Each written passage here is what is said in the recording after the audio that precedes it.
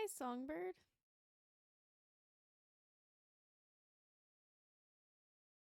Songbird, did you work today? I thought you did, but you're here early. I did? I thought so. What the heck, dude?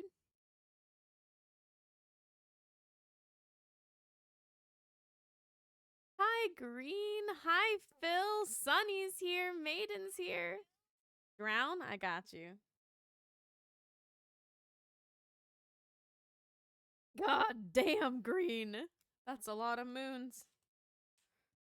Well, how the heck are y'all? Let me go through the roster today. Songbird got first today, Green got second, and Sunny got third. Well done, everybody. Hello, Kay. Let me put my blue light glasses on before I forget. Oh, well, congratulations! So honored. You will be forever honored in your count. I like to keep track of how many first, seconds, and third. It honestly, it does play a role when I am thinking about new VIPs. Is like, okay, who's on top of things, who shows up and is ready.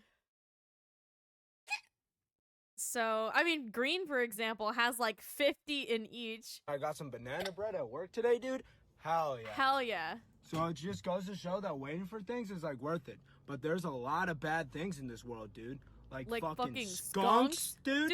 Hell no. Scratching your eye, but it's still fucking itchy, dude. Hell no. The fucking Cubs, dude.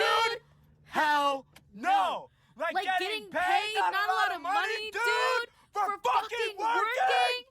Hell no. But banana bread, I fucking work, dude. Hell yeah.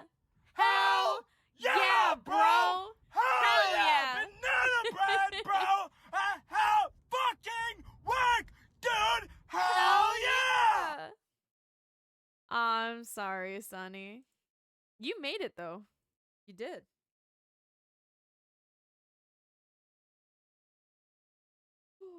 I've been playing the fuck out of Grounded too. I think I got it, what, 2 days ago? Oh, I'm a little nervous to look at my hours. Oh, God. Yeah, I got Grounded 2 at, what, midnight on July 30th? And today is the morning of August 2nd, and I have 17.3 hours in it. Awkward.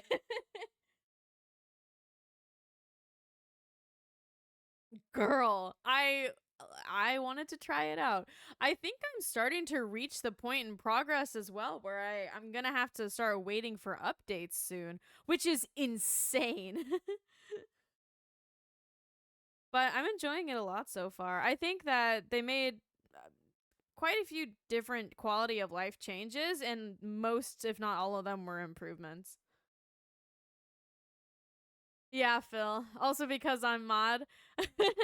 We'll see. Nah, Phil, I'd much rather you be a mod. I mean, that is a thing, though. If any mods ever needed or wanted to step down from being a mod, I would talk to them and say, yo, would you prefer VIP?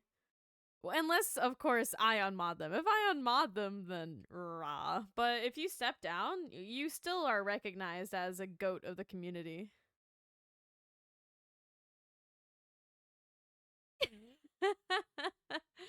Fair enough, Sonny. I don't know, man. I seriously stand by that Grounded is one of my favorite survival crafting games that I've ever played. It's just fucking fun, dude. And I like watching 100% speed runs. It's so scalable in difficulty. You can go easy, medium, hard, extra hard, challenge modes, new game plus plus plus plus plus plus plus to the 20s. I don't know, man. There is a lot, and with new game plus, you get so much more stuff too. I think it's a very good one. Give me 10 isopods. Did you ever play Subnautica? That's awesome, Songbird. I was proud of you, by the way. I hope I told you that. I was proud that you helped out little trash panda. Love ocean? A lot of people are afraid of it. And although I can understand being afraid of the unknown, I guess that's totally valid to me because it's natural to fear what you don't understand. Whoa. That was deeper than I expected it to be. But I don't know, I vibe with it. I think it's cool.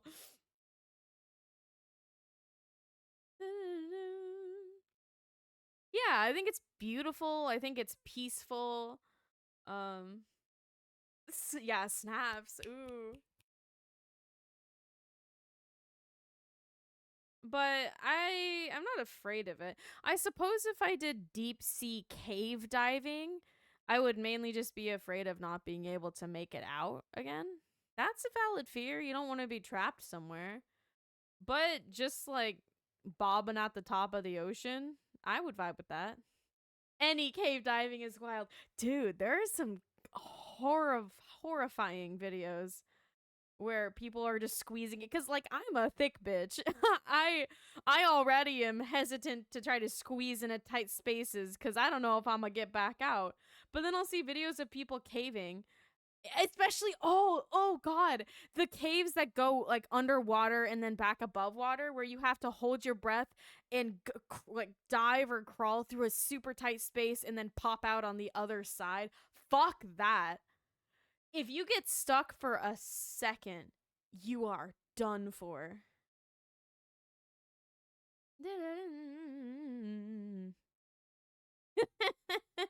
Y'all knew.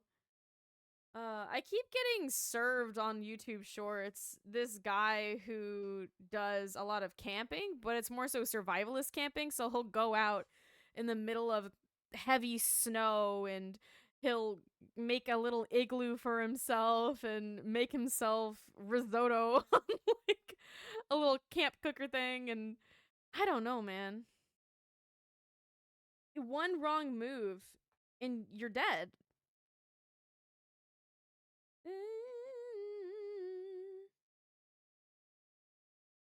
Songbird, those proportions are better. I still feel like the bottom ear could be a little bit farther out. So instead of making it bigger, just shifting it further down so there's more head space. Does that make sense? I can try to draw what I mean.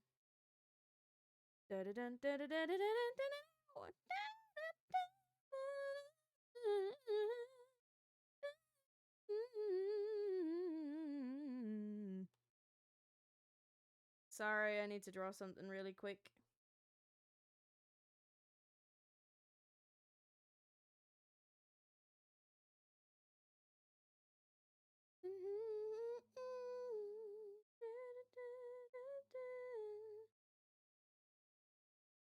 Yeah, that's already factored in for. Okay, cool. I mean right here, just making that a little bit. Because it can. Oh, God. My finger tracing is so ass. So don't mind that. But just adding a little bit of space on the head before the ear starts for the bottom one. Almost like it's tilted down a little bit more. Do you expect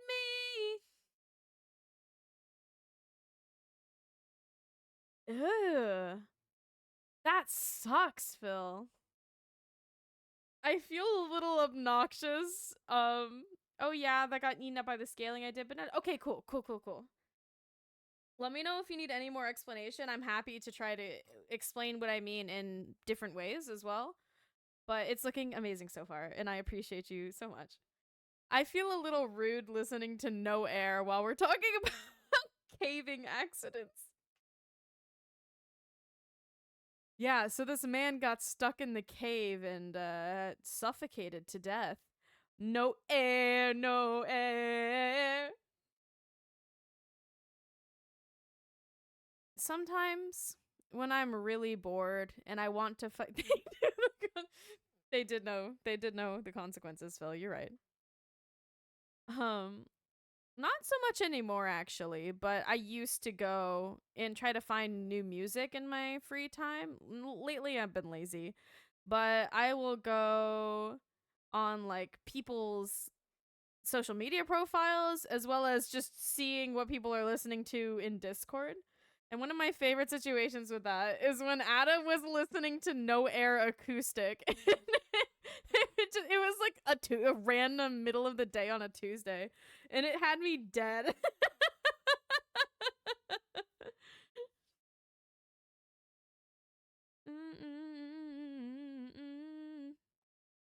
uh, wasn't there a song Slay Adam? Yeah, Slay Adam. Wasn't there a song that was to the proper beats per minute that you would need to do CPR? Hold on, CPR BPM song. Wasn't there one that just you shouldn't use? Was it another one? Bites the Dust? Is that, am I remembering correctly? No, staying alive makes sense because you want them to stay alive. But I mean a song where the lyrics don't, the lyrics don't add up. Let's see. 103 beats per minute. Another one. Bites the Dust BPM. 110. So it'd be a bit fast. No, I didn't, Phil.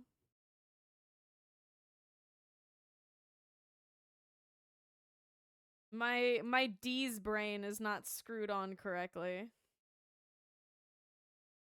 I need to warm up these muscles before I'll be in true form.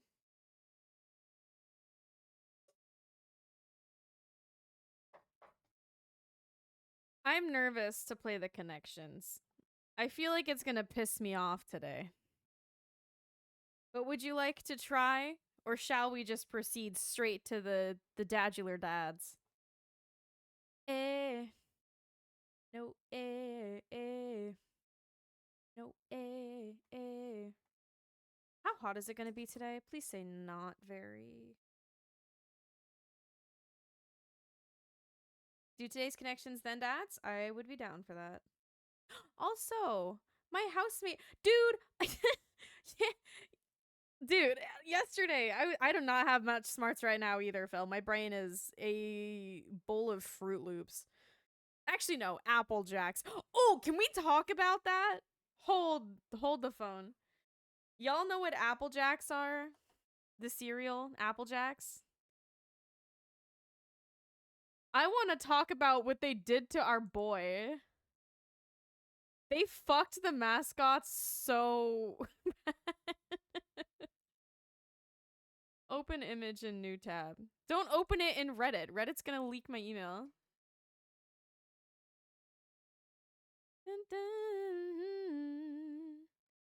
Ew! Huh! Okay, this is a fantastic representation of what I'm about to talk about.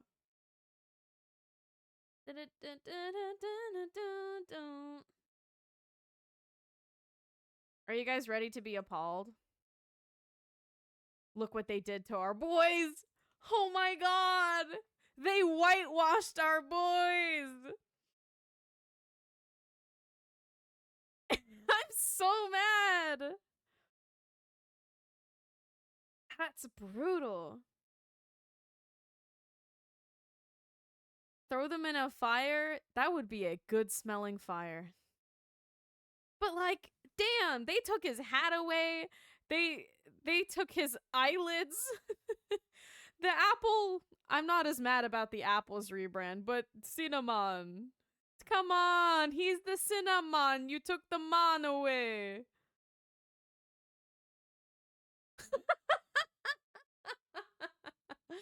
No. They gentrified the Apple Jacks. They didn't have to do that. Was Apple Jacks getting canceled? Is that something that I missed? Let me see what sparked the change in mascot. Apple Jacks, why change mascot?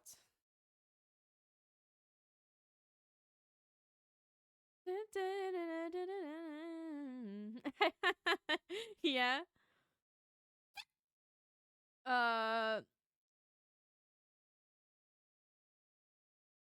They said that Apple. Oh my god, his name was Cinnamon. I was joking. They spelled it Cinna-man. Cinnamon.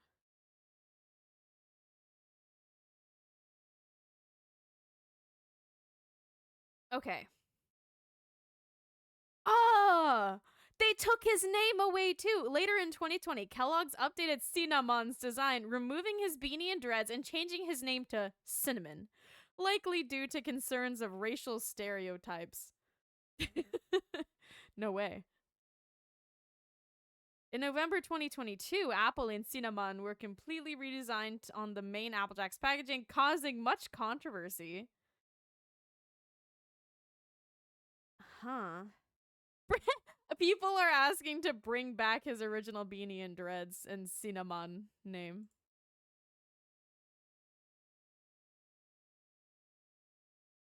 Just as Jamaicans, how they feel, right? They're probably like, sweet representation that, I don't know. I mean, stereotypes, duh, you know. No one's gonna be excited about being super stereotyped, but they made Cinnamon look rad as fuck. He was the better of the mascots. He skateboarded. He was very kind and welcoming. Like, I don't know. Positive stereotypes are still stereotypes, but I don't think you gotta change your shit over that. Unless people are actively mad about it. I feel like that's different though. Well, I see where your logic is, but it feels a bit different to me. Taking general stereotypes about their clothing and way of being versus like a actual holiday. I feel like it's different because they didn't take a Jamaican holiday. They just took the culture. So it feels more questionable. That being said, I didn't give a fuck. I actually really liked those mascots because of that. Trying to stop terrorism, but we still got terrorists here living. Okay. I mean, they still hella culture appropriating. Not currently. That's the reason they changed it. Oh, khaki camo. Did we do this one?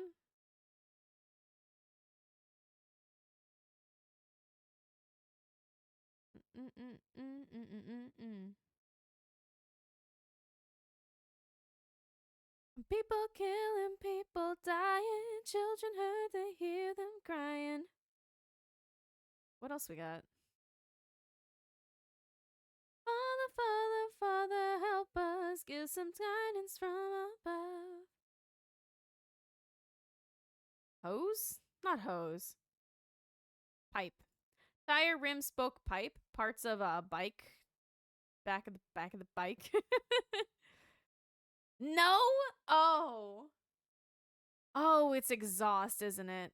God damn it. Can I try this one? I feel bad for wasting our first guess.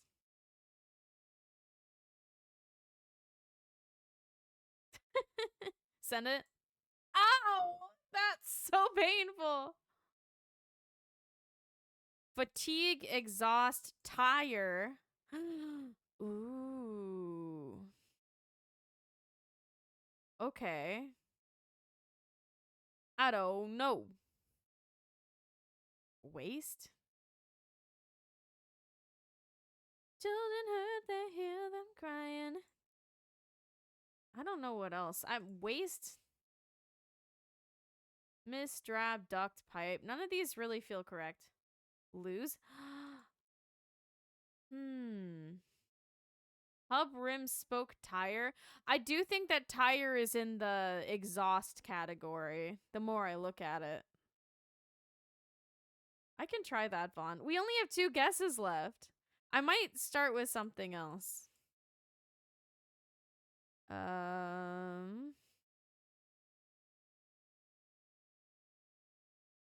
Drab.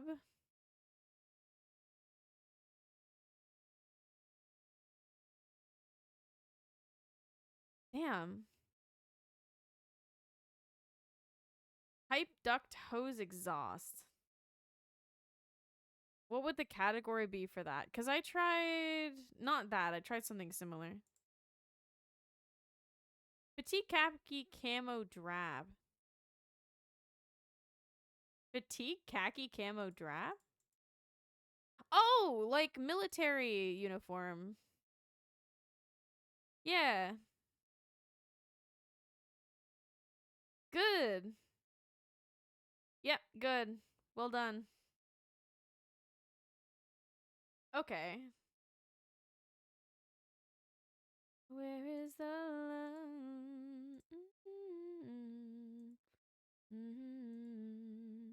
Used in ventilation. God, who here worked in ventilation? Was it Loose Nut? Songbird, didn't you do some sort of installation job as well? I'm not talking about the framework, other than that. Something's wrong with the world. One love, one love. Lose waist, miss blow. Yeah.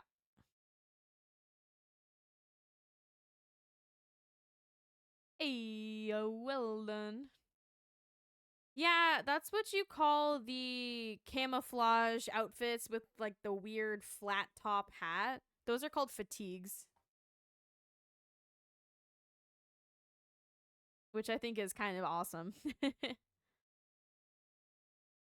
My sister let me try her fatigues on, but we are completely different sizes, so I looked stupid, but it was really cool. It was a very it was a I don't know. It was an honor for me, I guess, to be able to try it on.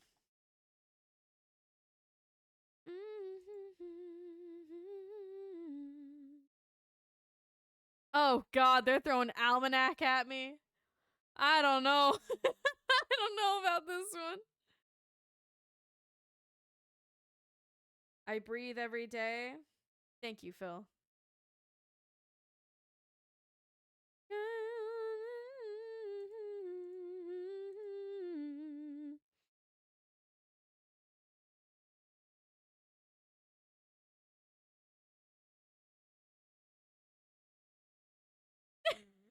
We were supposed to do a second one, boss.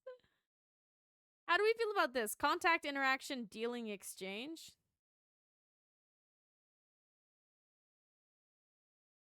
And then I'll try that one right afterward. Ooh, okay. Tan, market, insurance. Farmer things, well done.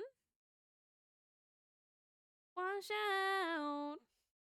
Destination, arrival, flight, gate. College number, team position. Oh, this one was an easy sweep, dude. That thing, that thing. Yeah! Okay, now we can begin. See, that's what I needed. That right there. Well done, everybody.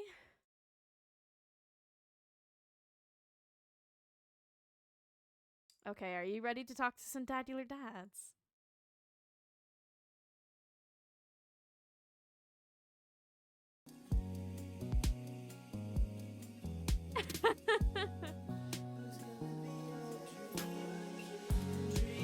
I think I've done all of July. So, well, the one we just did was from July 2nd.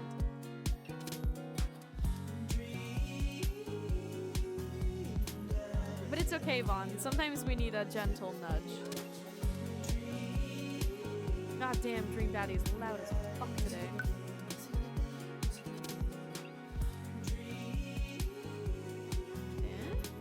I'll turn it down for you guys a little bit too. How's that? I like patterns. Do you ever play Set, Vaughn? New York Times Set? Oh my god, Set is so fun. I have not. Oh! Oh my gosh. Vaughn? want to play set with you. Hold on. New York Times set with friends? Set? Is it a card game? Kinda.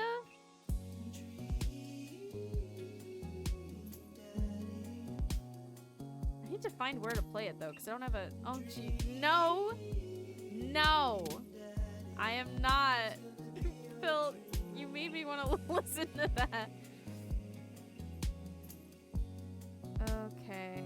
What? Is it not on New York Times anymore? Where the fuck are you? Set game.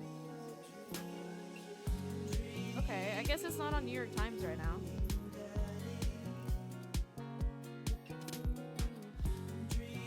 Hello?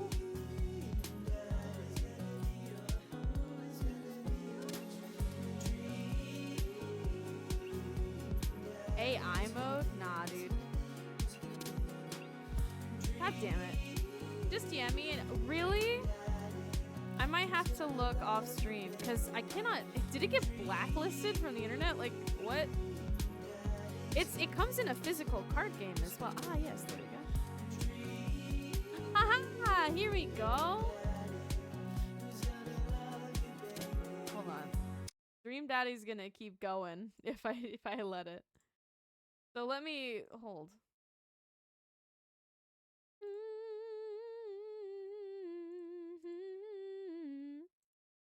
Let me also make sure it does not dox me. It does not dox me. That thing, that thing, that thing. This is what set looks like. The rules are hard to learn, but then once you know them, it's very easy. So, how the fuck do I explain the rules? It's like an autism test. Phil, you can't say that. Shit, that's pretty funny. So you're doing sets of 3, and they either have to have the same of one thing and all different other things. New month, new leaderboard. Thank you, Green. So I could do all number 1s, like number 1, number 1, number 1, but they would have to be same color, different pattern, or all different color, all different pattern. It's, oh god, this is kind of ass to explain. New game. Let's see if I can, yes. 1, 2, 3. I'm gonna do this one because it's the same shape, color, and pattern, but the number is different. Okay. This one, it's the same number, different shape, different pattern, different color. So you either want one thing. Oh, wait, no, that's the same pattern. I'm dumb. If this one was solid color, that would be a set. Let's see. You could do this because they're all number 3, same color, same number, same shape, but different pattern. So you want either one thing to be different, one thing to be the same, or all things to be different. Which fucks me up. So could I do green? Nope. 1, 2, 3. Same shape, different everything else. Oh, Comet. Yes, Songbird. Oh, I'm glad to hear that. Solids? Yep, solids. See, you're getting it. Vaughn, I knew you'd be good at this.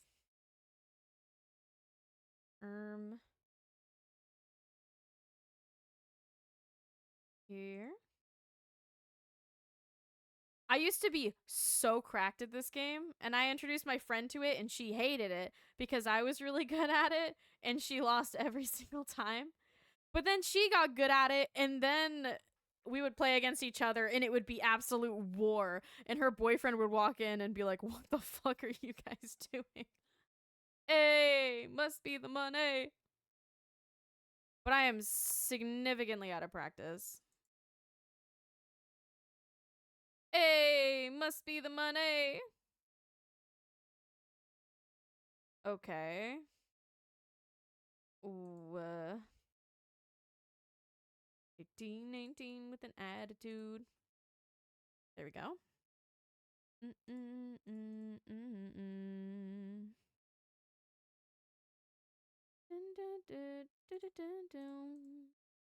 I like this game though. I could play this. Hello, Gojo. I'm quickly showing people set because I like it.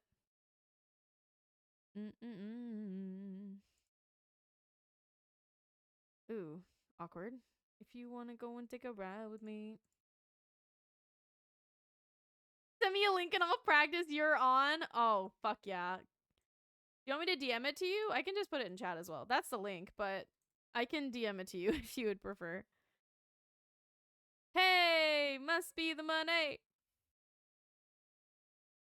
1, 3. No, sir. Oops, I didn't mean to click it. Bookmarked. W. But this is set. And then typically you would just go through the deck. So you can see there's 42 left in the deck. You go through and then you run out of cards.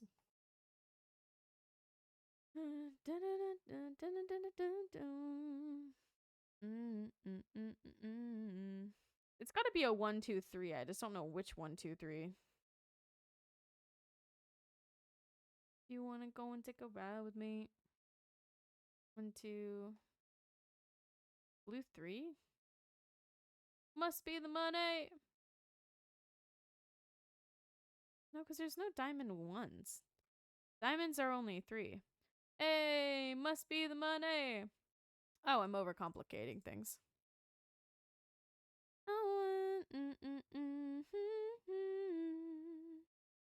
If you want to go and get high with me.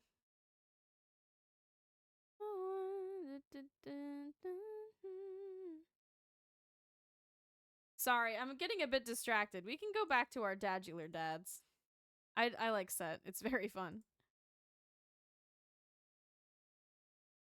Let me save the link for myself as well.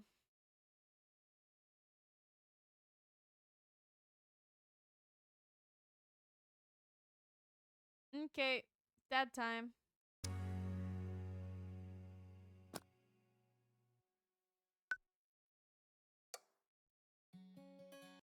Welcome. You've got dads. I know I just turned it down. I might turn it up a little bit. Last we left off, we just finished all of the second dates with all of our dads. So today we're going on third dates. I feel like we should start with Hugo or Joseph. Who would y'all like to start with? Would you like, I guess Brian I'll throw in there too. Would you like to start with Hugo, Joseph, or Brian? Ba-dum-bum-bum. Brian, Joseph.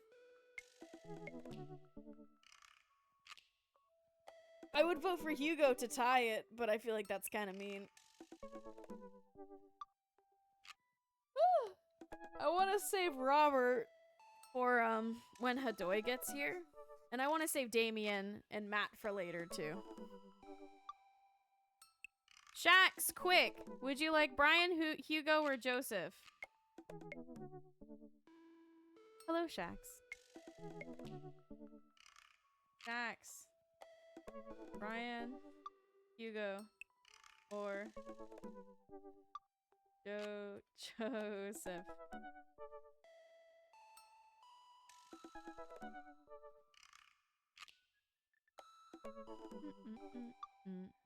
Don't say Hugo. I do not need things tying up.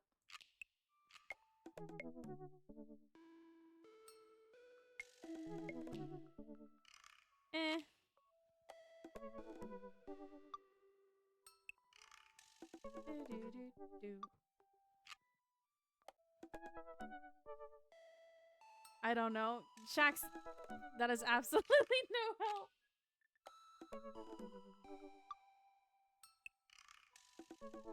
All those H's made Hugo. Who is good?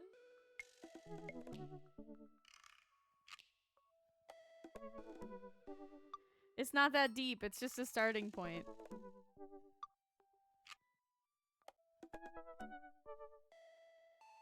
I'm gonna put pressure on him. 3, 2.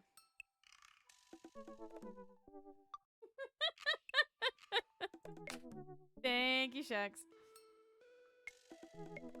I would have voted for Joseph. Songbird has Joseph, and Shax said Joseph. Sorry, Phil, you've been outweighed. Huh? Whoa! Wait! Wait! Hold on! You know what they say about third dates? They get pretty serious. You might not have time to browse dad book for a while. Are you ready? Fuck, what am I about to get into? I'm a little nervous.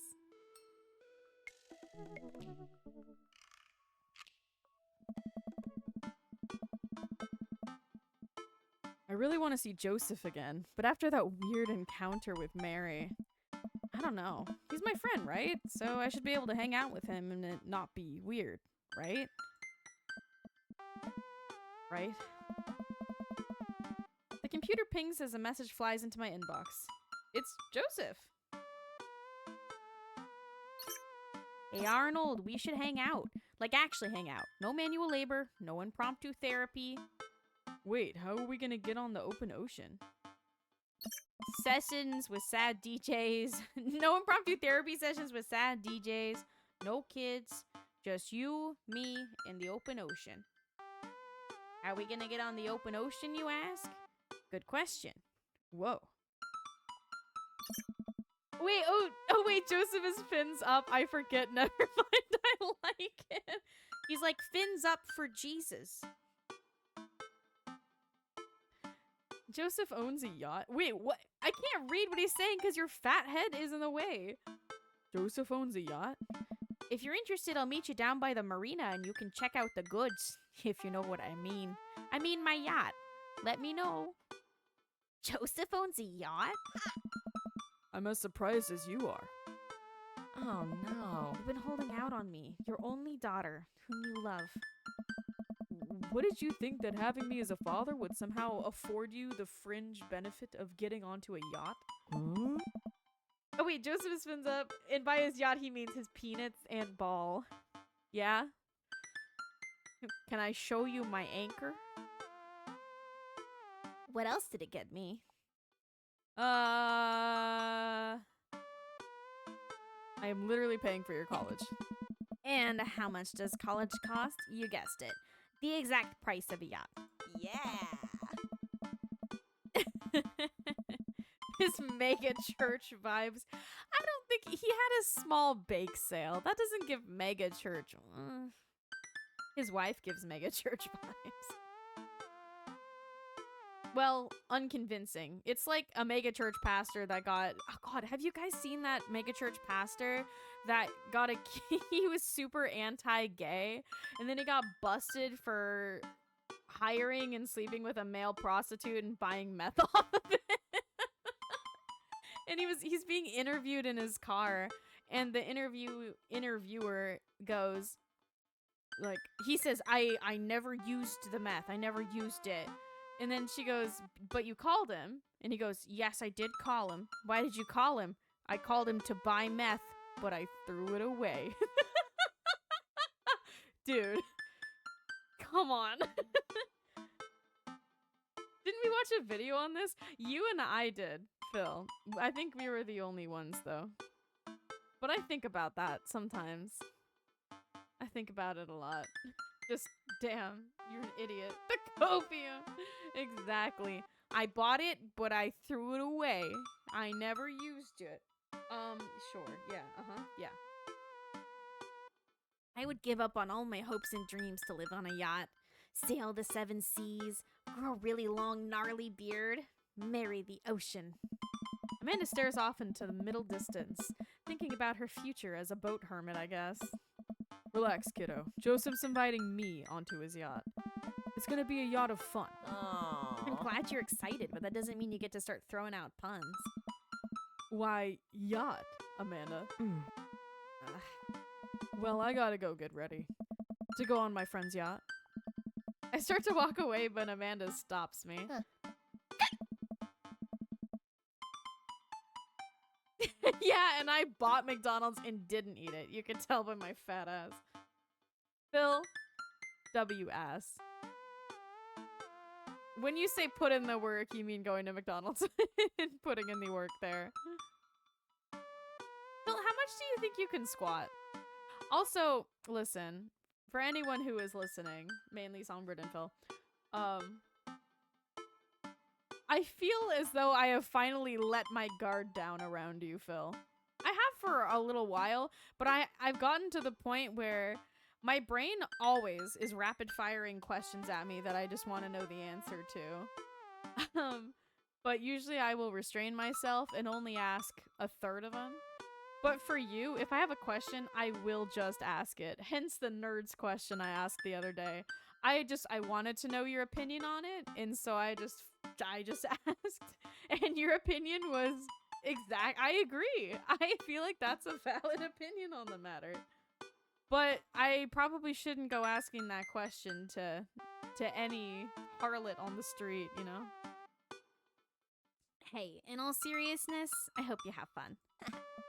But make good choices, okay? But Dad... Don't stay out too late or you can't go to Jennifer Longford's party this weekend. She promised me she would propose to me, but ended up going with Logan Crutchfield. I'm not going anywhere near that party. Good bit, Dad. Good bit. I responded back to Joseph, letting him know I'll be there.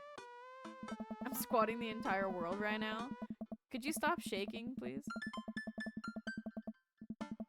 A quaint marina, complete with local mom-and-pop shops and a small diner, frame the bay. I've gone for a few walks by the bayside and stare enviously at all the nice boats before. Joseph should be around here somewhere. Gosh, this is fancy. I feel a little out of place. Arnold? That doesn't sound like Joseph. I turn around to find... Robert? Hey. What's he doing here? So, how's Joseph? Robert comes off cold immediately. I get the feeling he's not happy I'm here. And what's with that look? He seems very angry. Very, very angry. He's going through some stuff. Oh. Robert blasts through a cigarette. So I guess he's your friend now, huh? Your pal? Oh, he's Robert, and you're my friend too. And I suppose two friends just spend the night out on a private yacht together, being buds, chatting about friendship. Is that what two friends do? His voice is getting louder. What has gotten into him? I bet him and Joseph are well, we kind of have a thing, me and him. I think he's mad because he thought we had something special. And now I'm spending time with Joseph, and so he's a little hurt because he let me whittle with him. And now I'm leaving him for a pastor with a boat. Robert, come on. You know I'm not like that. Excuse me? Arnold, you might be an idiot, but I'm not. What's your problem with Joseph anyway? I don't like Joseph. I don't trust Joseph. Joseph's a bad guy, and I don't want him around you. Robert. You have a thing with everyone, you dad slut. Yeah, but it's getting serious now. This is the third date.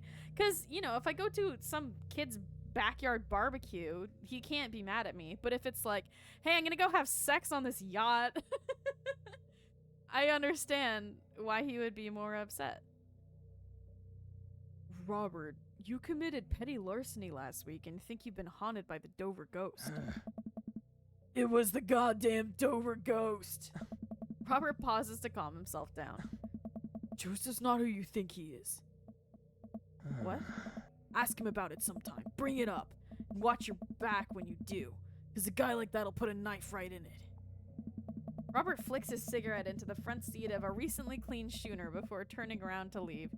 He takes a step, hesitates, then turns back to face me. You're both awful. You deserve each other. Damn. I'll tell Mary you say hi. Fuck me. Sorry, Robert. Listen. This is none of your business anyway. With that, Robert storms off down the pier. Oh, okay. Wander deeper into the marina. All of these boats are really, really nice. I wonder which one is Joseph's? Hey, Arnold! Joseph, where are you? Up here. I look up. Joseph waves to me from atop a huge yacht. I've never been on a yacht before. You never forget your first. I glance at the name on the side of the boat. The St. Peter, huh? Inherited this thing from my pops. Real fire and brimstone type. Loved yachts. So what's the plan, Captain? I figure since last time went a bit sideways, we could cast our lot out on the open sea, wrestle with Neptune, set sail on the seas of adventure. You're kind of a goofball when you're not wrangling your kids, you know that? Joseph smiles and winks from his perch. I have no idea what you're talking about. I bet you fucking don't forget your firsts.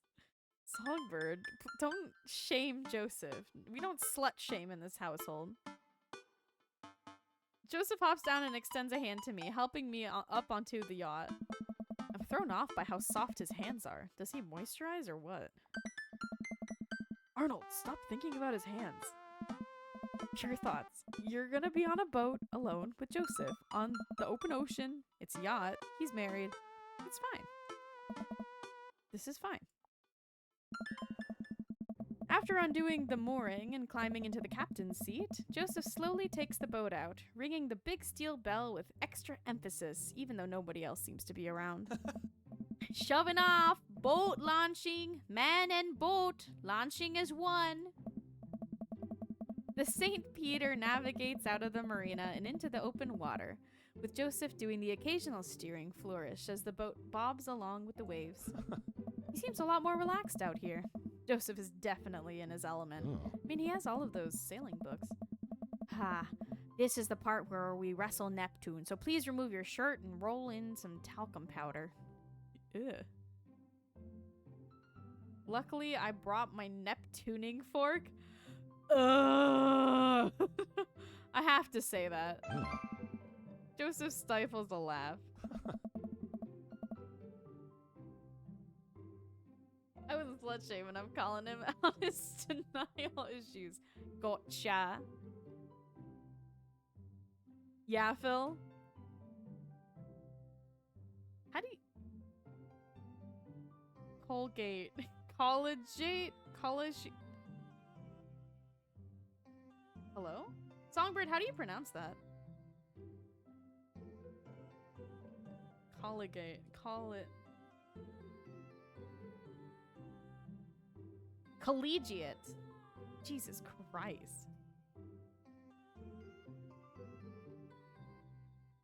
Belonging or relating to a college or its students. Oh. Sorry, dog. I didn't go to 4-year college. I went to trade school.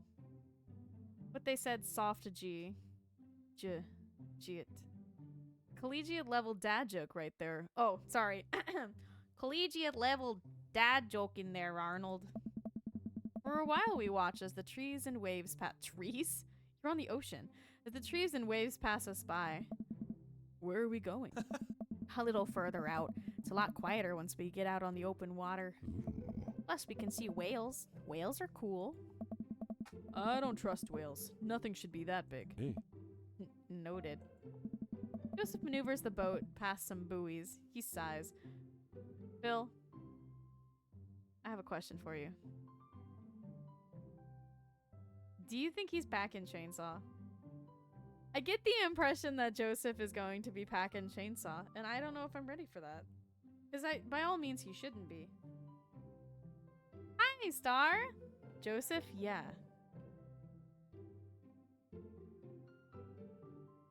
Shax, I know what you mean. Shit, it can be so frustrating. Joseph maneuvers the boat past some buoys. He sighs. Wish I could get out more often, but, you know. Family, wife, saving souls. Wink. So many souls. I can barely hold them all.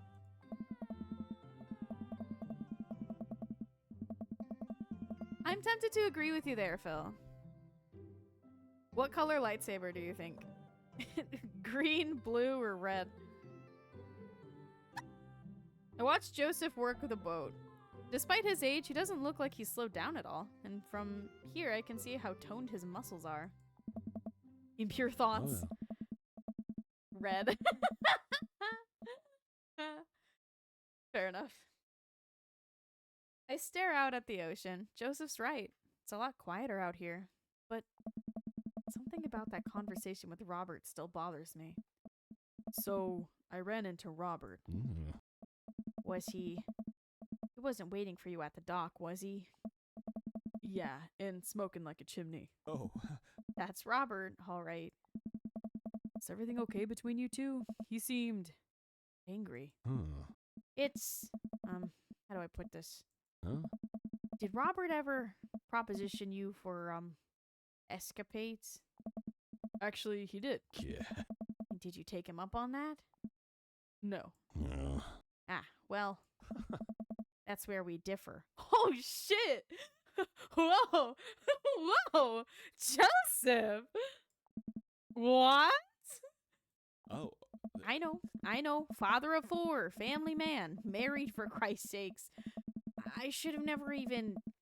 But I was in a bad place. With Mary constantly out, Yeah. Joseph settles himself before continuing. This definitely gets under his skin. Hey. I made a hasty decision. One which Robert does not exactly... He has a weird thing about casual, But he asked you. He'd have to ask Robert about the weird Robert politics of that. He's been weird about it ever since. Huh. Yeah. But it's over, right? Mm. Oh, yes, absolutely. That began and ended on the same day. Well, okay then. Oh. So, you're not upset? I'm not. Things happen, Joseph. And I think you of all people deserve a little forgiveness. Thank you, Arnold. That means more than you'll ever know. Joseph and I boat in silence as the bay gets smaller and smaller behind us. I decide to take a peek over the edge of the ship. I'm doing well, Star. I'm quite invested in this drama. Also, I'm feeling not as sick, so that's a W. Although I'm worried I will lose my voice. It tastes like avocado and sin. That's awesome, Phil. You can't shake hands with Jesus if it's around your cock. Wash your hands. Say a prayer. The wake this thing kicks off is intense. I wonder if Joseph would ever let me water ski off his yacht. Hey, dolphins! Joseph, there are dolphins. Oh, so you're scared of whales, but not dolphins? I feel there's an unspoken truce between man and dolphin. Grandma comment. Nah. G-Rams does not sound like that. I would be more than comfortable riding a dolphin into battle. Oh. I'd be more than comfortable riding you into battle. Dolphins are way more dangerous. They sometimes drown their babies for fun, you know. Can I trust nothing on the open ocean? I like to think I'm pretty cool. Pretty hip with the kids and trustworthy. I'm no snitch. All right, Joseph. It's you and me versus the entirety of marine life. Oh. I yell out to the ocean. I had a lobster last week and I can't wait to eat more of you. Oh. You tell him, Arnold. And here we are. Arnold, welcome to the ocean. I look out into the vast expanse of blueness. Yep, that's the ocean. I'm suddenly struck with an overwhelming sense of claustrophobia despite being in a wide open space. I'm on a boat with a handsome man. A handsome, married man. There are whales beneath us. Nothing should be that big. It's a little daunting, isn't it? Jeez. Yeah, Phil, I don't know. Because dolphins can't go to court. You can. Hello, Hadoy. Hadoy, can I fill you in on the Joseph drama? Oh my god, something huge just happened. Do you trust the whales? Oh. You know, they're a more dangerous thing in the ocean than the whales, right? Of course, yes. Joseph, don't spoil, Phil. I want to be the one to tell. So, this is our first third date that we're going on. And Joseph was like, hey, do you want to come on my yacht? Because, of course, he has a fucking yacht. We're waiting for him to pull up in his yacht, and Robert stops us. And Robert's like, fuck Joseph. He's a horrible person, and you are horrible, too, for associating with him. And we were really confused why Robert was so upset. But Joseph told us that he basically said, well, did Robert ask you for that one night stand? And we said, yeah, he did ask us. Did you say yes? No, I didn't say yes. Well, that's where we differ, compadre. I did say yes. Joseph had a one night stand with Robert. And it made Robert really upset because apparently he doesn't like to do things casual. So they are in a very bad position with each other. But Robert cheated on Mary, and I don't know if I'd call it cheating on your kids, but like he slept with Robert, and now we're on a yacht with him, and I think I'm gonna get in his pants. You know, there are more dangerous things in the ocean than whales, right? Wow, you're really making me feel better, Joseph. Hey. Like tuna. Tuna is an apex predator. What about sharks? Oh. Sharks are tight. Oh. It's the tuna you gotta watch out for. And the whales. Hey, wanna look out wistfully over the sea with me? Joseph and I head to the bow of the ship to do some quiet contemplation. You know, Shh. Quiet contemplation. Oh. I'm alone with my thoughts. Cool. Hey. I look out to the sea for a bit, then over to Joseph. He looks so commanding as he surveys the ocean. Feels like he really is at home in the water. When Mary said to me at the bar, I can't stop thinking about it. Yes, Hadoy. Is she right? But she's terrible to him. He's unhappy. He deserves better. I don't know what to think about this, but I'm just feeling so drawn to Joseph. I'd say something. So, about Mary. Joseph continues to stare off into the distance. It's, well, if you really want to know. Oh, Cracker Barrels. Suddenly I hear a sputtering. Did you say, oh, cracker? Whoa, hey. Suddenly I hear a sputtering coming out of the, oh, cracker, from the engine room. Joseph runs over to the boat's controls and taps on some dials. That's really sweet, Hadoy. I was not doing well. I got called out of work yesterday. I was still feeling sick, and I was gonna go in because I didn't feel contagious. It was like my throat hurt and I was exhausted, but I wasn't coughing or sneezing or anything. So I thought I was fine. But I went to text them and say, hey, you know, how are the students feeling? And my student was in the hospital and had to get surgery. I was like, what the fuck?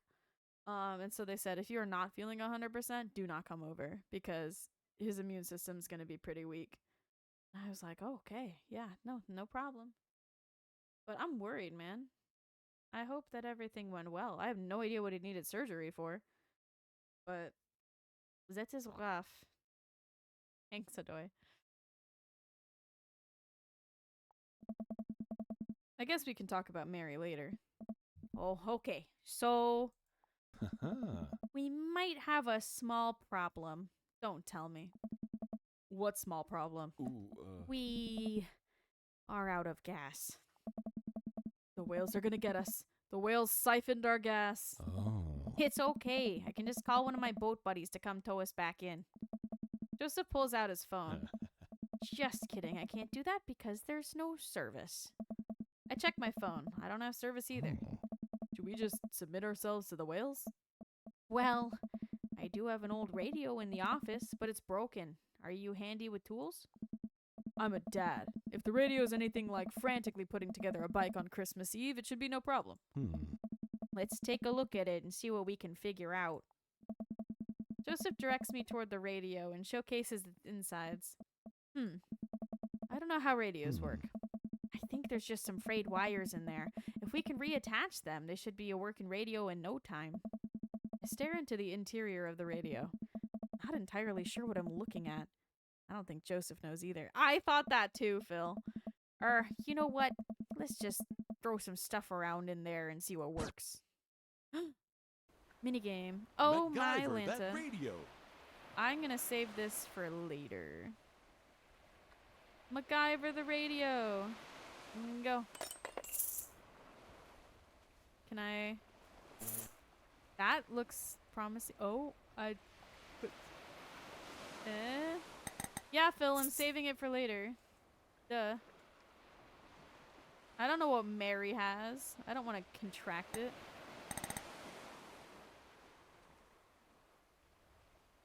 Yeah, give me that. Give me that.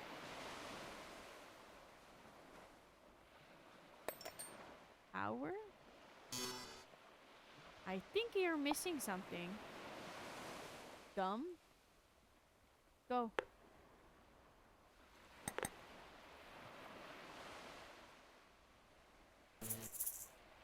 Can I even connect them to each other?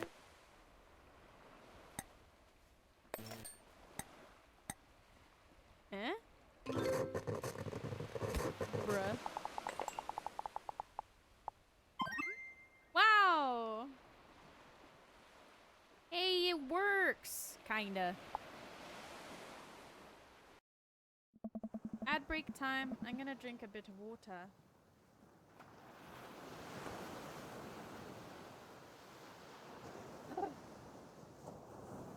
Hadoy. Hadoy. Have you played any Grounded 2?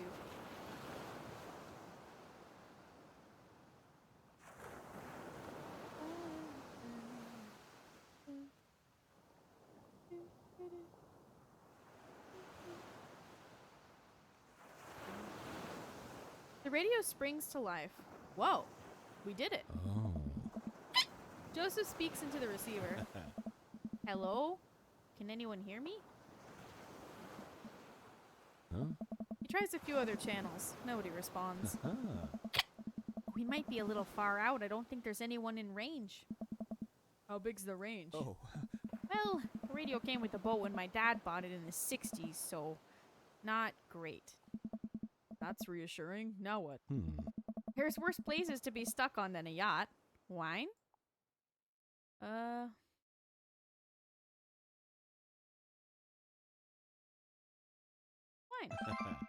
I keep a couple emergency bottles below deck. Wanna grab some while I fiddle with this radio some more? True, Phil.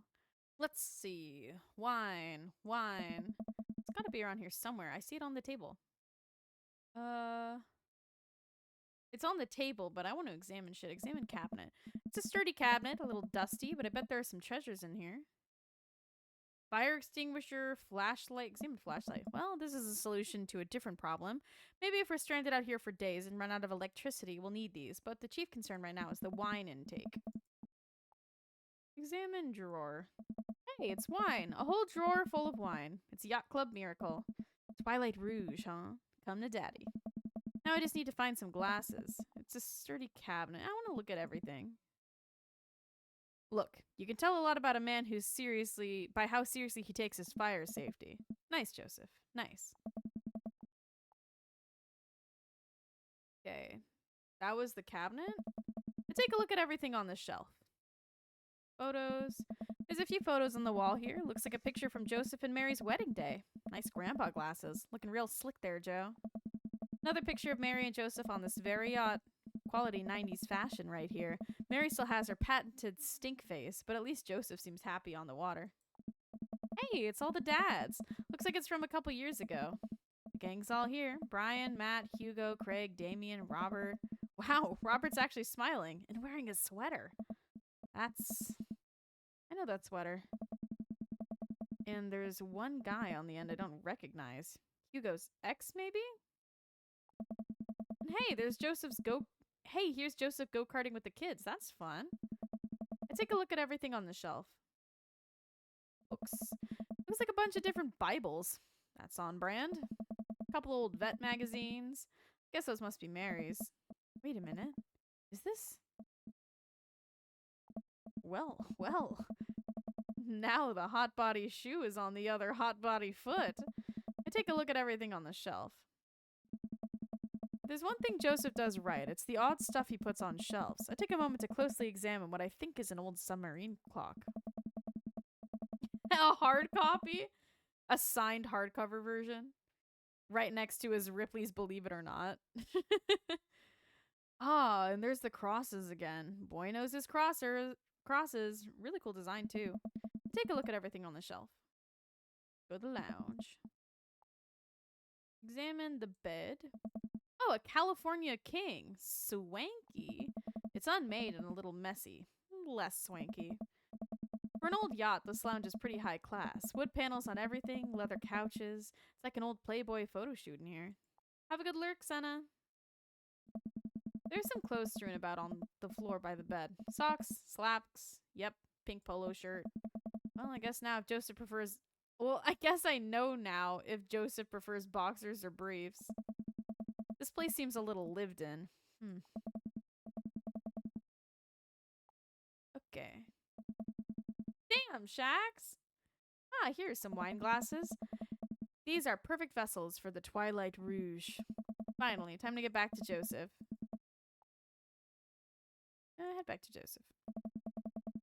I bring the wine and glasses up to the deck to find Joseph still hunched over the radio. Arnold, wine! Good to see you two. Just in time for the sunset.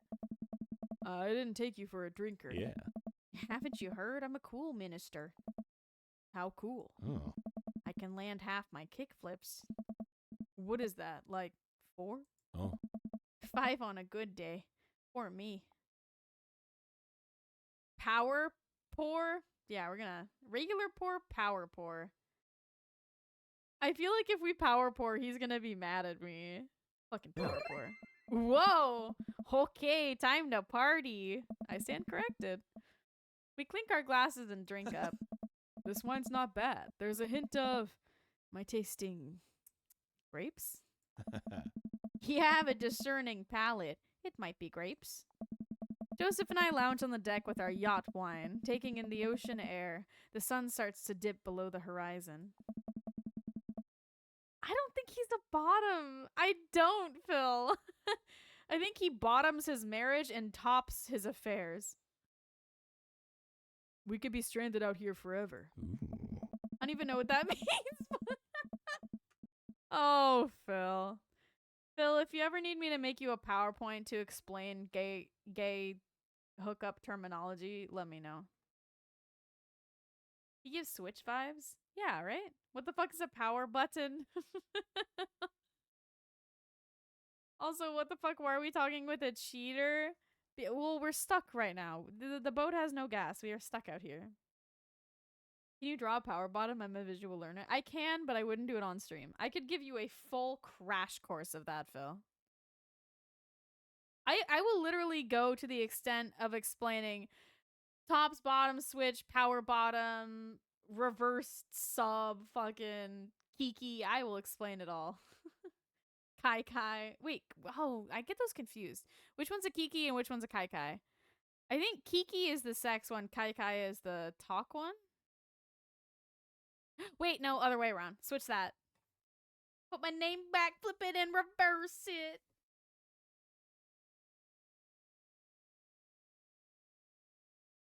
I can't think of anyone else I'd want to be stranded with. Hello, what the fuck are you saying? It's drag terminology.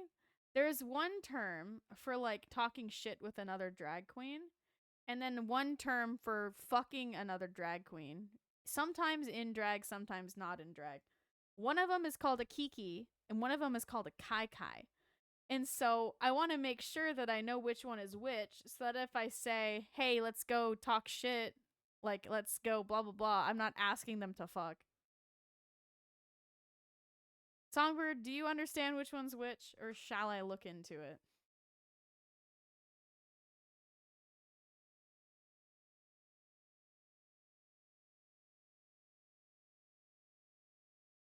Apparently this is a common question.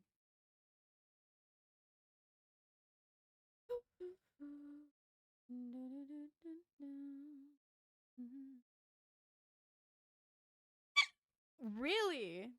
Fair enough.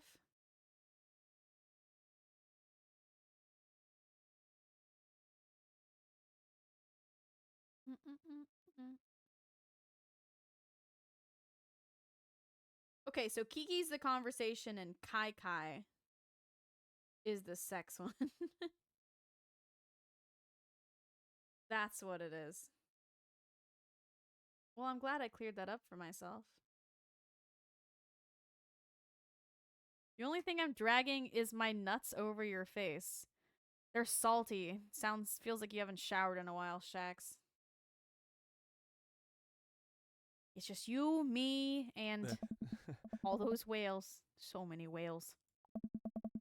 You're killing the vibe. Oh. Revive the vibe, Arnold. Generally, it takes 3 days and a gigantic stone door rolled in front of a tomb, but I think I can save it. Not not for that, Shax, for something else. Can I see the update, Songbird? Oh, I see a DM. Ooh! Songbird!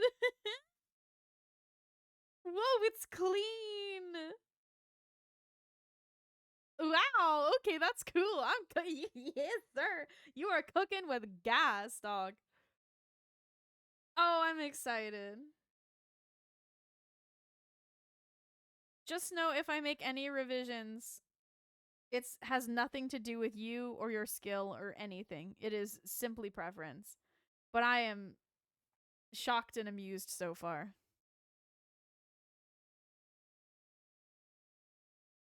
I have a big dick, so Shax, don't lie.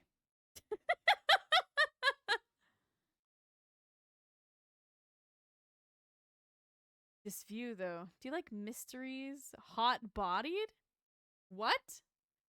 Oh, are we gonna call him out on his book collection? Yeah. Oh. Oh. It's a really rewarding series, Arnold. Uh-huh. Huh. Look, you have fun with your word jumbles. I'll enjoy the well-crafted narrative excellence of a highly regarded serial of sex books. Ooh. Detective novels. Sexy detective books featuring a hard-boiled gumshoe who can't be held down by the law, or by love, or by the mystery of the Spanish lover. Oh. You read them too? The author really hit her stride around book 17. Oh, he's pleased. This view, though. Yeah. I mean, there's something a lot prettier right in front of me. Sweet, full-bodied. God damn! Joseph, this wine, so good. God damn! I gotta take another sip of wine, but stop myself. Is wine an acceptable beverage in Margarita Zone? Oh. That it is, Arnold. All beverages of leisure are welcome in the Margarita Zone. This is almost what we wanted, right? No responsibilities, no worries, other than possibly dying out here. In the whales. Oh. But yeah, I'd say we're in the zone. Joseph and I clink our wine glasses again. To the Margarita Zone. Waste it away again. If you have any salt shakers, we can arrange them into a pentagram to summon Jimmy Buffett. Maybe he can save us. As a youth minister, I make pacts with neither the devil nor island jammers. If we're to get off this boat, it will be by the grace of God. Songbird. Or Steely Dan. Good one. Hell yeah, Steely Dan. I fuck with Steely Dan. Amen. Oh. Our laughter dies down. We're both silent for a moment, looking into each other's eyes. Oh, I'm getting like icky vibes. I don't like the word icky, but that's how I feel. Joseph leans in closer. I feel myself doing the same. I feel like I'm watching porn with my parents in the room. I don't want you guys to see me read this. This is a bad idea. This is a bad idea. I can't help but feel like doing this will only end up hurting someone else. No, Shax, if I'm gonna third date, I'm gonna full send. But his face is really close to my face. Oh. Arnold, I have to tell you something. Hmm. Mary and I are done. I pull back. I think about the clothes strewn around the lounge. The undone bed. Are you living on this boat? I didn't want to mention it, but... He sighs, strolling back to the controls of the boat. I lean on the console next to him. Hmm. We had a very long talk, and it's unsalvageable. I'm staying here until everything's sorted out. Oh, I'm so sorry. If there's anything I can do... Yeah. I'm fine. I'm fine, actually. Uh. It was a long time coming. For the first time in a long time, I'm seeing a path to happiness. And now I can focus on myself and stop trying to deny the things that make me happy. Oh. I need someone who will be there. Someone kind and honest. And you deserve that, Joseph. You really do. Anyway, I've been having this crazy feeling there's someone who I could get in the habit of having around. Someone very close to here. Phil!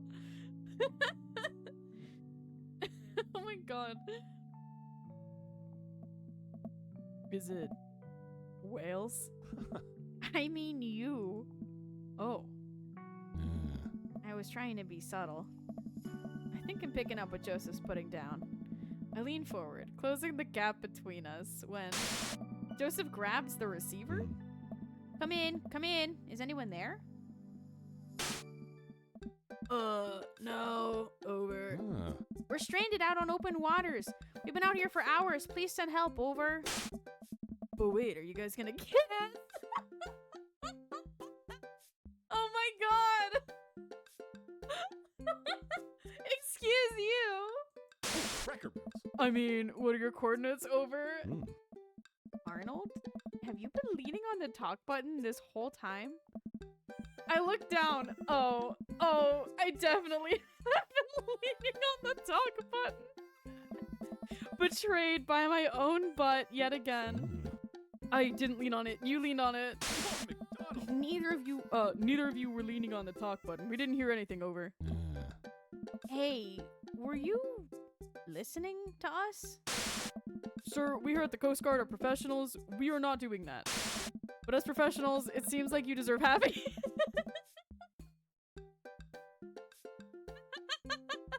It seems like you deserve happiness, and we think it's closer than you think. Over. Mm.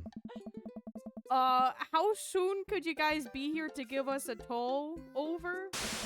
We'll, pick you up in the morning. Sounds like you two have some stuff to hash out. Over and out. Wait! Yeah. Silence. Nobody returns our radio calls. I think they left. We stare at each other for a second. Well, Joseph carefully places the receiver on the table, making sure the talk button isn't pressed in. Well, okay. Yeah. Fuck, that got me way more than I expected it to. But as a Coast Guard, I think that you deserve happiness.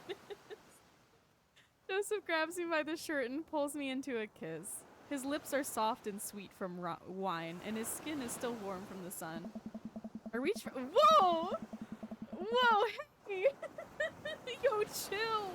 I reach for his belt and pull him even closer, running my free hand under his shirt and up his side. He pushes me against the boat's console, kissing down my neck. Oh. Come on. His hands drift to my thighs and he effortlessly picks me up.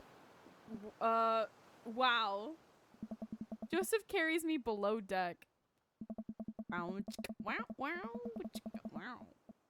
I'd be lying if I said I hadn't fantasized about this, but I didn't think he'd be so aggressive. Gingy, it's getting heated in here. I'm blushing. Joseph just picked me up by the thighs and took me downstairs to bang. I've wanted this for so long. Ooh, it's kind of a creepy thing to say. He throws me onto the bed. I let out a little yelp. I fucking knew he wasn't a bottom, Phil. This is not a bottom. This right here is a hungry top. He throws me onto the bed. I let out a little yelp. Lots of time to kill, Arnold. We better get started. Give me a mini game. Give me a mini game. Damn it. Oh man. I may have overdone it on the wine last night. Just a few more minutes of sleep will do just fine. Wait. I open my eyes to find Joseph's face a few inches from mine, an arm slung around my waist. He's sleeping peacefully. His hair is mussed and his lips are a little red.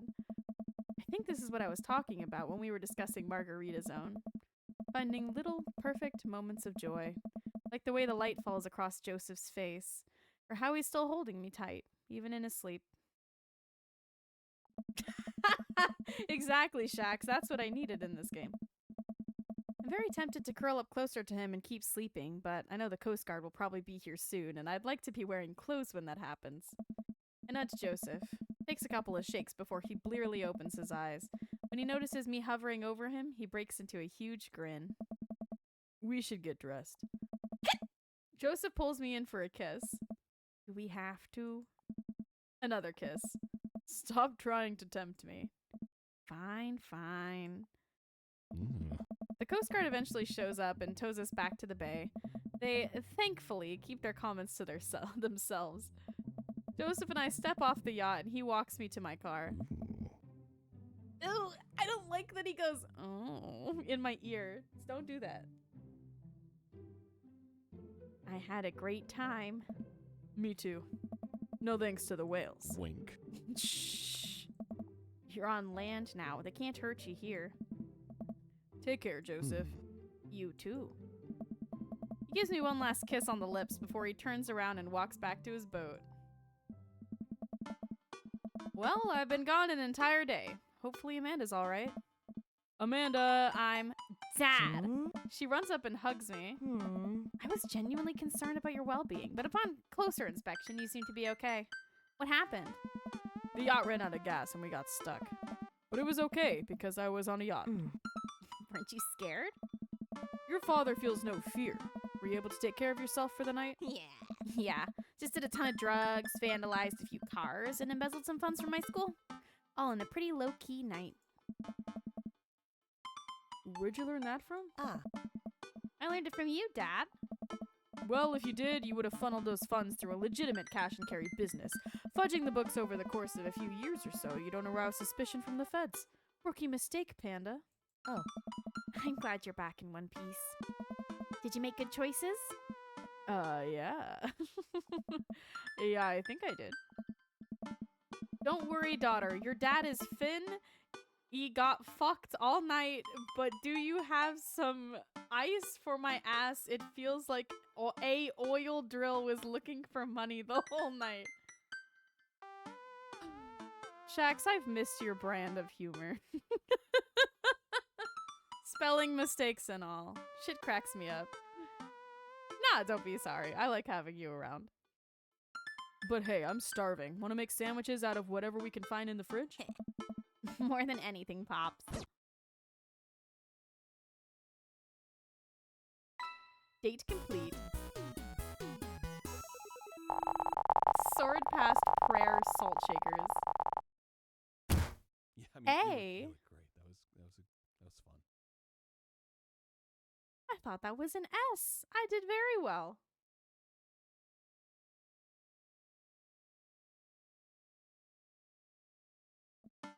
Whew, I think I have everything finally set up. Amanda should be here any minute now. I think that's her car in the driveway. Okay, gotta act natural. Be cool, Arnold. Be cool. Amanda walks through the door with a suspicious look on her face. Hey, Dad. Off to a good start. I wonder too, Phil. Yes, Songbird. Something fishy? Rats. Sorry, sweetie, it's the feds. The life of crime is finally catching up to you. I tried to send them in a different direction, but even I'm no match for the power and funding of the U.S. government. Well, if they think they're gonna take me alive, they got another thing coming. I'm kidding. You're right. I have a little surprise for you. Yeah, I can tell. You're very bad at lying. Amanda, my dear, would you care to join me in the kitchen? Father, it would fill my heart with glee. I lead Amanda over to the kitchen table where a present lies under a tablecloth. It's nothing special, but I wanted to get you a little something. You graduated high school last week, and I know you told me not to make a big deal about it, but... Oh, Dad, you... I dramatically whip the cloth off the table. Amanda's jaw drops. No way! I figure you probably won't be able to get cable in the dorm, so I thought it might be nice to take a piece of home with you. A DVD box set of Long Haul Paranormal Ice Road Ghost Truckers! This is all 19 seasons! In bonus material, including commentary with actual ghosts featured on the show. Sorry, what, Songbird? His children look cultish, but everything else seemed okay. Dad, I love this. Thank you. She gives me a big hug, like a Margaritaville cult. I'm glad you like it. Hey, you want to hang out with me in the backyard for a bit? Toss the old pigskin or something? Totally. I follow Amanda to the back door. That's Ah. crazy, Songbird. Whoa! God damn. What? Welcome to the casting couch. I can't say that, can I?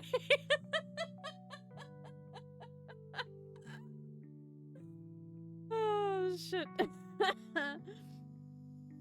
What? You told me not to make a comment.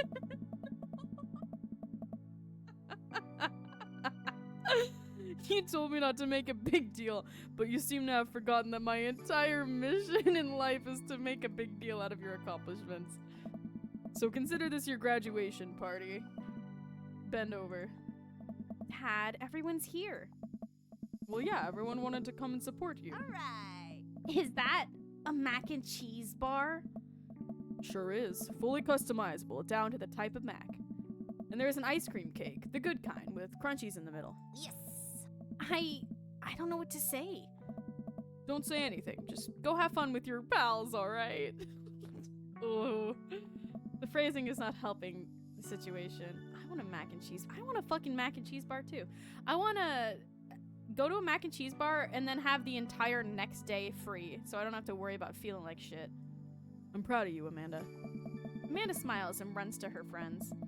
I should make the rounds and make sure everyone's having a good time. But first, mac and cheese. Arnold, my dude. Pablo, how's the shirt business going? My bud. I got men's shirts, I got women's shirts, I got tank tops in a variety of sizes, shapes, and colors. Each one of them is a fine quality, screen printed with the logo and visage of the world-renowned Witch House official Vacant Veil. Purchasable at most respectable retailers, but more specifically, out of the trunk of my car. I'm also selling my mom's world-famous homemade apple butter. Oh, fuck, I'll take some apple butter. Never stop hustling, Pablo. Baby, you got it. Oh no, Mary's here. With everything that's happened between me and Joseph. Agreed, Songbird. I would be a good host and say hi to her. I should be a good host. No, I waited for you, Hadoy. We've only done Joseph so far. But I don't wanna. Come on, Arnold. You can do this. I walk up to Mary. Come on. Hey. Hey. You been good? Just peachy. I have to go over there now. That went about as well as I could have expected it to. Arnold! Brian, you made it. Hey. Ha! I don't pass up on good Mac. What do you think of the party? It's not bad. Just not bad? Oh. Yeah, it's not bad. Don't let him bait you. Don't let him bait you. Thank you for the lovely compliment.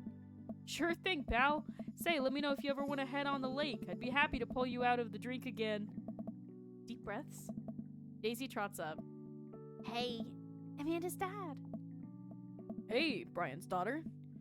See how that feels? This is a really great party. Thanks so much for inviting us. You're very welcome, tiny child who knows how to pay a compliment. Brian and I lock eyes. This isn't over. Hey, bro! Bro! Oh. This is a real rager, taking our older age into consideration. I'm trying to be in bed at a responsible hour tonight. Don't let me get too wild. Nice. Don't worry, dude. I'll keep an eye on your fruit punch intake. You know, I'm really glad we're bros again. Let's hit the gym sometime soon, huh? Sure thing, dude. Briar and Hazel peek out behind Craig. Hey, little ones. Hello. Hiya. Thank you for all the ice cream cake. Wait. Girls, how much of that did you eat? Briar ate 4 pieces. Ask any witnesses. No, I didn't. Hazel ate 4 pieces and wants to pin it on me because we look alike. I have your face. No one will ever believe you. Oh, boy. I'll let you guys figure this out. Good seeing you, Craig. Let's hang out soon, yeah? What am I looking at?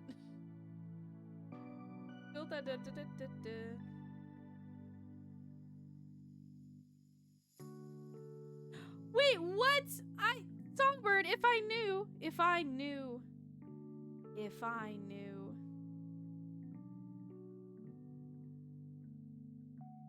God damn it, that's so cool. Secret ending. Yeah. I think this will probably be a long stream, considering how it's going. But if I ever have a day where I just have free time, I could go and do that extra. You gotta romance all the daddies first? Oh, do you? Okay, cool. Nice. Totally. Tell Amanda congrats for us. Hugo comes up to me with a plate of mac and cheese. The perfect cheddar to mac ratio. Beautiful work, Arnold. Thanks, Hugo. I learned it from the best. I've got a pocket of gift cards that say you already knew a thing or two. Let's get together for trivia night again sometime soon, huh? Thank you, Songbird. You know it. You know, I'm really pleased to see Amanda going to her dream school. I'm glad she turned it around for finals. Me too. That scholarship money will really help. Amanda walks by and pretends not to see Hugo. Amanda, come say hi to your old teacher. Hey. Congratulations on graduating. I know you're gonna do great things at art school. Yeah, thanks. Amanda starts to back away. Wait, I just realized you're not my teacher anymore, so I don't have to be afraid of talking to you. And you no longer hold power over me. Hey. You're right. Go forth, adult. I can no longer give you detention. Yeah, I'm gonna break anything I want, and there's nothing you can do about it. Are you still mad about that one time I gave you detention for breaking my globe? Nope. Oh. And I'll have you know that globe didn't fit through the basketball hoop in the first place. She'll fit into college just fine. Hey. Ugh. Robert gestures vaguely to the snack table. Good stuff. Yep. See you later. Hey, man. Matt! Let me know when Amanda leaves for college. I'll have a fresh batch of banana bread Kennedys waiting for her. Thank you. I know she'll love that. Have you gotten that oregano smell out of your upholstery yet? Still working on it. What a splendid garden party. My deepest thanks for extending an invitation to my son and I. This icebox cake is divine. Yeah, thanks, dude. Good cake. I stare at Lucian. He knows. I know, but I'm a man of my word. The story of his oregano betrayal will go unsung. Thanks for coming by. The sun is setting and everyone seems to have eaten their fill. As the party starts to wind down, I take a seat next to Joseph. Joseph, it's so good to see you again. Oh. Great party. I should have you organize the next youth group mixer. My dance skills are ready whenever you need them. Hey, if you aren't busy this weekend, I was thinking we could maybe Catch a movie or something? Oh. Yeah, that would be fun. Or we could take the yacht out again. Joseph sidles up next to me and presses a kiss against my neck. Wait, this feels weird. So, I guess things are still friendly with Mary? Yeah. We're actually staying together. What? Why? Yeah. For a lot of reasons. There's the kids, for one, and the fact that we have to be a pillar for this community, so many people look up to us as a model marriage, and I'd hate to let my parishioners down. Parishioners down. Oh. But that doesn't stop you and I from, I pull away from Joseph. That's not what I want. I know it's not perfect, and God, how I wish it were. If it were up to me, and you and I would be sailing the 7 seas in search of Margaritaville. But this is real life, and all we can do is find Margarita's own whenever we can. I look down, too nervous to respond. I feel his hand on mine. I don't pull away. I'll leave you to think about it, but just know that you can reach out to me. Parishioners, thank you. For anything. Joseph gets up and walks away. I don't think so. She seems to really not like me, Songbird. I don't know what to think. Maybe Robert isn't too bad. The last guest begins to make their way out of the party. Amanda wanders over and sits down next to me. Killer party, Pops. What can I say? I was inspired. So, I also have something for you. For me? Why? Not to be completely genuine about my feelings or anything for once, but, growing up wasn't easy, but it could have been a lot harder if it wasn't for you. Dad, you've been there for me through everything. There's been times in my life where you were my only friend.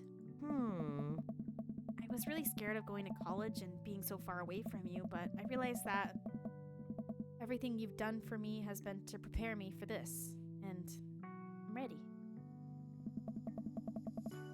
I shouldn't be who I am today. I wouldn't be who I am today without you.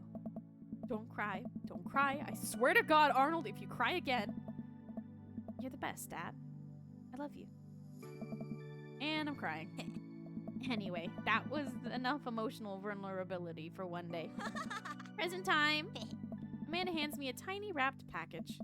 I tear the wrapping off to find a framed picture of me and Amanda. It's us. Kinda shocking all our photo albums are just pictures of me, huh?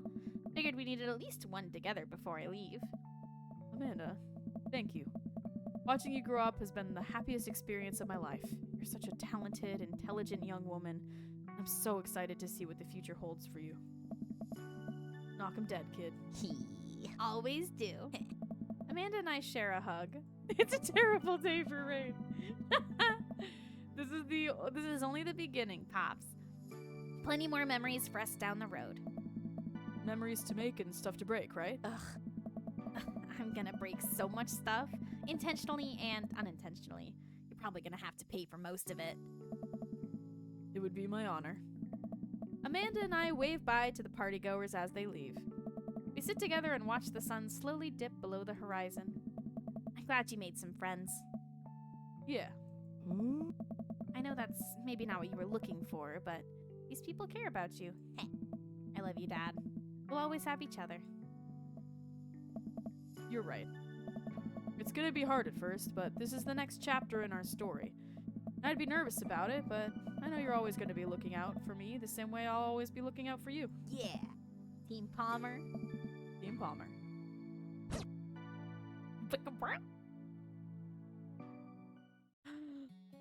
Oh! We did it. Aaron Hansen, W. Aaron. Hello?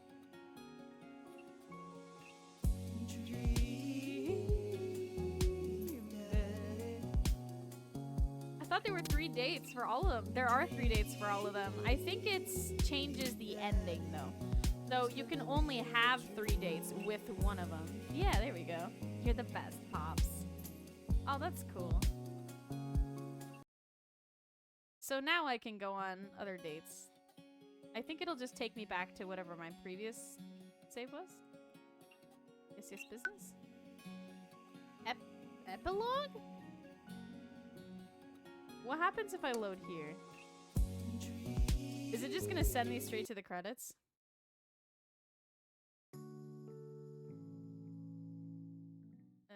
Yes. Yes, it is. Joseph was terrible. Cancel him. It was okay. He was okay.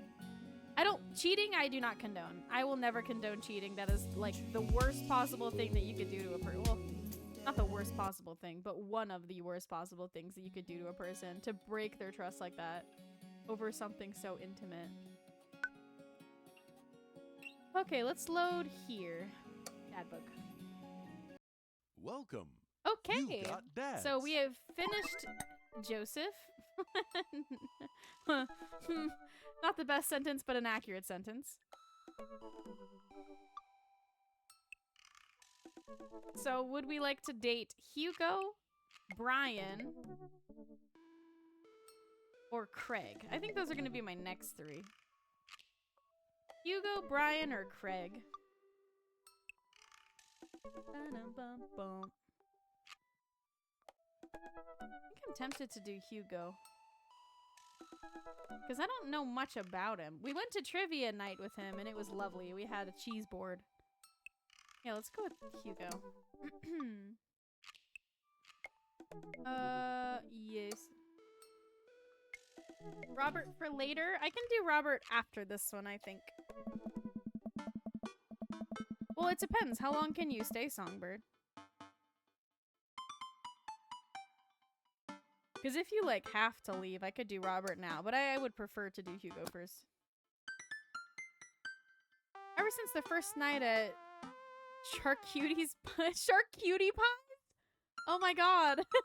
Ever since the first night at Charcutie Pies. I'll be up a couple hours. Yeah, okay, cool. Hugo and I have made a point out of weekly visits to trivia night. Havarti like it's 1999 has come in first place ever since, despite Provolone 2 lost to New York's continual efforts to dethrone us. Good shit, Shax. You got it, bud. I've been able to do a complete overhaul of the interior of my car thanks to all of the Phil's Auto Care gift cards we've received. Air fresheners, car chargers, you name it. Amanda's riding in the lap of luxury. Aside from trivia nights, I don't actually get to see Hugo a lot. The end of the school year is coming up, and he seems to be having a lot of trouble dealing with stress of teaching.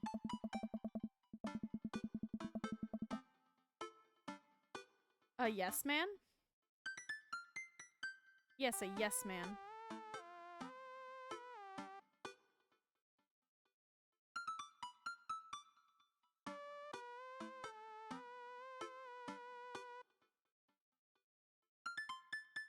I should do something nice for him. A yes man. Maybe help him take his mind off screen. Oh, I added some new 7TV emotes for us, by the way. I saw, where is it? Come here, you. I saw this and figured I should add it for Shuttle.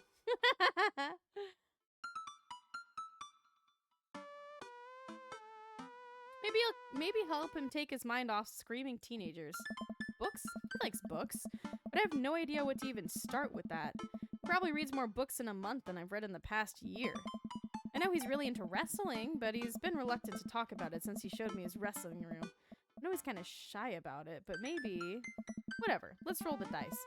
I think I have a plan. Oh god. Oh god. Oh, Shax is here. Hey, alright, folks. Looks like we finally have the points tallied. And we're here to announce our winner. You know who else is a winner? Me. Because I've finally just seen how beautiful and loving my wife is. A few weeks ago, all of the regulars staged an intervention for Quizmaster Quinn. We sat down in a circle and told him that we wanted to see him be better and love himself. He agreed to start going to couples therapy with his wife, and last time he told us they adopted a dog together. I love you forever, my Quizmaster Queen. Because he was talking about how he wanted his wife to, like... there's so much to unpack with Quizmaster Quinn. I can't tell which version of Quizmaster Quinn I prefer. There were things to like and dislike about both, huh? And the winner is, for the 4th week in a row, Havarti like it's 1999. Oh. Hugo and I cheers our small slices of camembert, and I go up to accept our gift card, along with an uncomfortably long hug from Quizmaster Quinn. May Havarti like it's 1999 be as long and wonderful as my marriage to my beautiful wife. Oh. But basically, before he was all depressed, Shax, and talking about how his wife left him and how he, like, wants to be abused. So I said, oh, it's Shax. We make our ceremony round of high fives to the rest of the teams and sit down to finish our cheese board, savoring every last bit of burrata with pesto and slices of tomato. Hey, I got a surprise for you. For me? Yeah, and for once it isn't more cheese. Well, if you think you can somehow top that, be my guest. How does the gay stuff... There's so much drama, bad. The pastor fucked the bad boy, and then the bad boy was upset because he doesn't like casual things, and the pastor is still cheating on his wife, and they said they separated, but the pastor wants to fuck me on the side, and he took me to Margaritaville on his boat, and then they decided to stay together with his wife, so he wants to have an affair with me, and I'm not cool with that. Anyway, we're dating the teacher now. I pull out a boat that I've been carefully hiding in one of my pockets and slide it over to Hugo. Oh. Hugo picks up the book and reads the title aloud. Harry Butt's Crapper Keeper? I wanted to get you a book, but I figure you already had every classical piece of literature, so I thought this could be fun. For when you're pooping. Hugo laughs. I got him a poop book. Great. You should flip through that. I put my nudes in it. Hugo looks up at me and raises an eyebrow. After flipping through a couple of pages, he finally comes across a small gift I strategically hid inside. You're kidding me! Hugo looks around, worried he made a scene. He leans in. You're kidding me! Hugo pulls out the wrestling tickets I hid inside of Crapper Keeper. This is the World Federation of Wrestling Power Slam series. You've been working so hard lately, I thought you'd like them. Like them. I love this. Thank you. But wait, there's 2? Yeah, I figured we could go together. Sweet Manchego. You'd go with me? Sweet Manchego. Heck yeah. I need you to explain the finer points of wrestling to me, though.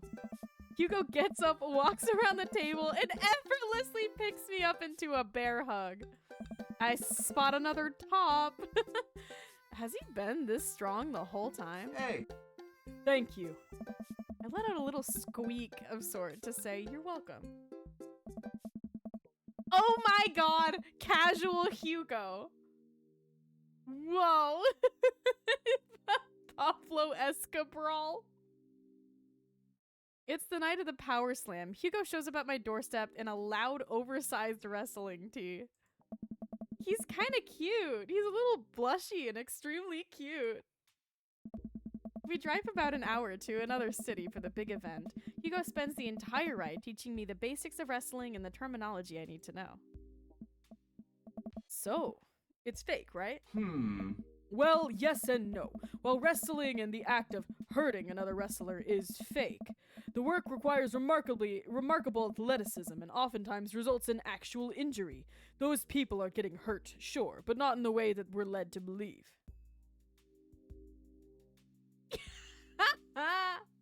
No, Green. I don't like to be picked up, especially not by... Well, okay. How do I get into this? If it were in the way that Joseph did it, I might be into that. If we're about to fuck and someone picks me up and carries me to the room and then, like, sets me on the bed, I'm okay with that. But if someone walks up and picks me up while they're hugging me, I will flail around. Crispy!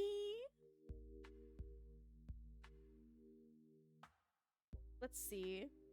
I get to fuck Jeannie, marry JR, and kill Vaughn. I'm sorry, Vaughn. No comment. Yeah, go fuck yourself, Adoy. According to Stream Elements.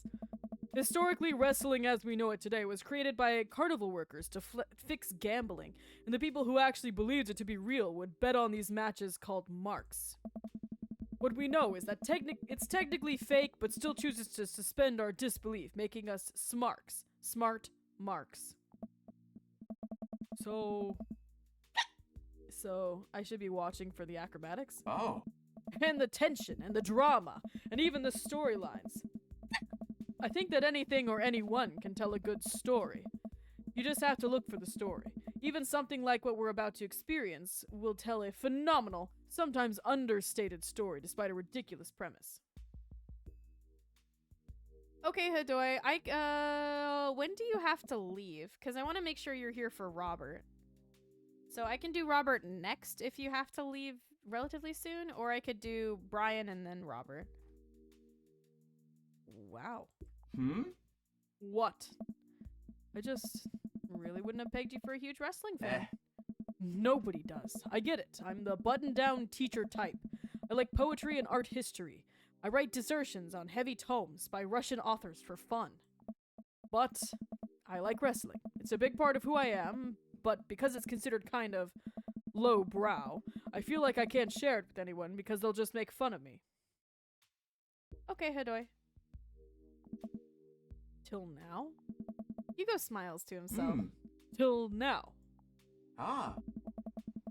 Hugo and I enter the stadium. Oh my god, this is adorable. This looks like the Food Wars set. Hugo and I enter the stadium and are directed to the upper level. After grabbing some snacks, we make our way up to the set of stairs. Yeah, Phil. We're wearing the Danny Sexbang unitard. He's a Jewish superhero. The further up we go, the more my heart sinks. I thought we had gotten good seats, but by this point, the ring looks like a postage stamp. We'll finally settle into our spots and wait for the match to start. Oh, I'm sorry. I thought I got his tickets on the lower level. I look over to Hugo, who apparently didn't even hear me. He's vibrating with this excitement. Oh. This is so cool. Guess he doesn't mind. I have to admit, I've been too embarrassed to come to one of these since I was a kid. What's there to be embarrassed about? Everyone here loves wrestling. Plus, who are we even gonna see that we know? We're like an hour out of Maple Bay. Ah. I guess you're right. We're gonna run into someone we know. Almost guaranteed. You can't say that and not run into someone we know. So what do we have to look forward to tonight? Ah. Oh man, the lineup is stacked. All the matches are gonna be great, but the one I'm really looking forward to is Eastern Dragon's match. The Eastern Dragon? Yeah, he used to wrestle as Pablo Escobar, but I guess he eventually had to change it. Wrestler names are weird. He's actually an Iranian guy from Utah. Oh, so that's what your shirt's from. Yup, I've been following the guy since his debut in an indie wrestling league, and it's been amazing to see him rise through the ranks and onto the professionals. Drag on D's nuts. Thanks, Shax. Who's he up against? The corporate shill. Technique-wise, I don't think he's that good of a wrestler, and I don't think the fans like him. Certainly an interesting character, though. Ah. The stadium lights dim and the crowd starts screaming. Butt rock blasts through the... I adore the fact that it's called butt rock. Butt rock blasts through the sound system and some pyrotechnics set off around the ring. I think I learned about the term butt rock from Jack, so when I see butt rock, I hear it in an Australian accent. Oi, they put on some butt rock. Ladies and gentlemen of the sold-out crowd in Mill Creek, Massachusetts. Who's ready to power slam? Hugo and I scream. We watch two wrestlers, the Southern Dandy and Johnny Snowman, walk out to even more butt rock. Griff comments throughout, it's seen worse. The Southern Dandy mixes and drinks a mint julep in the ring before the match. The crowd eats it up. Yeah, I made sure to place it in a healthy register. Although I just got jump scared by Ride With Me. The Southern Dandy's from Maine. Is Johnny Snowman not from the North Pole? Insert tripod. Okay, Shax, sometimes I worry that he'll find my Twitch and see us calling him tripod and get mad at me about it. I had a dream that he DM'd me and was like, "What did you tell them about me?" It was a very uncomfortable dream. He's from Georgia, actually. How would he know we mean him? Because I called him tripod to his face. So if you say Comet's first boyfriend, tripod, he's gonna know what the fuck I'm talking about. After a long match, Johnny Snow... No one would mind being called tripod. I was like, thinking of a big dick. Yeah, but I can understand him being uncomfortable with the fact that I told you guys, you know? It's fine for me to call him that. He might find it uncomfortable that I told you. I would love it. If only it applied to you, Shax. After a long match, Johnny Snowman, who's dressed up like a muscular elf, does what Hugo calls a German suplex on the Southern Dandy. Kill him, Johnny! Elbow the heck out of him, Johnny! Show that Southern Dandy some North Pole manners! Johnny Snowman does indeed elbow the heck out of him. That's gotta hurt. Oh god, is he okay? Wrestling is a sport of communication. All of these guys train together to know not only how to perform moves, but how to respond to them. It allows them to look like they're being hurt, but only be kind of hurt. The crowd cheers as Johnny Snowman pins the Southern Dandy and is announced the winner. I'm gonna slide into his DMs and see for myself. That is exactly why he is afraid, Shax. The next match features a wrestler named Generation Y2K, who comes out looking like a hipster barista. Oh my god, please tell me it's the fucking dude who sells t-shirts. He takes selfies with the fans on his way up the ring and pauses after everyone to post it. He's really playing up the millennial thing, huh? He's sort of the boogeyman to the old-timer wrestler fans. His opponent, the old-timer, walks out. Oh. The crowd seems to be divided in who they're rooting for. The old-timer pulls some pretty sweet moves after he takes out a walking cane from under the stage and beats Generation Y2K over the head with it. Up against the ropes, Generation Y2K blinds the old-timer with a flash on his camera phone and is able to pin him to win the match.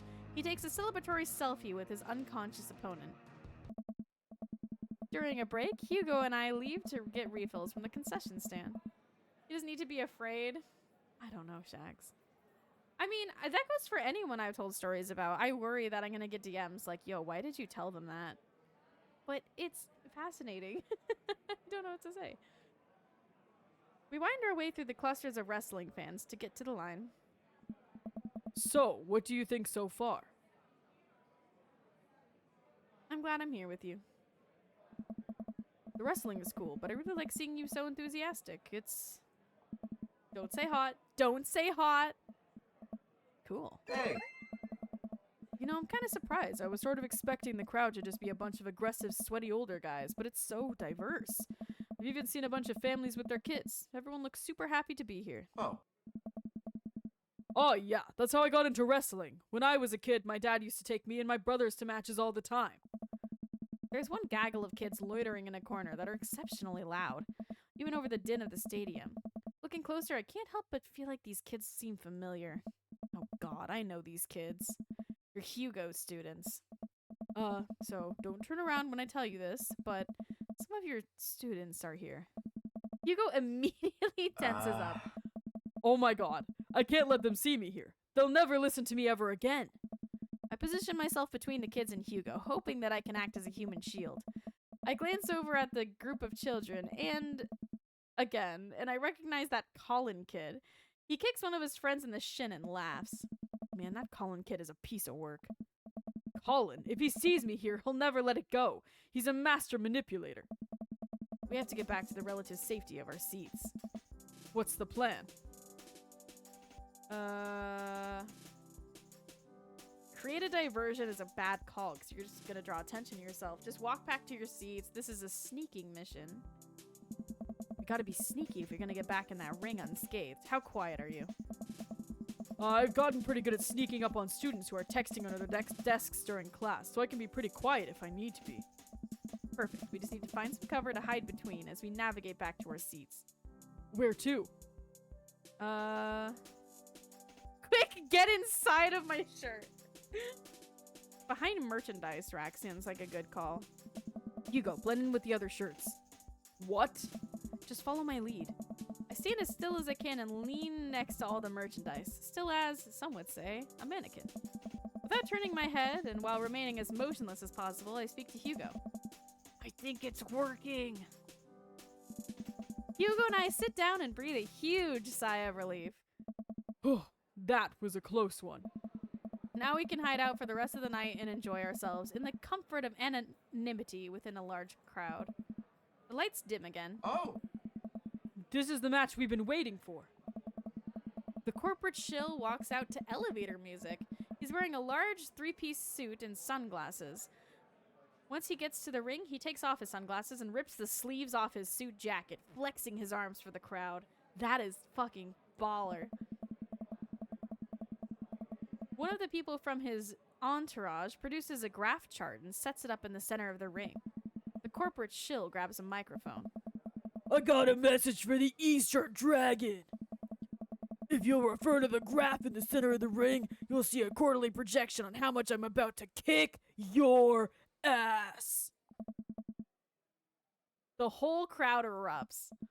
Now, if you'll direct your attention to the Jumbotron. We all look up at a PowerPoint presentation titled Kicking the Eastern Dragon's Ass, Key Performance Indicators. The corporate shill takes a laser pointer and gives a lengthy presentation on just how and why he'll defeat the Eastern Dragon. He showcases several well-utilized clip art graphics. That was informative. The lights dim again and pan flute music plays. Think it's a pan flute? I'm actually not sure if I know what a pan flute sounds like. The Eastern Dragon walks out to cheers from the crowd. Aren't pan flutes a Central American thing? Hugo shrugs. Wrestling. The Eastern Dragon stands outside of the ring and grabs a microphone. Corporate shill, it's nice to see you again. More cheers from the crowd. That was a good presentation. The clip art was a nice touch. He points to the corporate shill menacingly. I'm looking for a nice and exciting match. The crowd doesn't really know what to do here. Oh. He's not the best at trash talk, but I promise he's one of the most talented wrestlers you'll ever see. Hi, Gene. The match starts and is just as exciting as Hugo had hyped it up to be. The Eastern Dragon performs some ridiculous aerial stunts that make me concerned for his safety. He does what Hugo calls a moonsault from the top rope onto the corporate shill.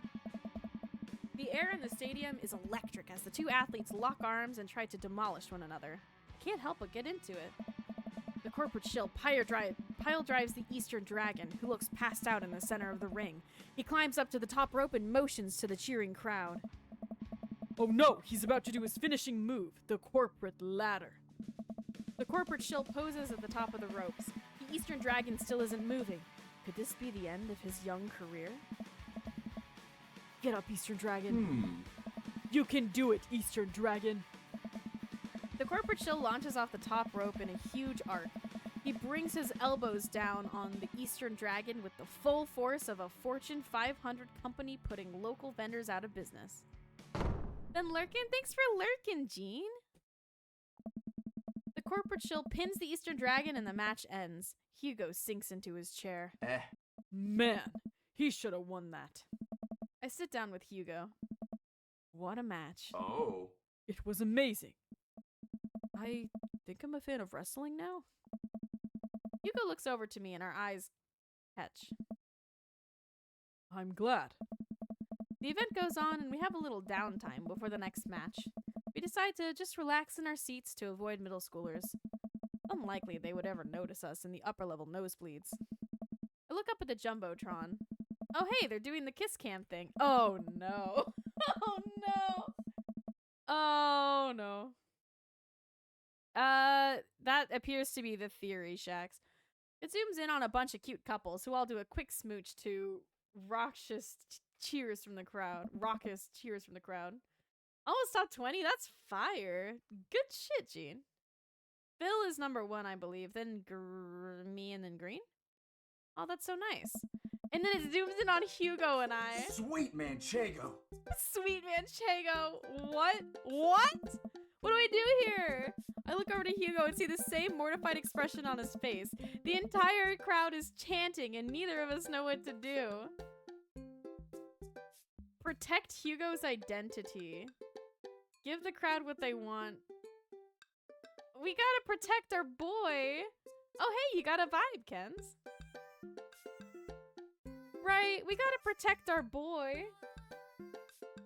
Protect Hugo's identity. I jump in front of Hugo and start giving the camera the finger. You can't show it on television, can they? The camera immediately moves on. I guess all this sweaty violence is fine, but a finger isn't. Thanks, I think. I sit down. I probably should have just gone for it. I sit down again, trying to ignore the dirty look I'm getting from people who came here for wholesome content. So much for laying low, I guess. The rest of the match thankfully goes off without incident.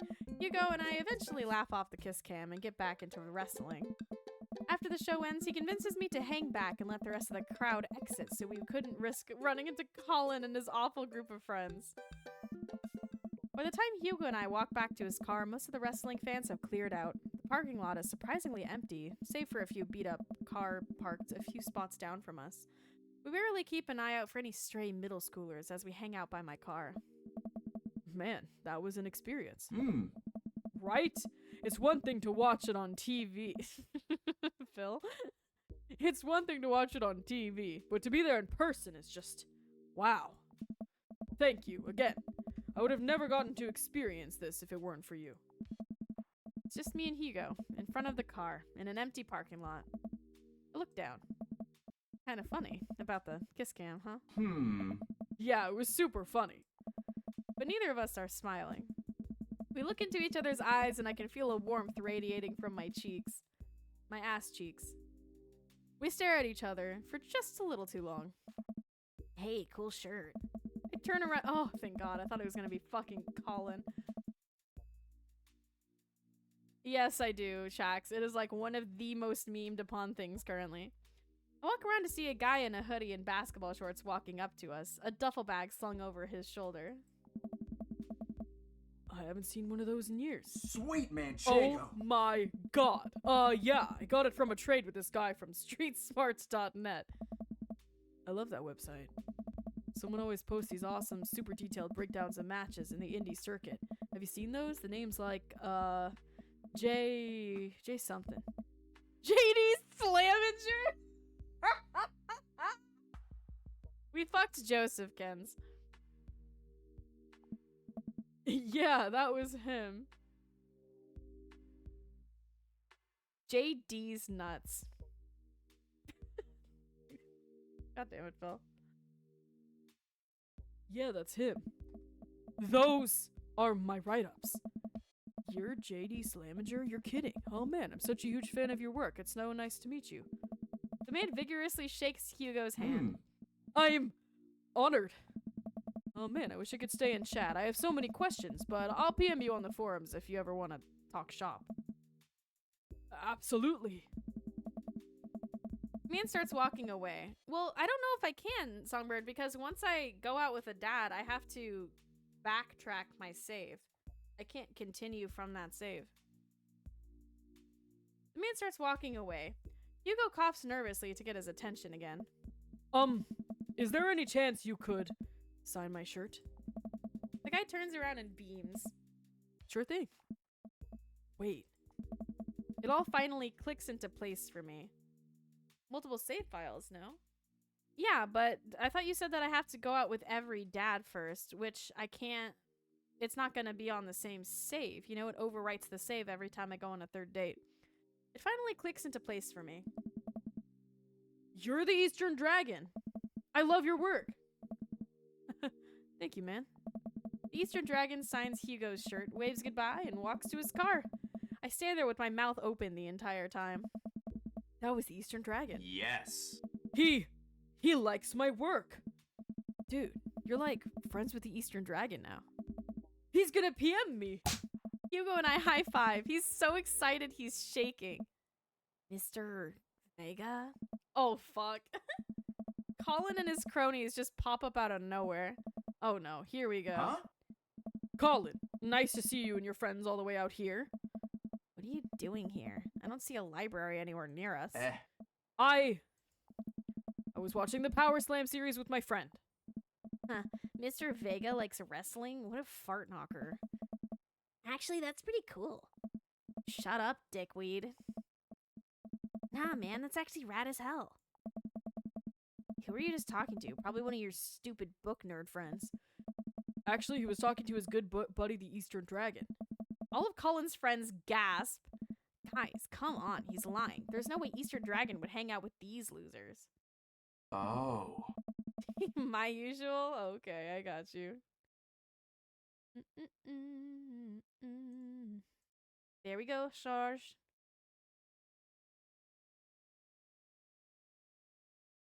Oh yeah? How did I get his autograph then? Colin's friends lose their minds, screaming their heads off. Colin is red with anger. Oh. See you in class, bitch. Oh, shit. See you in class, bitch. You can't say that. Who's gonna believe you? You hop into the car to the tune of more children screaming. We laugh all the way home. Hugo and I descend the stairs of that's fucking rad as hell. Hugo and I descend the stairs of his home into his wrestling man cave when we both crack a beer. Fuck you, Colin. We're both winding down after an exciting evening. So if you were a wrestler, what would your persona be? Hugo answers immediately. Oh. J.D. Slaminger, my forum name. I gotta represent my literary roots. My costume would be a tweed coat, and my finishing move would be a catcher in the eye, where I poke my opponent's eyes out and call them a phony. Wow. I've given it a lot of thought. What about you? I would be Mario Brawl Tally. Wait, that's fucking awesome. Mario Brawl Tally. I come out in bright orange Crocs and my hair in a ponytail while I wield a slotted spoon. My finishing move is Don't Forgetty My Spaghetti, where I pin my opponent and force feed them my delicious homemade meatballs. I'm just now realizing I don't know actual wrestling moves. You know, I could teach you some.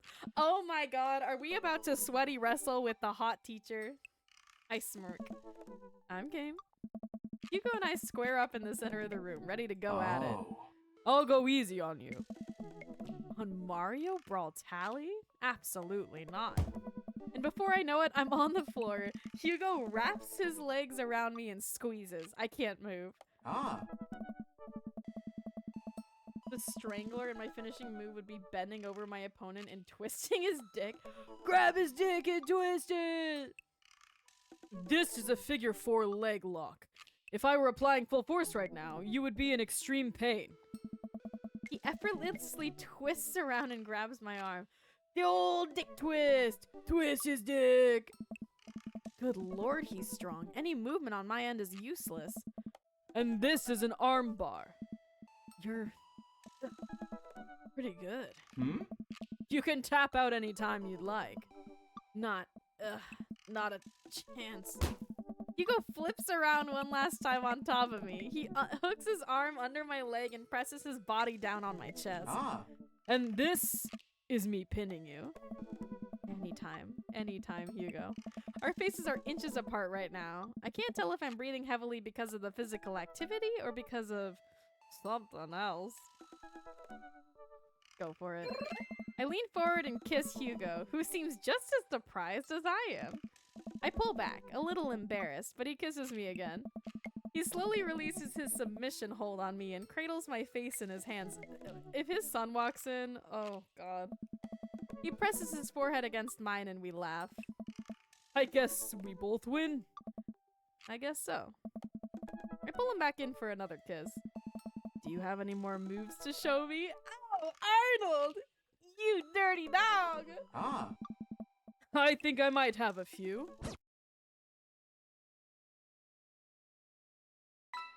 He is Ken's.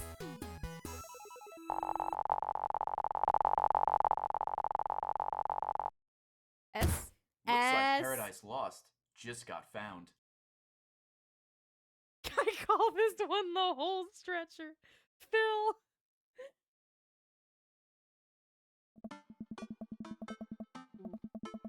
Would you send me, Songbird?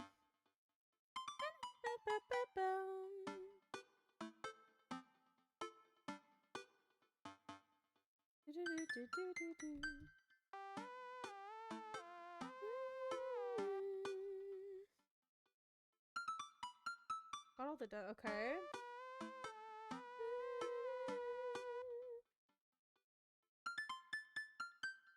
I can now build Jimmy Buffett on autopilot. But is it based on the achievements that you have, Songbird? Because, I have gone on a date with every dad in a different achievement. So, these are the achievements that I do not have. Give Amanda permission to swear. Get bad Amanda ending. So, it's like for being a bad dad. Cannonball, jump off the waterfall too many times and bleed out. Attempt unrehearsed backflip. It does not go well. Save Ferris. Fall to your death all due to the folly of pride. Complete the secret ending. Of course. Earn a match fishing score of 2,000. Yo ho ho ho. Earn 18 hole-in-ones at Pirate Mini Golf. Just unlocking all the dad endings and getting their photo. Yes, but what I'm saying is, when I finish that ending, it takes me to the credits. And then when I press play, I have to revert back to the previous save. So now, I just had my third date with Hugo, and we have been on a third date with Joseph, but it does not show that we've been on a third date with Joseph because we had to revert our save. So, once I go into the next third date, it's also going to revert the Hugo save. That's what I'm trying to say. Is I can't have them all complete on the same file because I have to revert the save to do the next man.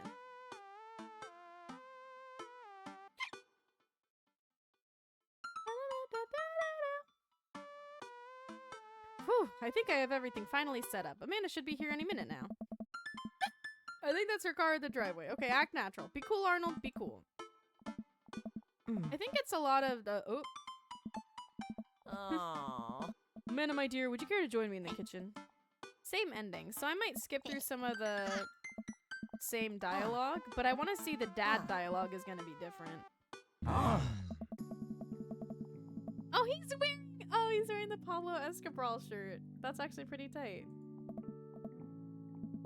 Alright. He was originally meant to be the antagonist. I think it's fine having someone who is into religion in a homosexual dating game. So all things considered, I think they did as good as they could have with him. Quizmaster Quinn is here? Arnold! Quizmaster and like Spin Master, I guess. Hey, who's ready for crazy graduation party? You don't have to be on right now, Quinn. It's just a party. What do you mean? It's the, you know what? Keep that energy. Hold it close. You deserve it. Hey! You get the hammer. Just like me and my loving wife deserve happiness, right? You know it. Arnold, my dude. Pablo, how's the shirt business? Never stop hustling, Pablo. Hey. I'm curious what the last date with Brian is gonna be, because we already had a shirtless endeavor with Brian. Dude.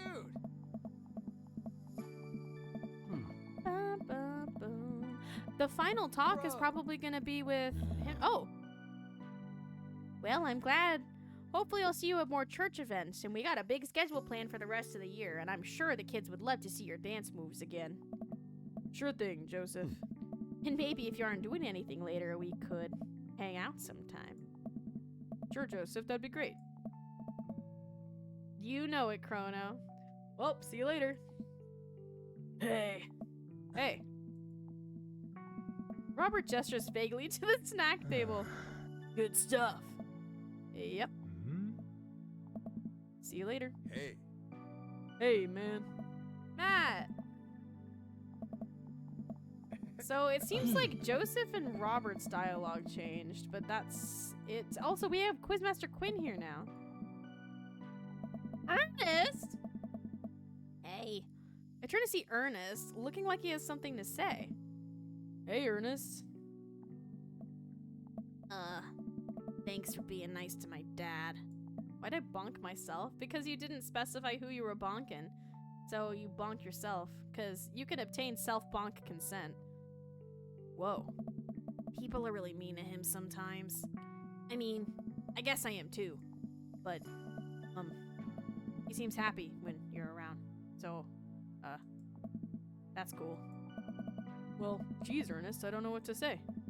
You know, I think people got you pegged wrong. You've got a soft side. If you tell anyone about this or that you saw me weeping at the theater, I'm gonna set your trash can on fire. There it is. Also, you don't know me. Before I can respond, Ernest walks away, a cloud of vapor trailing behind him. We pagan? Why, you bottoming? Well, that was at least a little pleasant. I don't think you can, Phil. As the party starts to wind down, I take a seat on our back porch step. The sun is setting and everyone seems to have eaten their fill. Amanda wanders over and sits down next to me. Killer party, Pops. What can I say? I was inspired. So, I also have something for you. Cool gifts. People cutting onions. Thank you, Manda Panda. I take a seat next to Hugo, as the last guests make their way out of the party. Cool shirt. Thanks, it reminds me of a special night. So the secret's out, huh? Hugo likes wrestling? You know, I was really nervous to come here dressed like this, but everyone in the neighborhood, they were nothing but accepting of me and my hobbies. Turns out that Craig's a huge fan too. And Colin told everyone at school that I'm into wrestling, but it actually backfired on him. The kids have a weird sort of respect for me now. A few of them even asked me to be the sponsor for their wrestling club. Oh. Not the Olympic wrestling. The wrestling that I like. I actually like both, but there's an important distinction, and I think you know which one I'm talking about. See? It just goes to show there's nothing wrong with being open about what you like. Hey. Have good food, Songbird. I agree. As long as I'm being open, I'm also a huge fan of very handsome dads who throw great parties for their kids and love a good word jumble. I blush. It's not that he's ashamed to like wrestling. It's just that he doesn't really fit his persona, Shax, because he's an academic. He's just like a very analytical teacher who likes old classic literature. So for him to go, yay, wrestling, punch, go boom, it doesn't really fit what people would perceive his character to be. And I'm a big fan of, quick, think of something clever. Hugo's? This Hugo specifically. Hugo laughs. Oh. He drapes an arm around my shoulders and pulls me closer. He plants a soft kiss on my forehead. Yeah, pretty much, Phil. I'm happy here. Me too. Hugo and I watch the sun dip below the horizon together. Hey, do you think maybe later you could show me some new wrestling moves? Arnold, how about I show you my pump handle pile driver? Oh! Oh, damn! I can't help but giggle. What's that? You'll see.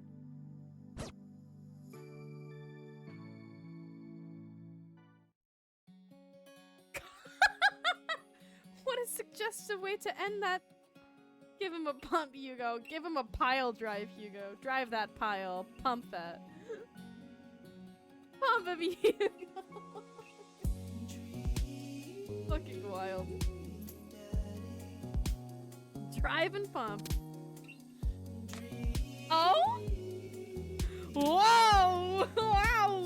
Did we? I don't remember getting a photo for Joseph. Oh, wow! Look at all that meat. Okay.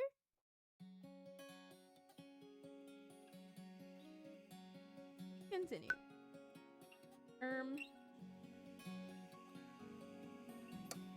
That one was great. I like that. So we finished Joseph and Hugo.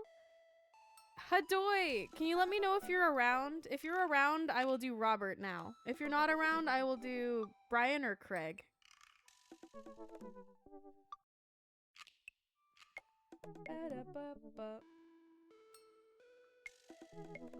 General refreshers, Craig is our bro from college. Brian is the, like, teddy bearish dad that we are very competitive with, that we went fishing.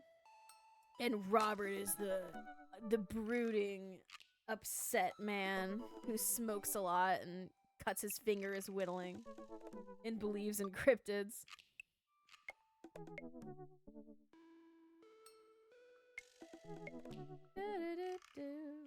Yeah, I thought so, Phil. I just want to make sure because I know she really wanted to see it.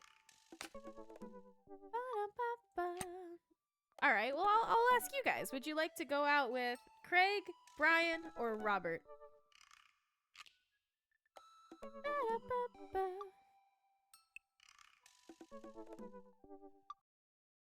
I kind of miss doing Joseph's voice. I actually really want to see how Damien goes. I am excited as fuck for Damien, so I want to save Damien as, like, maybe second to last, Phil. Because I have an inkling of where Damien's goes, and I want to save it.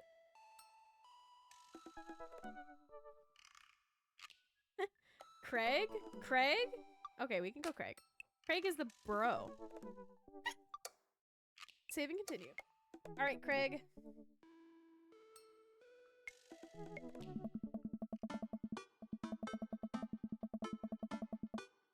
Thank you, Phil.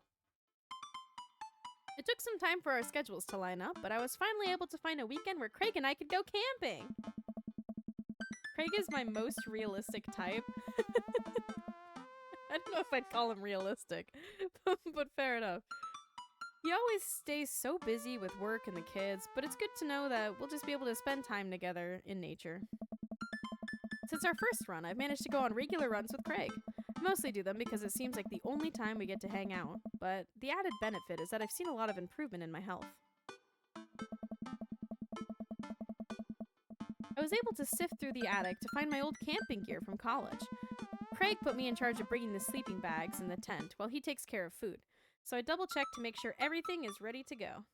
Craig should be here any minute now. Amanda's going to be spending this weekend on a school trip to the nation's capital. She hasn't been away from home without me for longer than a day since she was 14. I hope she isn't feeling as nervous about it as I am. Hey, Amanda Panda. Amanda's in the middle of sitting on top of her luggage in order to get it to finally zip. Yeah, that's fair, Kens. Hey, Pops. Ready for your trip? Once I get this bad boy all zipped up, I'm good to go. How much did you pack? Seems like a lot for 2 days. Oh, it's all my camera equipment. Lenses, tripod, flash, all that. Are you gonna have time to take pictures? I'll find a way. I need to get some good shots for my series on national monuments. Oh, what's the series about? It's one of those internet series where I reimagine Disney princesses as founding fathers. What? I'm kidding. Nobody likes those.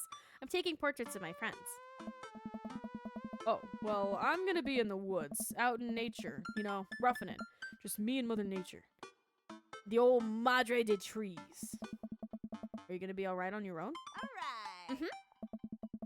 I'm not gonna have any signal out there. I won't be able to text or call you at all. Oh, it's alright. I'll be able to survive a couple of days without constant updates on who just got voted off the International Haunted House Hunters. Well, I'll miss you. For the record, Bradley was pushed down a flight of ornate stairs by a ghost. They were really beautiful stairs. Amanda finishes zipping up the big suitcase and lugs it next to the door of her bedroom. She turns around and gives me a big hug. Relax, Dad Tron. I'm a big kid now. I can take care of myself. Besides, I gotta share a room with Monica Sanders and 2 mom chaperones. The most trouble I could possibly get into is falling asleep with a tub of ice cream on me. Oh, well, alright. Don't steal anything, okay? Since you ask nicely, fine. Promise.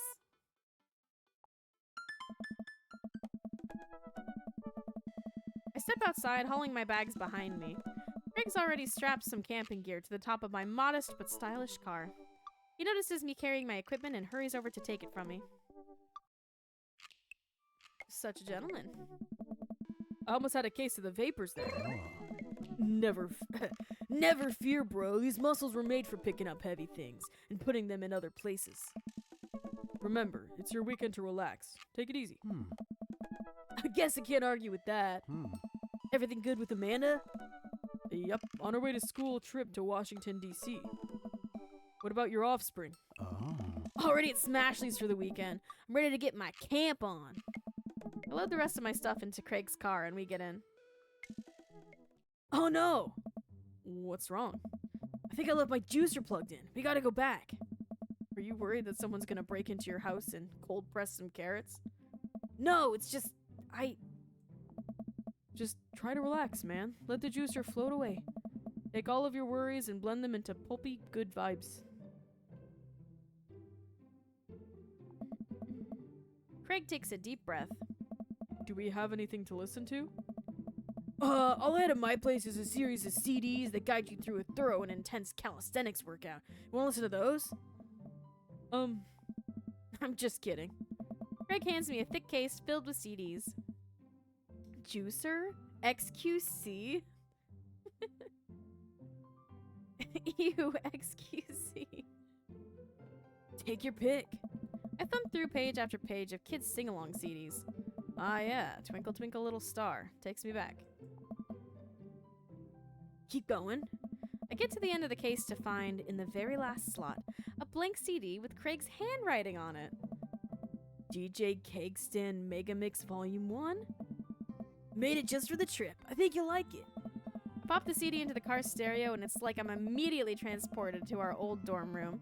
Hit after hit plays, and soon enough we're both happily scream-singing the lyrics to each song as we fly down the highway. This song was Carl's favorite. Carl, the third roommate! You brought that dog home one night and I couldn't pry you two apart.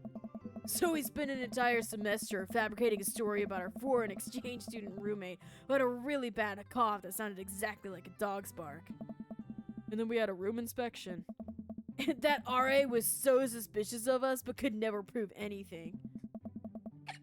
And Carl was just under a blanket. Bless that pup's courage under fire. Man, we did some dumb things back in college. The hours fly by as we belt our tunes in whatever non-existent key our voices register in. Soon enough, we're summoned by lush trees and spectacular vistas of everything amazing that nature has to offer. Feels so good to be back out here. Real good. We park our car at the entrance to a familiar trail and load up our gear on our backs. I'm thankful that I've been working on health over the past few weeks, otherwise I'd be dreading all the hiking that's about to happen. Craig looks intently at his phone. Everything alright? Yep, just had to fire off one last work email. Craig pockets the phone and we start off on the trail. It's relatively easy, but I know I would have been huffing and puffing at this point if it weren't for all the murder sprints. I look around me and take in all the tall trees and animal chirps. Everything okay back there? There's no reception out here. Yeah, being out in the middle of nowhere will do that. I recognize the look of anxiety on Craig's face. But what if there's a problem? You've trained for this. Look, Craig, we all know that if you really wanted to, you could flex your calf muscles and fly out of here like a rocket ship, all the way back to Maple Bay. You're gonna be fine. We're gonna be fine. This is our weekend. Nice. We keep marching down the trail, but it seems like Craig is still worried. After a bit, he stops in his tracks. Maybe we should go back. We can find another campground that gets good cell phone reception. Craig, seriously, what's wrong? I don't know. I mean, I'm just really nervous. My dad instinct is kicking in and my mind keeps conjuring up all sorts of worst case scenarios. What if something happens to the girls, man? I don't have a signal. I would have no way of knowing. Let me tell you, that feeling never goes away, no matter how old your kids are. You just gotta remind yourself that they're in good hands. Craig doesn't say anything. I give him a reassuring punch on the shoulder. Try to remember why we came out here. The plan was to get away from it all, and just focus on ourselves for this little trip. No distractions, no cell phone service, just two dads relaxing out in the woods. Craig looks me directly in the eyes. Directly in the eyes. No distractions, no cell phone service, just two dads relaxing in the woods. We're gonna have some fun this weekend. Craig and I get back to marching. It's not too long of a hike before we get to the campsite. We're both glad to see that we're the only people there. Can't believe you still have this tent. Found it in my attic and already checked it for holes. It's seen better days, sure, but I think we'll be able to survive. I dump the bag of fabric and poles onto the ground. We unfold the tent in the desired spot. I hand Craig the stakes. We still know how to do this, right? Yeah, do not say your age, Kens. That's against Twitch TOS. Of course we do. We do not. Oh my God! Ooh. Happy year! Happy year! Wowee! Do you have the new sub badge? That's crazy! Phil, you're so old! God damn, you've been around since like the beginning. I didn't even. Whoa! That looks so good! Oh my god! W Phil. After 20 minutes of struggling like people in a bad. Thank you, Phil. Seriously. I loved it. I really like your badges. After 20 minutes of struggling like people in a bad infomercial, we somehow managed to build an upright structure that closely resembles what a tent would look like if you ask someone to draw a picture of it with their eyes shut. I wouldn't put this up against a storm, but I think we'll be able to survive for the night. We set out a couple of chairs and our cooking equipment, admiring our handiwork. Nice. Pro, look at us go! Look upon the kingdom we have built. Upon this rock we shall grill our meats and drink our brews, for we hold dominion over this land. Verily, and look at our camping chairs, which we are gonna sit on. So what's next on the camp's extravaganza docket? Well, now that we have shelter settled, I think it's time for us to do some exploring, bro. There's a waterfall a little bit up the way that we can hike to. Okay, Gojo. Sleep well. Let's get hiking. Craig and I venture into the woods. We amble along, taking our time to chat and admire the wildlife. Craig reaches out an arm and stops me. Dude, does that look like what I think it looks like? I look over to where he's pointing. Oh my god, it does. That tree looks like a butt. I can't get over how detailed it is. I examine the butt tree further. The contour is perfect. It even has back dimples. I thought we were gonna have a great time camping, but this makes it even better. Craig holds back a snicker. I aspire to have every hike be as good as this one. I'm snickering now too. Let us analyze this tree further. Craig and I share a huge belly laugh at our awful jokes. The best thing about this is that there's no daughters here to tell us our jokes are bad. We high five. Craig and I, they're butt fucking. Craig and I hit the trail again. It's been a long time since we've been out here, but everything seems more or less familiar. We point out old, I am suddenly feral. Why, Songbird? We point out the old landmarks that we remember back from our college days. I think we're getting close now. I've looked into it, Gojo. I find I don't really gravitate toward online multiplayer games like that. So I like Lethal Company. I thought that was really fun. I enjoyed Repo, but I don't play it consistently enough for me to warrant buying it. Check it out. What? Why, Songbird? Does he have prior commitments? I don't like that. Aw, thanks, Star. Like, Brennan, he's a fine DM. So oh! Wait a second. I'm more okay with that. Given the option, I would prefer Matt as a DM than Brennan, but I think it's kind of cool that he gets a chance to enjoy it from the other side. There's a clearing up ahead. As we get closer, I can hear water running. Cresting over a hill, Craig and I are greeted by a wide clearing surrounded by trees. In front of us is a beautiful waterfall spilling into a large body of water that runs into a river, mouths agape with the genuine beauty of the place. We go to investigate. The old waterfall. Hey!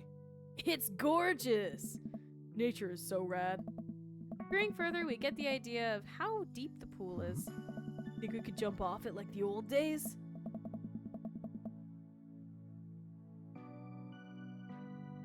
Mouths aren't gonna be the only thing gaped? Damn! This old dad is happy here on dry land. Looks like you could climb right up over there, bro. We didn't even bring swim trunks. What are you talking about? Craig immediately begins taking his clothes off. Hi. Hi. Look at Craig's butt. I can't help but sneak a peek. That is a good butt. Craig turns around suddenly. He catches me looking. I do a lot of glute workouts.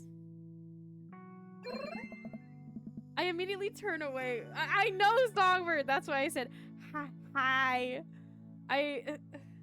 If someone is really attractive, like catch me off guard attractive, I turn into Stitch from Lilo and Stitch. Hi. I immediately turn away, blushing. Oh. You coming or what? Oh, I don't know about this, dude. He's already making his way over to the waterfall by the time I finish my sentence. When he realizes I'm not right behind him, he turns around and rolls his eyes. We lived together for years. I've seen your ass more times than I can count. It's no big deal. Let's put on a show. If the clothes are coming off, then it's someone's birthday. Craig gives me the wolf whistle.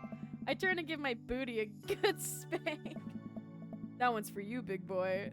I take my shirt off and drop it in a pile with Craig's clothes. I put the rest of my clothes on the ground, feeling exposed. Craig and I climb up to the top of the waterfall, making sure not to slip on any wet rocks. He reaches the peak before I do and offers me a hand getting up. At the top, we look over the cliff and into the tiny lake. It seems so much higher up from this perspective. Craig has always been a little daredevil. He pulled some stunts in college that I'm honestly still shocked he survived. I was always the one standing on the sidelines, watching and hoping I wouldn't be bringing him home in a gurney. Man, this could be dangerous. Craig looks at me in the eyes. Don't think, just jump. Craig cannonballs off the waterfall and into the lake, creating a huge splash. I'm worried for a moment before he finally resurfaces from under the water. Whoa! He treads water and looks up at me. You coming or what? I'm gonna save because there is an achievement that I saw earlier that involves getting very physically hurt. Don't think. Just jump. How are you supposed to not think? I'm pretty sure that's not physically possible. My toes grip the edge of the rock. The water looks so far away. Don't think, just... I run off the edge, trying to do my best cannonball. Somewhere in the middle, it turns into a really graceful belly flop. I hit the water with a loud slap. I resurface to find Craig giggling. Oh. I rate that belly flop a solid 8 out of 10. Your form was lacking, but your heart was in the right place. I playfully splash water at Craig.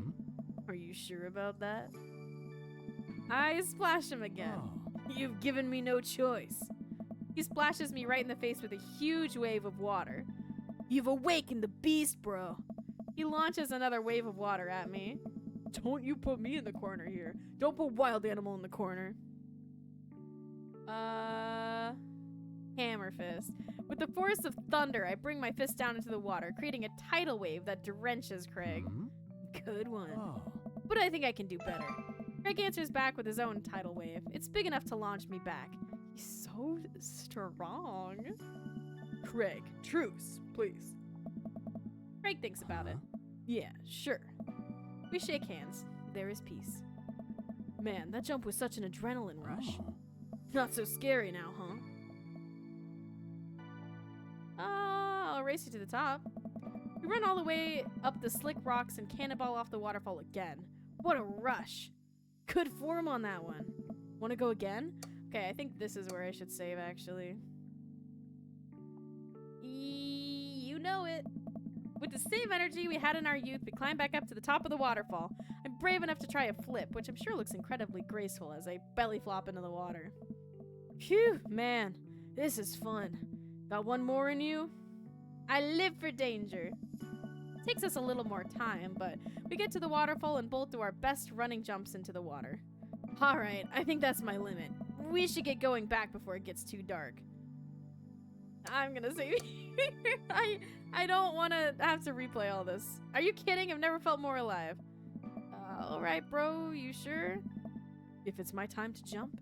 I scurry up the rocks once more and do another classic cannonball. Wow, this is so fun. I'm getting kind of cold. You want to go back to the camp now? No, I'm here to jump. Go on without me. I've got at least 20 more jumps in me. Okay, dude. I'll, see you back there, bro. Craig gets up and leaves. Maybe I should head after him. Nah. There's nothing but the waterfall. Finally, some peace and quiet so I can work on my form. I scramble up the rocks again. Man, the adrenaline is wearing off, I guess. You're a dick. I'm trying to get an achievement. By the time I get to the top, I'm gasping for air. He goes nothing. I take a running start for my biggest jump yet, but as I get to the edge, I trip, tumbling off the cliff and onto the rocks below. As my broken body slips into the water, I look down and see a pool of red forming around me. I don't have long, just long enough to be alone with my thoughts. Why? Why did I push myself beyond my physical limits? Why did I let the search for adrenaline overrule my sensibilities? Why didn't I use the buddy system? Goodbye, cruel world. I can see that my chances at love were dashed much the same as my poor body was dashed upon these rocks of this waterfall.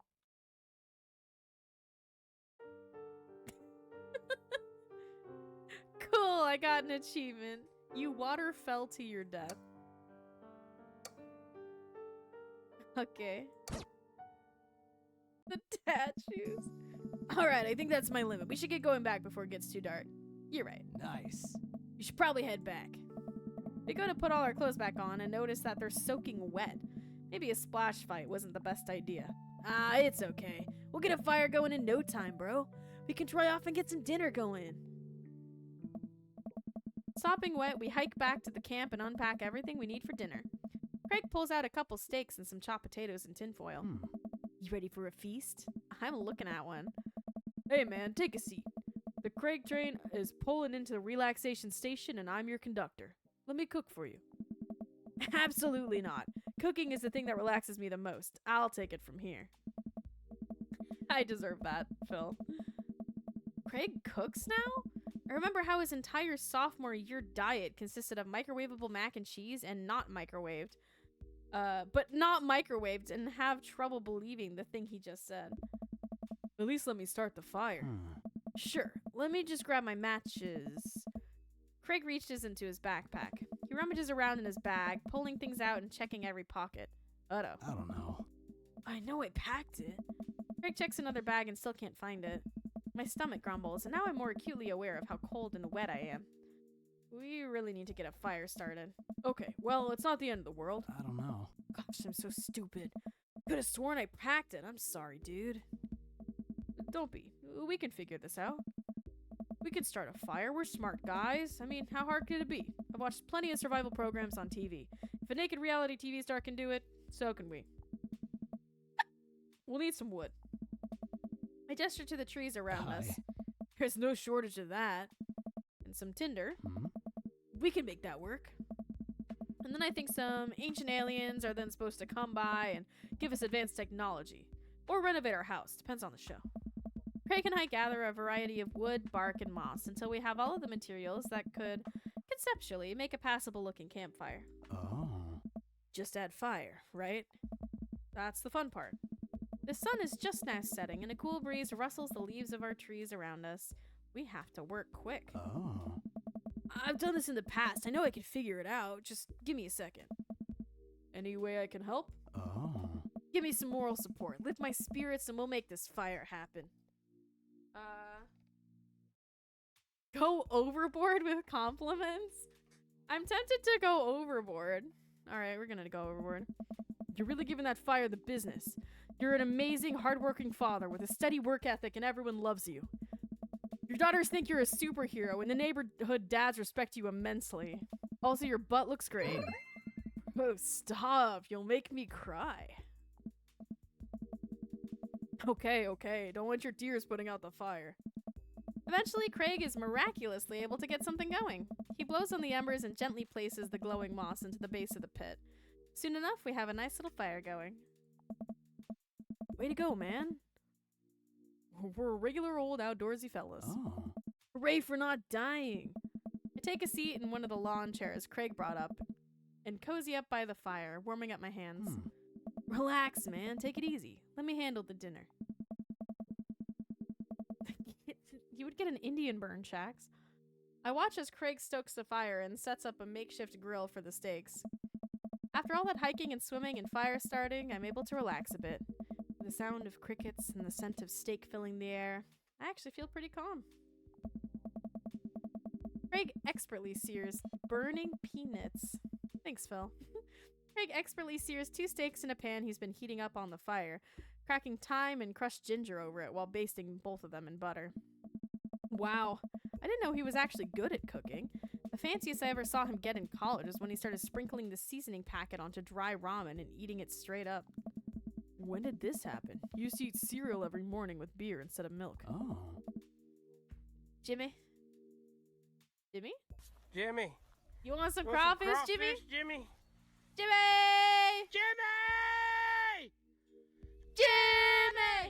Hey, you want some crawfish? Want some crawfish? I grew up, I guess. I think these are just about ready. Craig puts the steaks onto a paper plate and sets them aside. I start to reach for one, but Craig smacks my hand away. Dude, let them rest. It'll be more flavorful that way. I patiently return to my seat, eyeing the steaks longingly from a distance. They smell incredible. Craig prepares a side salad for us in the meantime, sprinkling feta cheese onto freshly chopped greens. He plates it next to a generous pile of roasted potatoes covered in olive oil and rosemary. Once it's all ready, we sit down by the fire and dig in. Huh? Everything taste okay? I'm in heaven. Oh. That's what I like to hear. Remember how for an entire semester we would eat burritos for breakfast, lunch, and dinner? Huh? It's so hard not to go back to that. Look at you now, man. You have kids. Great job. And now you cook like a vengeful wizard whose arch nemesis is microwavable food. Really impressed with how much you've gotten your life together. Craig laughs, but there's no humor in it. Oh. I'm glad you think that. I glance at Craig while he picks at his salad. He really grew out of his baby face, but there's still something about his expression that makes him seem so much older than he is. A sense of maturity he didn't have in college. He looks exhausted. You okay? Oh. Yeah. Come on, dude. I've known you for long enough to see when you're down. Oh. I'm tired, bro. I think being out here is making me realize just how drained I feel. You work really hard, Craig. It can't be easy. I don't know. I have to. For my girls. I volunteer at their school. I cook healthy meals for them. I do everything I can to make sure they're safe and happy. And when they're with their mom, I'm always working overtime so I can support them. And then you work out a lot so you can crush anyone who stands in their way? I don't know. That, and I don't want to fall into my old habits. I need to set a good example for my girls. Gross, Phil. Everything I do for them, I wouldn't have it any other way. but it seems like it's bleeding you dry. Hmm? If that's what it takes to raise them well, then it's worth it. What does curdled mean? Curdle is the process where, you know, cottage cheese? It's like how you transform milk into cottage cheese. You have to curdle the milk so it gets the chunks in it. Craig, buddy, I know where you're coming from here, but you gotta take care of yourself too. Bro! I do, though. I eat right and exercise, and that's not what I mean. You're too little butter on too much toast, you know? Hey! What? You're spreading yourself too thin. Life needs balance. It's great that you care this much about your kids, but you can't neglect your own needs because you're too busy taking care of everyone else's. You matter too. I don't know. I know I can provide for my family. I can spread you if you want. I'll pass. Thanks, Jax. And if I take a step back and look at everything objectively, I know I'm doing right by them. Oh. But I can't explain it, man.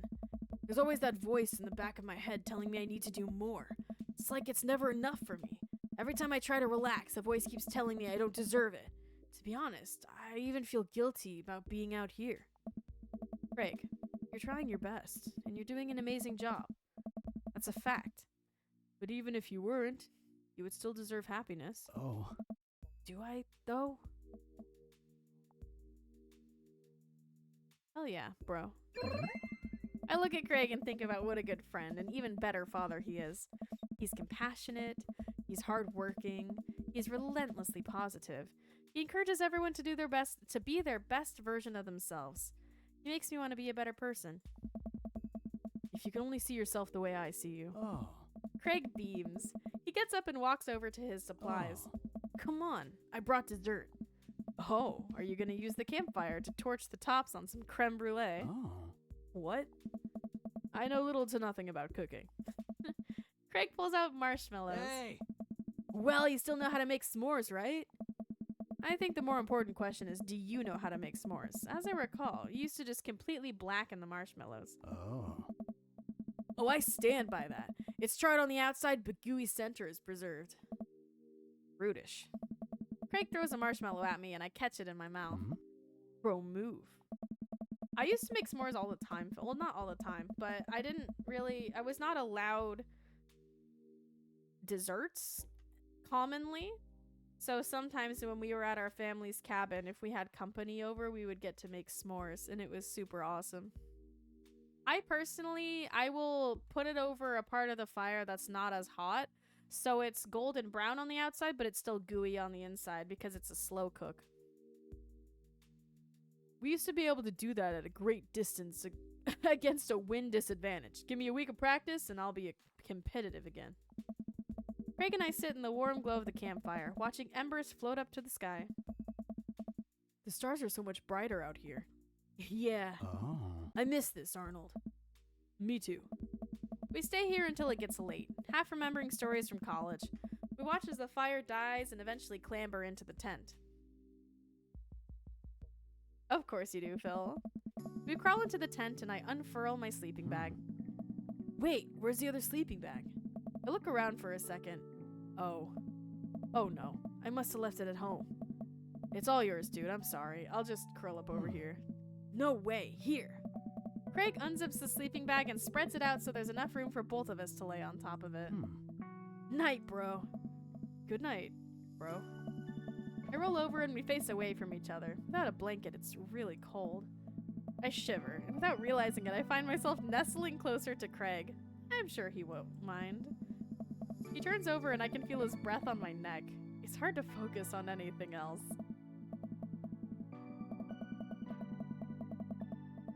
Just two bros about to be hoes. I turn over, trying to be more comfortable. I open my eyes to find Craig's face only a few inches from my own. For once, he looks at peace. His eyes flutter open. His hand finds a place on my waist. I'm not sure who leans in first, but suddenly we're kissing. We look at each other again, my heart racing. Craig. Hi. Oh, whoa! I got strong feelings for you, bro. Feelings I can't deny anymore. Bro, me too. I run my hands through his hair, then down his chest. Craig brings me closer, wrapping his arms around me. I feel so secure. Why am I bottoming in every single couple? You know, talking about old times is fun, but Oh. I like making new memories with you. I smile, tracing the lines of his hip with my finger. Okay, we kiss again. I'm not worried about us getting too cold tonight.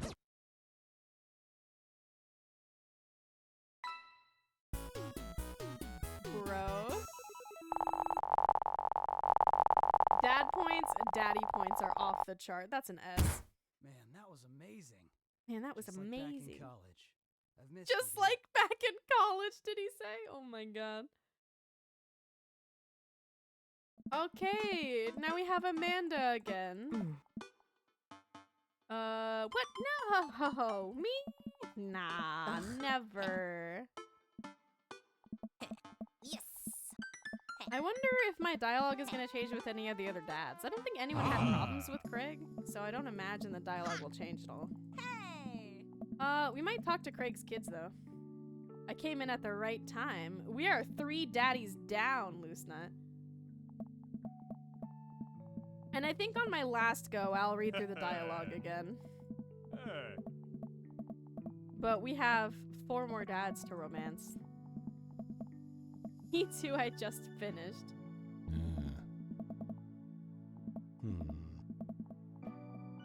Ah, Hugo. Thank you, Hugo. Amanda, don't dodge. ah. No, I have to hiccup, and I don't want to. Huh. Oh, Phil, I think Yes. there are a few hiccups that still need to be counted. I finished a long time ago. I mean, I'm 3 hours in the stream, so I would kind of hope so. Well, Hazel, what's she thinking? Square. Briar? Star? We'll get it next time. That's probably good, Phil. Amanda leans in close to Briar and Hazel, lowering her voice. Listen, you guys can be real with me. If you're done playing your psychic abilities, I want you to know that you can trust me. Heck, even think of me as the 3rd twin. Amanda, that's a triplet. You know, Dad, by the time I'm done with these kids, we're gonna be finishing each other's... What? You didn't finish your sentence. What are we gonna be finishing? Each other's... sentences! See? 3rd twin. I have to go. As the party starts to wind down, I take a seat next to Craig. The sun is setting, and everyone seems to have eaten their fill. Bro, Bro! this reminds me of the parties we used to throw. Fewer keg stands, of course. Probably for the best. I don't want to get my hip replaced after a party trick gone wrong. We can leave keg stands in the past. Oh. Craig sighs. You doing okay? Nice. Yeah, dude, I'm alright. I just can't hang for too long. I gotta get back home and answer some emails. What happened to relaxing? I am relaxing right now. We're sitting on a bench. Nice. Yeah, well, I could be standing. See? Relaxing. Craig, you gotta take better care of yourself. I care about you, and I want you to be okay. Oh. I appreciate it, but I'm fine. You're a good friend, dude. A good friend. Do you ever wish that maybe we were more than that? Oh. Oh, bro. I don't know. I'm sorry if I gave off that impression. To be honest, I kind of wondered the same thing. But Nice. I don't have time for that right now. I think we're just better off as friends. Oh. Yeah, I can do friends. Craig hops up. Ooh. All right, buddy, I gotta get moving. Thanks for inviting me. Hmm. Let's hang soon, yeah? That would be nice. Craig jogs out of the yard. Man. The last guest begins to make their way out of the party. Amanda wanders over and sits down next to me. Killer party pops. Ah. With the romance, but he doesn't have time for a relationship, Shax. That's brutal. That's brutal. He opened up to us, and you know he's not going to take the time for himself for multiple more months. Do, do, do, do. What kind of a lame excuse is that? I would rather him not initiate a relationship with me than initiate a relationship with me and then completely ignore me because he's busy. Hi, Bree. Can somebody add that to Quotes channel? I didn't get a picture of him either. I only got a picture of Hugo.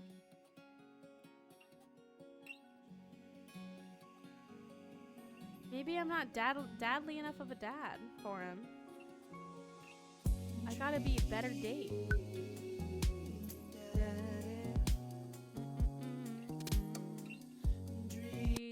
Welcome. You've got dads. Okay, we have gone out with Joseph, Hugo, and Craig. Who would we like next? Brian or Robert? Or Matt. I could do Brian, Robert, or Matt. I want to save Damien for close to the end. Ba-da-ba-ba. Ba-da-ba-ba. That's it. What time is it for you? It is 5:36 p.m. Robert, are you ready? Matt? Okay, one for Robert, one for Matt, one for Brian.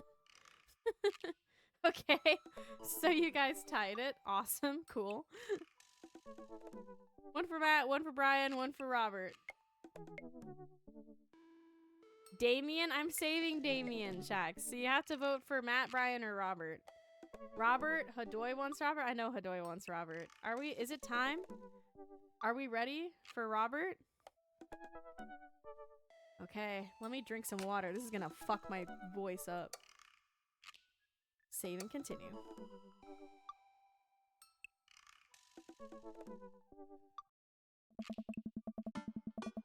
I haven't spoken to Robert since that night we drove out to his thinking spot. He seemed unusually sober then. Like, more so than the usual amount of somber that Robert is, which is already a lot. Songbird, that's tragic. Can I see a progress update? I've been thinking about him and hope he's doing okay, but I've been a little reluctant to reach out to him. Arnold. Hey, Arnold. Guess who's getting their drink on tonight? I take a look at my dad book messages. There's a flurry of them from Robert. Yes, it's you. Also me, but mostly you. Yeah, dude. I type back to Robert. Robert, buddy, tonight we ride. Yes! Meet me at Jim and Kim's at 8. Not that I'm unappreciative, but I think it's the first time that Robert's given me more than an hour's warning before hanging out. Not that I'm unappreciative, sorry. Amanda! Amanda pops her head into the hallway. Music I don't recognize is blaring from her room. What's up? I'm hanging out with Robert later tonight. Okay, cool. Robert, who is my friend. I have friends. I'm happy for you, Dad. People enjoy my company, Amanda. Ugh. Peg and Peg, wild. Dad, I'm so happy for your continued development as a human being. What are you listening to? Sad shit. I don't give a fuck anymore. Amanda, you know what? You're an adult now. I gave it an earnest effort for all 18 years of your life. Go forth and swear. Fuck yeah. I got an achievement for that. I really hope I don't regret this later. Amanda goes back into her room and turns up the volume on her sad shit. I put on my going out coat and walk over to Jim and Kim's. I spot Robert leaning against a brick wall smoking a cigarette. As I get closer, I realize that he looks a little different. Cleaner, I guess. It actually seems like he combed his hair and his clothes are less wrinkled than usual. Hey. Hey. You take a shower just for me? I'm working on my relations with existence. People stand there for a second and I don't say anything. Robert finishes his cigarette and abruptly goes inside. I follow him. By the time I get inside, Robert's already at the bar ordering 2 whiskeys. Oh, you 100% a bottom in this. I don't know. Robert deserves some tender care. I spot a booth in the back that claim it for us. Robert slides in and hands me a glass. To us. Here's to us and all the property damage and petty larceny that we may commit tonight. We clink whiskeys and I watch him sip his rather than his traditional approach of slamming the whiskey back as quickly as possible.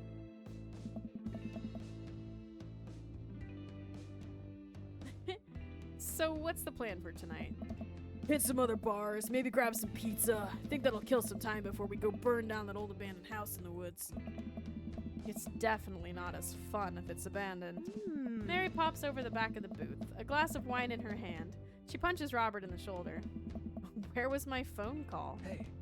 Sorry, figured you were busy sinking your teeth into some poor sap. I am. He's right here.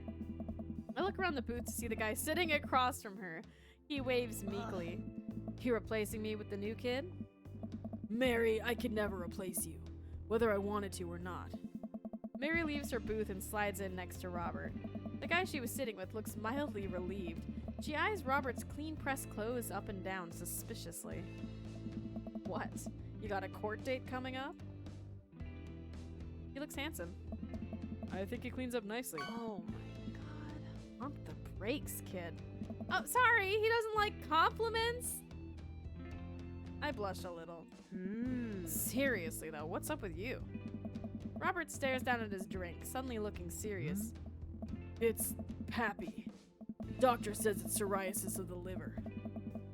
Does he look like he likes compliments? I don't know. I feel like compliments is I feel like it's a common thing to assume. Okay. I told that old bag of bones to quit it with the sauce, and that's all he's ever known, especially since Ma's gone.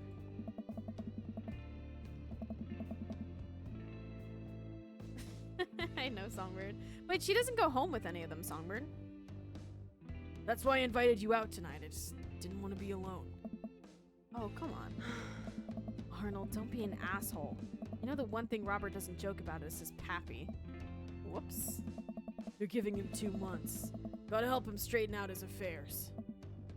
Robert, I'm so sorry. Robert takes a long look at his whiskey, eyeing it in the dim glow of the bar's lights. I look at his life, and then I look at mine. And I know history's doomed to repeat itself. Oh my god. I'm just kidding. He's retired with his new girlfriend in Acapulco. They watch the sunset every night. Probably screw like donkeys. Wait, aren't rabbits the one who screw a lot? Oh, sorry. Didn't realize you were an expert on which animals screw a lot. Come on. Please stop saying the word screw. Robert finishes his drink and slides it away from him. He gets up out of the booth. Me and Arnold are gonna hit the bricks. You coming with? Mary casts one last glance at the sad sap she's been hunting and downs the rest of her wine in one gulp. This place is dead anyways. We exit the bar and find the typically empty street filled with a small crowd of people. At the front is a guy with a really deliberate attitude and bad posture. He carries a lantern that he shines up at his face for dramatic effect. Yeah, they're just homies. What's going on? Looks like it's one of those walking ghost tours. They do that in this part of town all the time. I've always wanted to do one of those. You know all the stories are fake, right? Pretty much all my stories are fake. This is research. Hey. Robert makes a beeline toward the back of the group. He turns around when he notices I'm not following him. Come on. We can't just crash it, can we? Don't be such a square, Arnold. Just act like you belong. Robert sidles up to the tour group. I reluctantly fall into step behind him. Well, here goes nothing. Tour Master Quinn! Hey! It was in this place in 1695 that the most infamous witch trials were held. To date, we do not know if the people burned at the stake were actually witches, but it's widely reported that their ghosts still haunt this hapless dive bar to the very day. It was actually 1692. That's the good stuff. What? And the site was over by the coffee shop down the road. I'm sorry. Who are you? Daniel McSturgis, ghost historian. And this is my colleague, Dr. Oh, fuck. Oh, no. He would be more of a, like, 80s or 90s, right? 90s? 90s?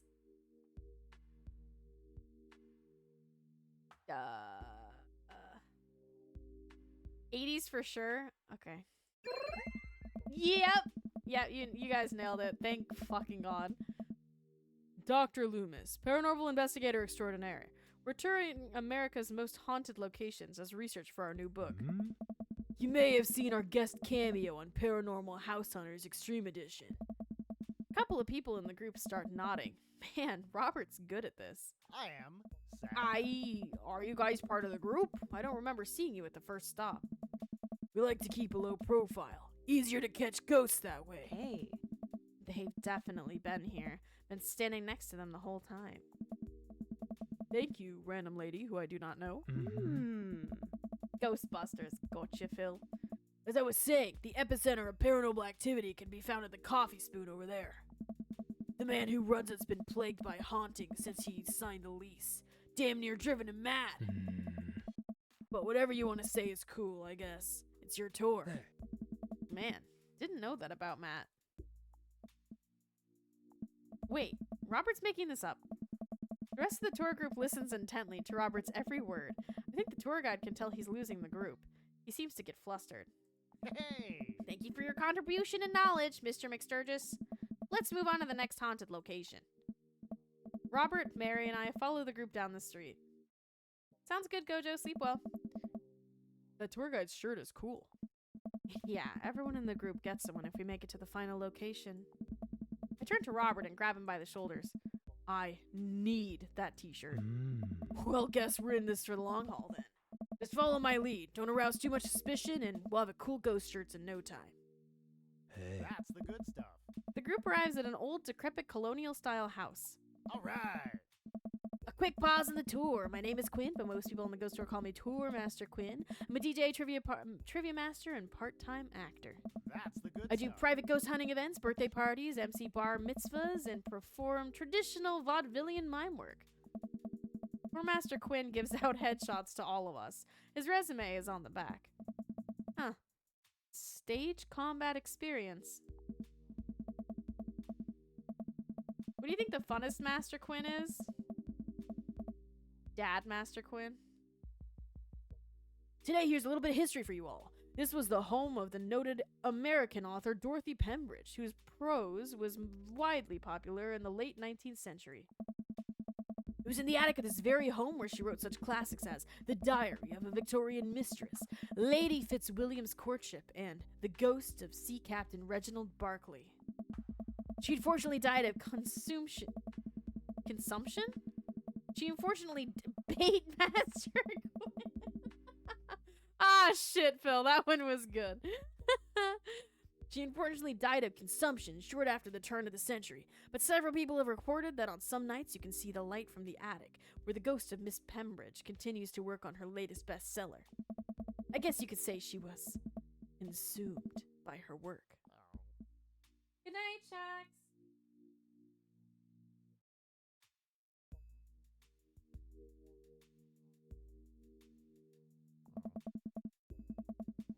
She has risen. Hadoy, all he's done so far has been a very convincing liar. No reaction from the crowd. This guy needs to work on his dad jokes. Actually, consumption is the popular cover-up. Little known fact is that it was a murder-suicide. Hey! I'm pretty sure she died from consumption. Sure. We definitely didn't hire Stanley Kubrick to elaborately fake the moon landing. That's the watered-down, censored version they teach you in school. But if you can't handle the real story, I understand. It's not for the faint of heart. Can we? I think everyone would much rather hear what this world-renowned ghost historian has to say. Right, everybody? The group murmurs in agreement. I am sad. This is a topic we cover exclusively in our book. Dr. Loomis, would you care to tell this story? Oh, shit. Riff something highbrow? I feel like I should riff something highbrow. Because if I go with something I know, it's going to be too popular. And if I rely on my improv skills, I think I'm going to fuck it up. Yes, though it's rarely covered in traditional textbook, Dorothy Pembridge was caught in a fierce rivalry with fellow local author Arthur Livingston Price. Arthur's books were blatant rip-offs of Pembridge's work and consistently sold better.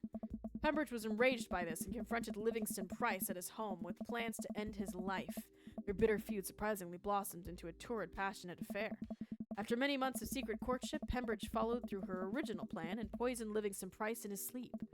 Overcome with unexpected grief, Pembridge polished off the last of the poison and died by her lover's side. Reports say the couple who enters this house will no doubt doom their relationship to bitter end. Man, I should bring my wife here. The entire tour group laughs heartily. Oh? I'm kidding. My wife is dead. The crowd gasps. She was killed by a ghost. The crowd gasps again. I'm just messing with you guys. A nervous chuckle ripples through the... Isn't that just American Horror Story Season 1? No. It's time for me to rewatch American Horror Story. It's been long enough, I think. A nervous chuckle ripples through the crowd. The tour guide sees this as an opportunity to take back the group and address us with some razzle-dazzle. What an interesting story. Ugh. Now, I just want everyone to know that the next location is extremely terrifying. If anyone thinks they can't handle it, feel free to excuse yourselves. Alright, I'm bored. Mary turns to a young guy looking at his phone and taps him on the shoulder. Hey kid, fancy buying a gal a drink? The guy looks up at her and smiles. Only if the bar is haunted. Honey, I can show you the most haunted place in town. I think I could exorcise your demons, if that's what you're looking for. Don't write checks your dick can't cash, kid. His eyes go wide. Mary salutes me and Robert. She suddenly pulls me into a hug and murmurs into my ear. When you've known Rob for as long as I have, you know when something's wrong. Keep an eye on him for me tonight, okay? Sure, Mary. Good man. Mary pats me on the back and pulls away. She takes the guy's hand and leads him down the street. Take it sleazy, fellas. God help that poor soul. Mary or the kid? Huh. Both. Hey. Our last stop, this burial ground is such a hotbed of horrifying paranormal activity that I'm not even sure where to begin. There's the wailing ghost of the Wharfman, the vampire of Maple Bay, the children of the moonlight. What about the Dover ghost? By this point, the tour guide is clearly irritated with us. I'm so sad. What about it? Oh, nothing. I just think it would be a crime to come all the way out to the cemetery, the actual origin of one of New England's most notorious paranormal entities, and not mention the infamous Dover ghost. That's not a real thing. That is absolutely not a real thing. I think someone needs to brush up on their paranormal history. I know tons about paranormal history. I know every ghost story in this area. Oh. I can guarantee there's one you don't know. Robert looks over at me and smiles. Hi. Would you folks care to hear about the tale of how Loomis and I met? All right. No. The entire group shushes the tour guide. My feelings are Okay, fine. Tell us the story. Well, it was a dark and stormy night. I wasn't always a paranormal investigator. Hey. Way back when, I was just Ha-ha! Traveling grifter? Bible salesman. I want to be a grifter. moving from town to town, always looking for my next mark. It wasn't an easy life, but I had fun. Taking from the rich, giving to the poor. Actually, also taking from the poor. Oh. I had a shaky moral foundation. I happened upon a quiet town in Maple Bay by accident, but little did I know that this city has a dark side. Now, about the same time, I was just starting out as an apprentice to a rather famous ghost hunter. He was an old family friend of mine. I carried the equipment, operated the EVP machine, all that. Wait, Oh. Yes? who was the famous ghost hunter? Oh. Well, I don't like to name drop, but Georgia Mathers. Tour group gasps. Ha-ha! Georgia Mathers? She's a legend. You know her? Knew her. Amazing woman. Died mysteriously. Miss you, Georgie. Oh. Anyway, we were in Maple Bay investigating some reports of strange lights and sounds coming from the cemetery at late at night. Now, we'd been warned by the old crypt keeper that this place was highly dangerous, but Georgia was never one to shy away from an adventure. We camped out in the center of the cemetery for 3 nights straight. We endured your so-called wailing watchmen. Wailing ghost of the Wharfman. Whatever. Your stupid vampire was just a teenager in a mask. But the Dover ghost? Man. Tell him, Loomis. So, there I was, just walking back to my hotel after a long day of, working a couple of short cons. Classic pigeon drop scam. Putting out feelers for a drip deal. I was going to steal baby, probably, but it made me rich. Found myself walking past this very cemetery. Now, I was never a very superstitious man, but something seemed off. I could hear some sort of commotion happening deep within the graveyard, and I felt compelled to investigate. Thank God you did! Howdy, Gene. Georgia and I were conducting a seance in the mausoleum. At first, things were pretty normal, but after about an hour, everything went south. Playing back the EVP meter, we were able to hear a single word. Really? Run. Hey. The air suddenly went cold. Something was very, very wrong. I just knew we weren't alone. We started to hear this faint, distant scraping noise, like something being dragged across the ground. It got louder and louder until it was deafening, some kind of demented howl. I don't know. And then I felt it. Someone, something, grabbing my ankle. I don't trust Robert. No, Robert's the one on the right. He's the sexy guy with the leather jacket. The one with the backwards hat is Quizmaster Quinn, who's kind of a dweeb. So right now we're slam dunking on Quizmaster Quinn with our knowledge on paranormal stuff. Dream Daddy's going very well. We have romanced 3 of the dads to completion, and we got 4 left, so we're about halfway done. Robert has the whole... His name is Richard, right? Quizmaster Quinn? I have no idea. Robert has the whole crowd on hook, line, and sinker. You could hear a pin drop. I've only cried twice in my life. Once was the birth of my daughter. The other was then that thing started dragging me. I wasn't sure where it was taking me, but I knew it had no place. It was no place I wanted to go. I was sure I was gonna die. Is Quiznos a pizza place or a sandwich place? The moment I crossed the gate into the cemetery, I heard this god-awful screeching. I ran into the mausoleum just in time to see a man being pulled across the floor by God. To this day, the mere thought of it ties my stomach into knots. It looked like a man, but like... I glance at Robert. Yeah, but he's been lying this whole time, Songbird. Like someone didn't know what a man was supposed to look like, tried to put one together. The arms were too long. Its eyes glowed red. It's like a walking shadow. What I do was what any good person would do. I lunged for... Shoot, what was his fake name again? Oh, fuck you. Yeah. Does anyone have a good memory? I think it's David.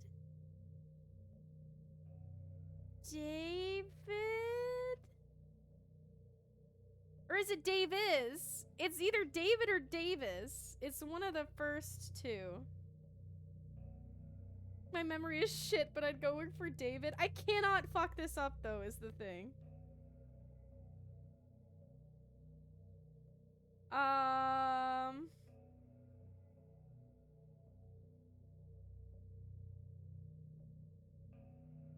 Save and load? Davis full send? Or was it Daniel? Daniel? David? Run it? David or Daniel? I'm gonna go for Daniel. Daniel.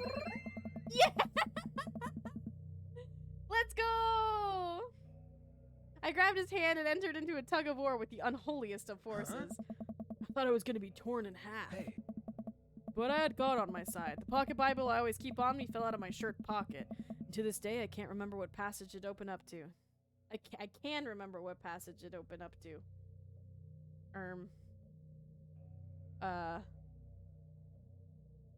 I feel like these 2 are meh. Leviticus and Revelations or whatever.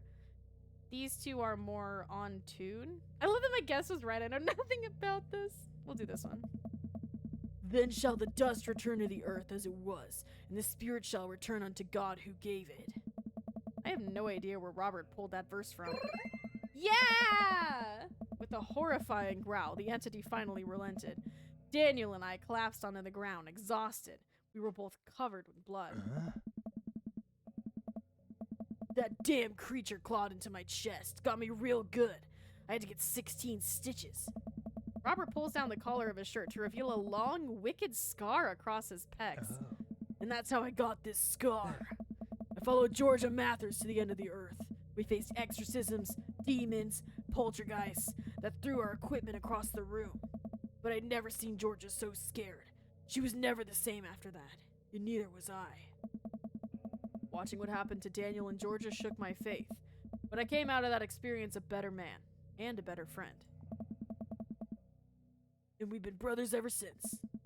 Tour group gives us a round of applause as Daniel, Robert, and I share an emotional hug. As he embraces me, I can smell the cologne on his neck. Wow, Robert does clean up good. I find myself lingering a little too long in the hug.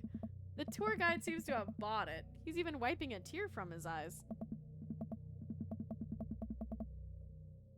Thank you. It's an honor to be able to share our story. Be sure to watch out for our book. Pro's Guide to the Hottest Ghost. I saw a demon, the shocking true story of seeing a demon. Paranormal excursions of the supernatural, Ice Road Ghost Truckers. Robert has to suppress a laugh at that one. Linger. Well, I think you both definitely earned your t-shirts. The tour guide hands us the coveted t-shirts. He then slips us both his business card and leans in close. All right. If you guys are ever in need of a professional actor, balloon animal artist, Elvis impersonator, or nude model, please don't hesitate to contact me. Hi. You got it, buddy. After a couple of tourists take selfies with us, we split away from the group and walk home. That's definitely Shax. That was incredible. I really can't believe they bought all that. I don't know what you had it in you, Arnold. Excuse me, Dr. Loomis. That bit about the pocket Bible was aces, although giving the Dover ghost glowing red eyes was a little cliche. And the Kubrick conspiracy theory bit wasn't? All part of the character. Well, we got the shirts out of it. We arrive in front of Robert's house. Want to have a drink? What, you trying to poison me? I know where this goes, Small. I know the steps. 1 second I'm sipping delicious aged scotch, the next I'm foaming at the mouth and you've taken over the throne. Long live the king, baby. Hey. Robert leads me inside. I can't help but think about what Mary said to me. Robert did seem a little bit off, but that completely disappeared when we were joking around with the ghost tour. I don't know. He's hard to read. While I'm thinking, I hear claws skittering across the floor. Oh god, it's his pit bull. I'm about to be torn to shreds. I shut my eyes tight and brace for impact. Betsy, hey, be nice. I don't feel anything but tiny paws scratching at my shoes. I open my eyes. Betsy? Robert's dog jumps away from me, running around in circles and sniffing Robert's legs. He pats her on the head. Hey, that's not a pit bull. This is the cutest, dumbest Boston Terrier I've ever seen. Betsy, you're not a pit bull? And you weren't taken over by the Dover ghost? Betsy's made of tougher stuff than that, ain't you, girl? Betsy rolls over for some well-deserved belly rubs. I just keep a picture of a large pit bull in my wallet in case of emergencies. Comedic emergencies.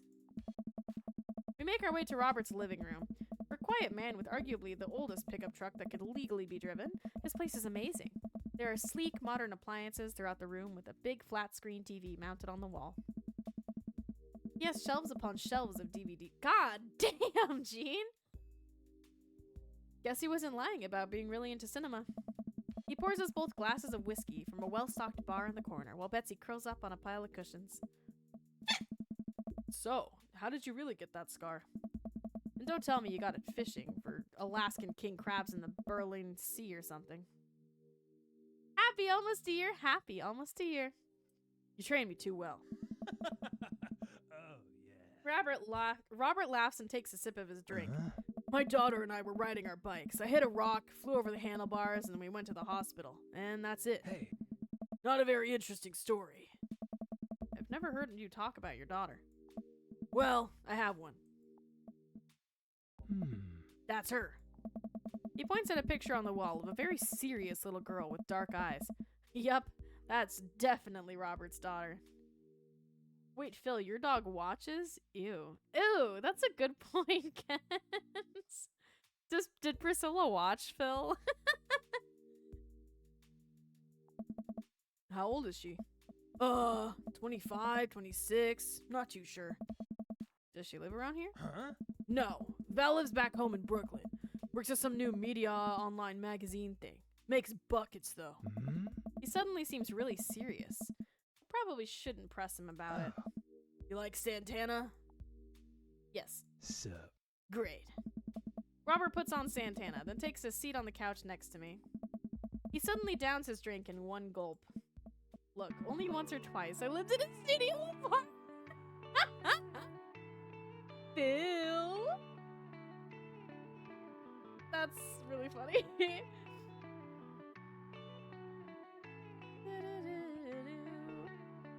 Gene, sometimes I'm surprised that you're still alive. Like, you've sent me one photo of the inside of your fridge and one photo of like your front yard, and the fact that you're alive is an anomaly. Hey, are you alright? Oh. I don't know how I'm alive. Robert leans in and kisses me, the taste of whiskey burning my lips. I'm surprised at first, but slowly relax into his arms. He pulls away slightly, his lips barely brushing against my mouth. I had waffles and ice cream for dinner. What flavor of ice cream? And don't do it, Gene! That is crazy expensive for a Godzilla game. That is so not worth. I looked at it in your Discord, and I still don't think it's worth. I am now. I can't say anything, at best managing a sigh. Robert leans in again, kissing me harder. He pulls my bottom lip between his teeth and bites lightly, sliding a hand under my shirt. My heart pounds in my chest as he lies us both down on the couch. He kisses the trail down my neck, his teeth grazing my skin. I just... Wait. It's not that. Robert bites down and I have to stifle a moan. Stop. Robert stiffens up and pulls away. No biting? No, I'm more than okay with that. Something's up. Robert runs a hand through his hair and looks away. I'm fine. I've just been kind of stressed out. Tired. Not a big deal. Wait, Gene, what flavor?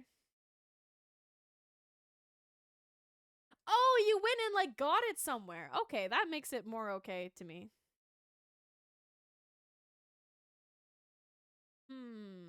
No, we're gonna push it. He's hiding something from us. What's going on?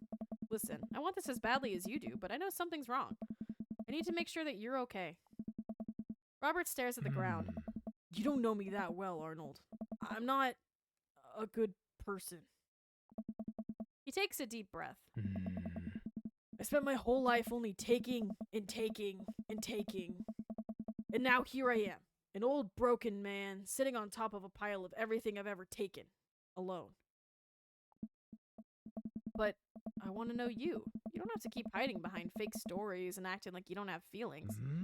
It's... He sighs heavily. I don't know. It's Val. She's visiting tomorrow. She wants to patch things up. Are you... I'm sorry, but is this a bit?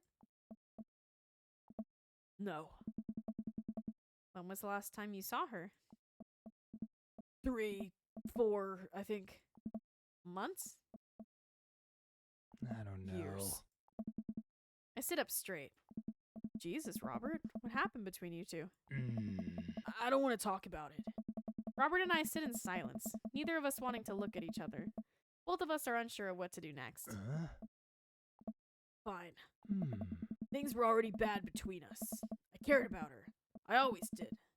Things just got in the way. And before I knew it, she was leaving for college, wanting nothing to do with me. Marilyn and I moved out here to settle down. We thought it would... Marry? Okay. We thought it would help to get away from all the distractions, all the money, the drinking. But Temptation gets to you. I tried to be better, but I just couldn't. And then the accident changed everything. I think every day about how she must have died hating me. I never became the better man she always wanted me to be. The one she always saw in me. She was the last thread Val and I had connecting us together. I didn't know that when I lost my wife, I was going to lose my daughter, too. Robert. I spent so much time chasing after things I thought were going to make me happy that I ruined my only real chance at happiness. Now my wife is dead and my daughter hates me. And then I convinced myself that this, He gestures vaguely in my direction. was going to make me happy. Why do we even try anymore? I'm so sorry. I know how hard it is to. No, you don't. How could you possibly know how this feels? You did everything right. Your daughter loves you. You're a good person. I was a terrible husband and an even worse father. I have no idea why she's even bothering to contact me now. I know I'm just gonna fuck it up like I always do. I'm broken. I shouldn't even go. Robert puts his head in his hands. Tell him what he wants to hear. Tell him what he needs to hear. Walk away. We're gonna tell him what he needs to hear. Nothing's gonna change until you do. Robert pauses. He looks at me. There are a lot of things in my life that I regret, that I wish I could take back or do over. And it hurts so much to know that I can't. But what I can do, and what you have the privilege of doing tomorrow morning, is to wake up and try to be a better person than you were the day before. Things aren't going to fix themselves tomorrow or the next day, and patching things up with Val isn't going to solve all your problems either. But nothing's going to change if you don't, and you can't love anyone else until you stop hating yourself. And you're right, I don't know you that well, but you have the same capacity for good that we all have, and I know you can find it. Val is giving you a chance. Don't waste it. But, Robert, listen to me. It's gonna be okay. But, I lean over and embrace Robert, pulling him in as tightly as I can. He buries his head into my shoulder, hugging me back. It's gonna be okay. I place a hand on the back of his head and stroke his hair. He shudders, then sobs, and I realize that he's crying. Thank you. We stay there for a while. Don't ruin the mood, Shags. Holding each other. We both eventually drift off to sleep. Oh. Stage complete. Wow, the one dad that we don't get to fuck. Poor Hadoy is gonna be so disappointed. We're gonna need a bigger boat. We're gonna need a bigger boat. I wonder if we're gonna get to meet his daughter.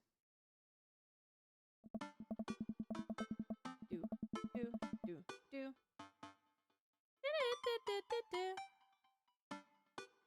W. Toy. Oof, I think I finally have everything set up.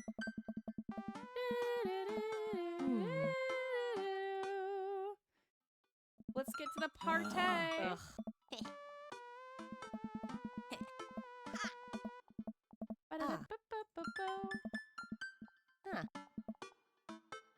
Hey! Oh? You told me not to make a big deal, but you seem to have forgotten my entire mission. At least they made out for a bit. I mean, I do have the option to fuck him on the first day, but I think it would ruin our relationship after that. I was so productive. Good shit, Hadoy. Oh. Sorry, Mary. Look, I know you're not old enough to drink, right? And I know you're smart enough not to drink until you're of legal age. Uh-huh. But hypothetically, if you were to drink, it would behoove you to drink a glass of water between rounds. Got it. Aww. Hypothetically. And if you wake up with a headache, all you gotta do is take a jar of pickles and drink the pickle juice. You're gonna be fine. What's going on here? Come on. Is that it for him? We get to have a final conversation at the end of this party. Girl talk. Mary turns back to Amanda. Let me tell you about how to deal with a bad roommate. First thing to know, you get straight A's if they die during the semester. Mary! Come on. Relax, it's a myth. Supposedly. Against my better judgment, I leave them be. Oh, hey! I don't think I recognize that girl by the snack table. I should go say hello. Hi, I don't think we've met. Oh, we've met years ago. And I'm here for my revenge. You're Robert's kid, aren't you? Huh? Spot on. I guess that makes you Arnold, huh? Yeah, it's nice to meet you. I'm glad Robert brought you along. He promised me there would be free food, so that's kind of hard to pass up. And, look, I don't know you, but can I get real with you for a sec? My old man's a real closed book, you know? Me and him, we got a long way to go. You don't erase decades of neglect in a week, but you sure can get tired of staying angry about it. That kind of bitterness poisons you, I think. Too young for that. Anyway, lately he's been better. A lot better. Between him shaving for once and how much he talks about you, I get the feeling you have something to do with it. Huh? So, thanks. Robert means a lot to me. I'm glad he's getting better. Just keep an eye on him while I'm not around, okay? Or else. What?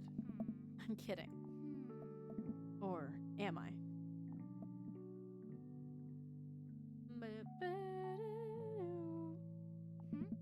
I don't know why I'm like this.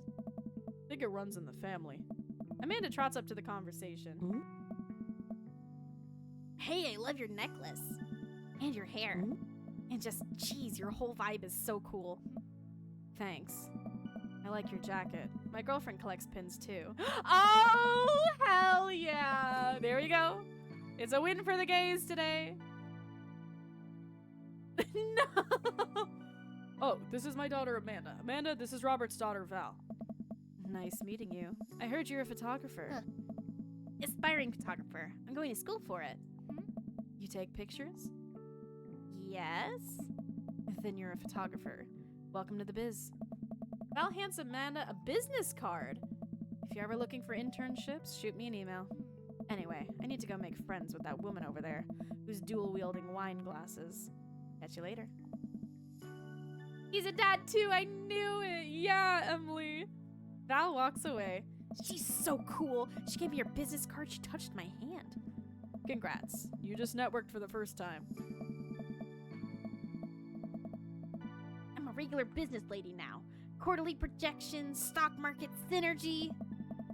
Well, you're making a fortune as a businesswoman. I gotta keep this party going. I want to ask you about that sometime, Songbird. Are you in a poly relationship currently? I think you are, because you mentioned your partner and their partner. But I have so many psychological questions about that. More so how dynamics work. Personally, I don't give a shit. As long as you're happy, do what you want to do. But I feel like that would be a very hard dynamic to balance without people getting jealous and shit. Catch you around, Pops. Arnold! Ryan, you made it. Okay, I want to talk to Robert at the end. Hey, bro. Nice. What's up, bro? Hey. I get... Seeing Joseph puts a bad taste in my mouth now. Huh. Now that I know that he cheated and then Yes. told me he was gonna divorce Mary and then didn't. Oh.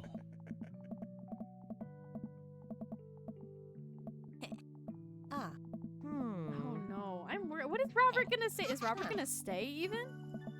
Robert does not act the same way that the other dads do. But I feel like we'll still get a final conversation with him. I take a seat next to Robert as the last guest makes their way out of the party. Hey. Hey. Robert gestures vaguely to the snack table. Good stuff. Yep. So, I had a chance to talk to Val. Hey. Did she physically threaten you? Yeah, That's my girl. she said you've been doing better. Trying to work on the vices. I also showered today. We sit in silence for a minute. You know, every day for me is a balance against my own self-destructive habits. Aw, maybe he is for you, Hado. But lately, it's gone a little easier. Oh. Thanks for talking some sense into me. It's hard to get things through my thick skull sometimes, but what you said that night, has actually helped. I'm glad.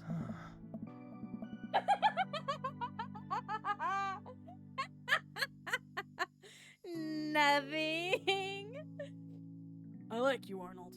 I like you a lot. I haven't felt this way about someone in a long time. I lean in and kiss him for a moment before he pulls away. He takes my hand in his. Hey. I'm sorry, Hadoy. You're special to me. Huh. But I have some stuff I need to work on, emotionally, before I can get into anything romantic with you. You deserve better than who I am right now. I need to be on my own for a bit, figure some things out. Of course. I think what you need right now is a friend, and I'm very happy to be that for you. Thank you. That means a lot to me. And if you're ever ready for more than that, you know where to find me. Let's hunt ghosts sometime? I would love that. I put my head on his shoulder and we watch the sun slowly dip below the horizon together. Nah, B is not a red flag. But we all have things that we're working on. You know, that's what makes a person a person.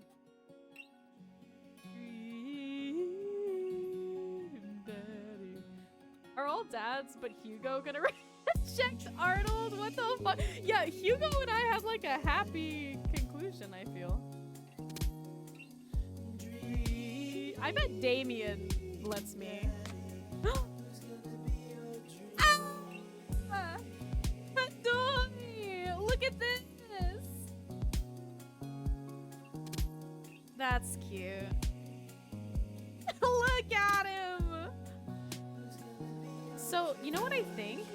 I think that maybe you have to get certain scores with certain people to get their final photo. Because we scored super great with Robert on the third date, and just in general. So I wonder if I had gotten better scores with Joseph, would he have left his... Oh, I want to know. Songbird, could you look up and see if had I gotten better options with any of the other dads, would I still get their photo? Like, if I got better options with, Craig, would I get his photo? Or Joseph? I would look, but I don't want spoilers. Welcome. You've got dads. Okay, we have 3 dads left. Matt, Brian, and Damien. I kind of want to do Matt, then Brian, then Damien.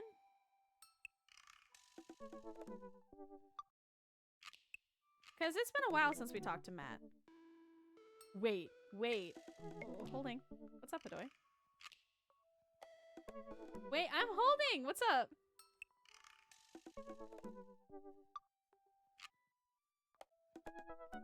I did, but... Oh, Comet Hurdle. Yeah, we can do Comet Hurdle.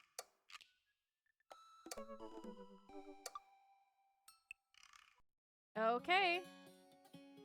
I should probably wait till Songbird gets back to do that.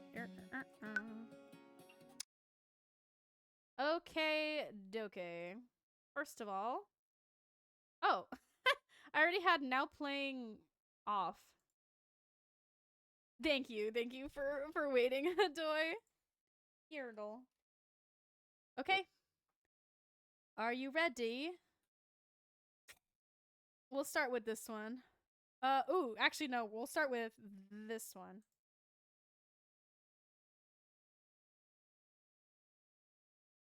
And I will turn up Spotify significantly higher.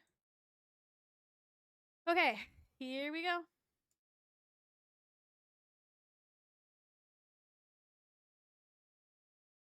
It's very specific, so I'm not gonna play a lot. Yeah! Songbird already got it.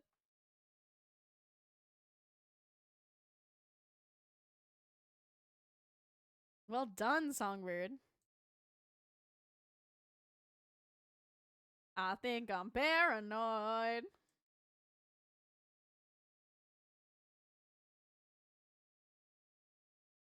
Heaven knows. Rock band? Exactly! We're on the same brain. Okay. Next song.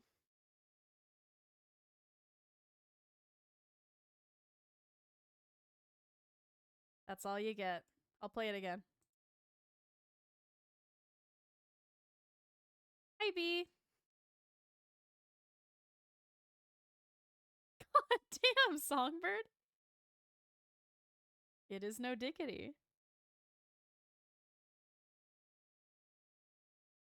B got the, yeah, y'all got the artist too.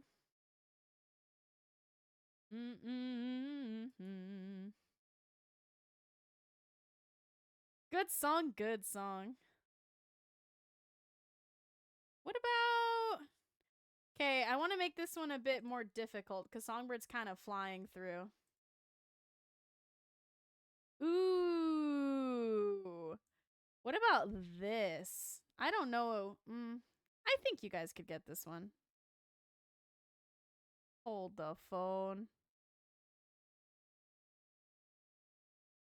OMG, pitch perfect. I've been shot!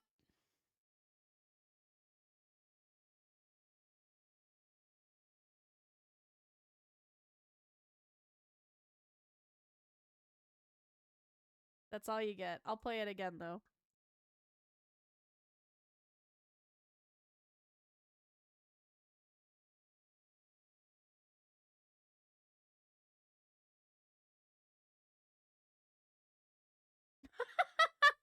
Holy shit, B! Could you give me a little bit more?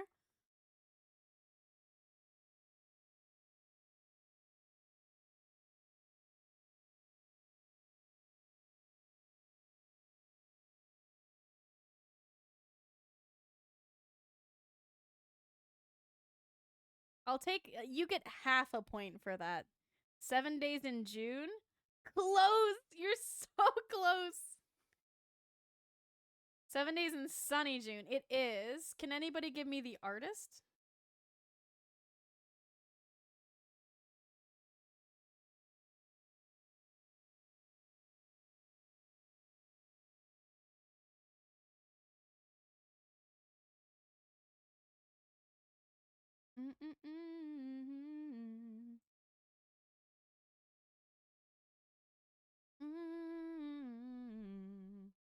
No clue. I feel like this person has a pretty specific sound, but...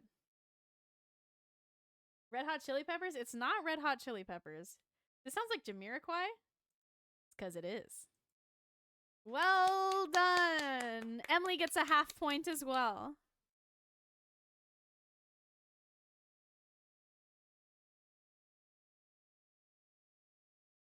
Well done, you two. Okay, are you ready for the next one? We have, what, like 2 more songs? Yay, half point. What if I throw this at you? Hold on now. I know where to go from here.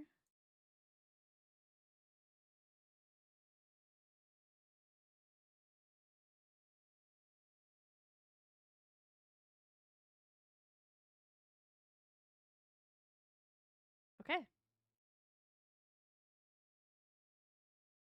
I'll play it again. But that's all you should need.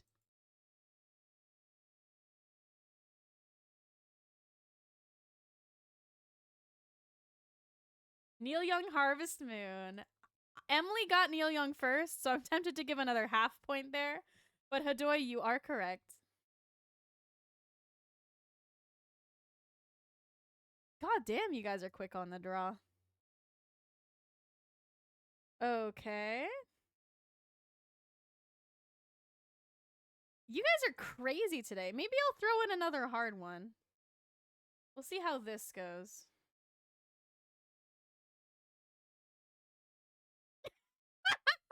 Never mind, that is incredibly specific. But I still think you can get it. Okay, ready?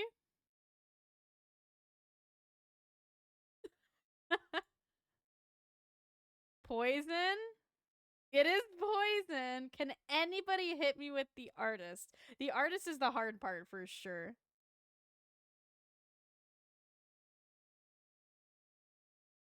Bell Biv? Yes, Adoy.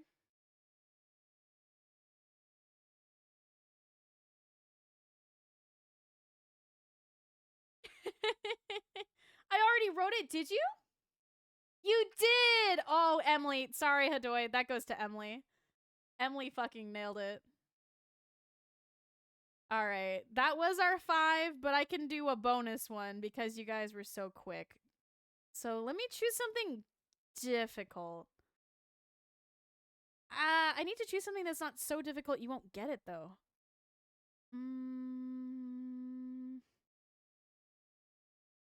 This, remove from playlist.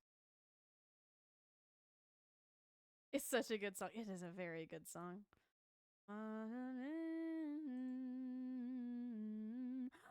Oh, this is one that I know I would get immediately, but I don't know if everyone would get immediately. So, here you go. This is the last song.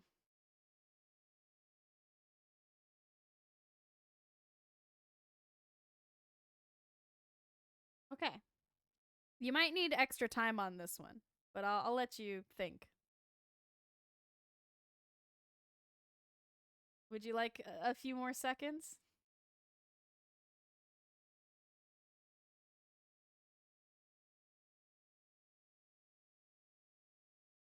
Holy fuck me! It is!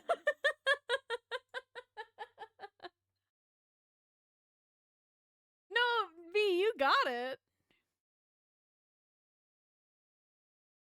Against the law. It was against the law. What your mama saw.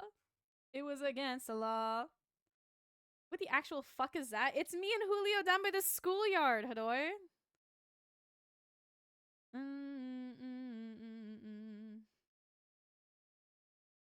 Well, I'm on my way. I'm judging so hard. No, you should be impressed as hell. Your panties should be by your ankles right now, Hadoy. That's how impressed you should be that he nailed this. Me and Julio down at the schoolyard. Nah, we didn't agree on this.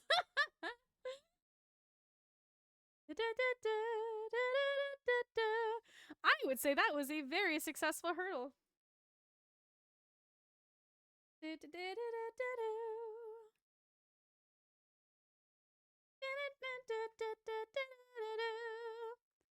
you for the intermission, Hadoy.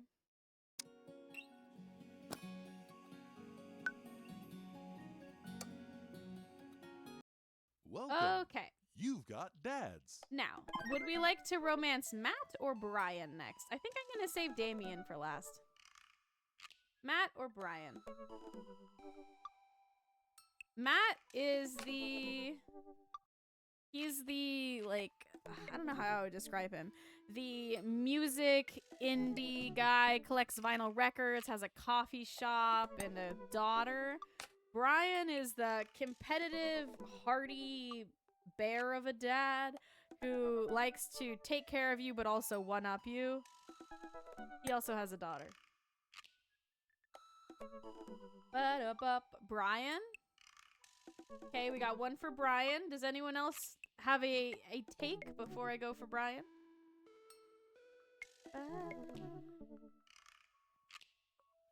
Brian? Okay, that's all I needed. Brian time.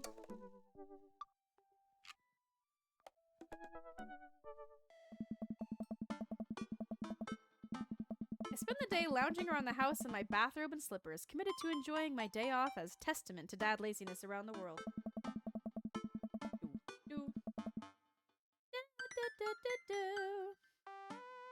Third coffee of the day and doing my second word jumble in pen. Man, this is the life.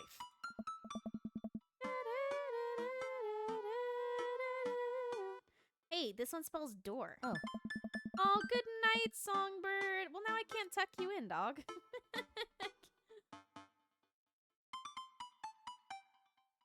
You're still taking me to the fair later, right? There's a fair? Dad, it's literally around the corner from us.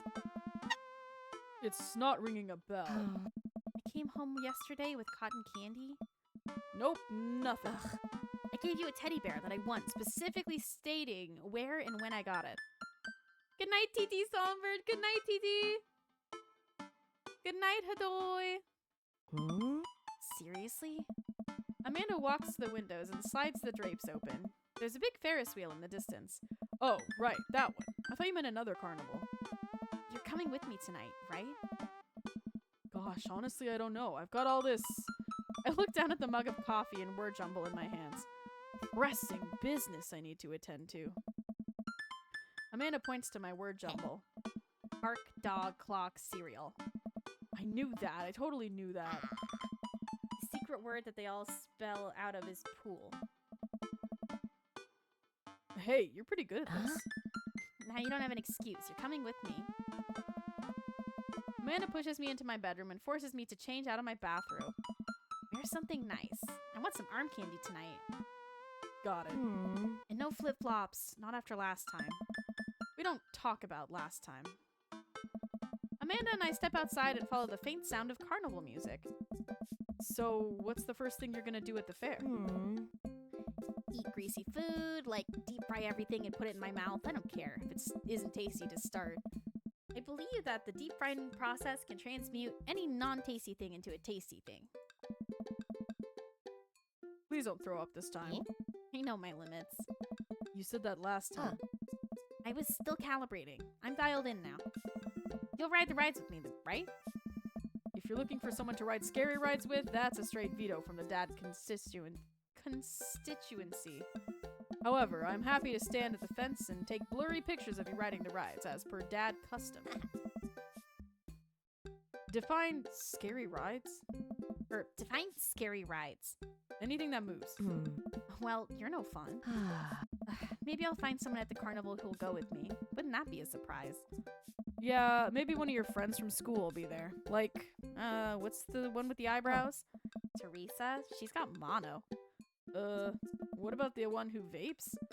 Alex got suspended for vaping in the school bathroom. Well, I hear carnival rides are fun as a solo rider. Then I'll have no one to puke on. Or will I? What? Hey, look, we're here. The carnival is packed with people from all over town tonight. Screaming kids run around with cotton candy and buckets of soda clenched in their grubby fists. Colorful lights flash all around us. I feel like just smelling the air will clog my arteries. Hey, let's go over to the greasy food carts first. Amanda leads me by the hand in what seems like a very specific direction. I know my favorite one's around here somewhere. Wait a second. Is that Brian?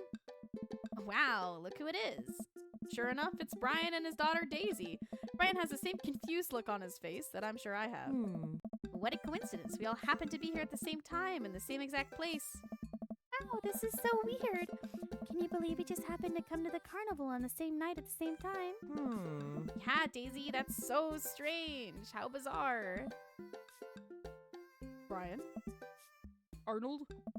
I can feel my competitive fire burning inside me again. Last we met, Brian had made a fool of me by besting me at fishing, and then out-humbling me in front of my very own daughter. I still want that pole saw. Oh. Well, there's plenty of midway games here. Alright. Okay, how about we hang out as a team and explore the carnival together? Yes, Amanda, that sounds like an amazing idea.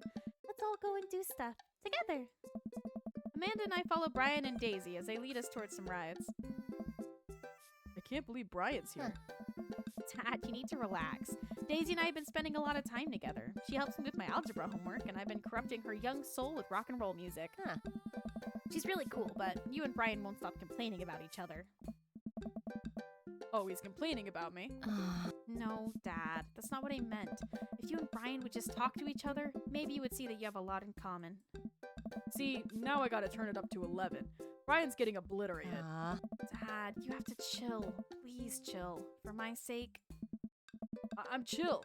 I'm so chill. I'm like stupidly chill. And once I prove it to you that I'm clearly the better dad, I'll be so chill you could call me liquid nitrogen. I will destroy him. Dad! I spot the entrance to the midway. A perfect opportunity. Pack a chainsaw! Pack a chainsaw! Break your fucking face tonight! Hey Brian, check it out. Want to get a couple games in? That sounds fun. Maybe a little friendly competition? No, we wanted to check out some clowns. Over there. Amanda, you're scared of clowns. Overruled. Give me something to break. Phil. Fine, sure, let's play some games. But if we spend the whole night in here, I'm filing for emancipation. Oh, lighten up. I'll win you something nice. And I'll win you something nice too, Daisy. I'll win more nice things than Brian. Hey. Okay, good luck, B. Have a good gym sesh. I'd like to see you try. Brian and I glare at each other. We've been at it longer than I'd like to admit. Amanda and Daisy sigh heavily at each new game Brian and I challenge each other to. Their arms overburdened with stuffed animals and t-shirts with rainbows airbrushed onto them. For every game I win, Brian seems to answer back. Dad, please, enough. Just one last game, honey. Hey. So, Arnold, we're tied. What's the ultimate prize? I spot it from across the midway. We lock eyes. It swims absent-mindedly in a bowl of water. That goldfish will be mine. You need to go to bed too, Shax? It's that time of night where everyone must sleep.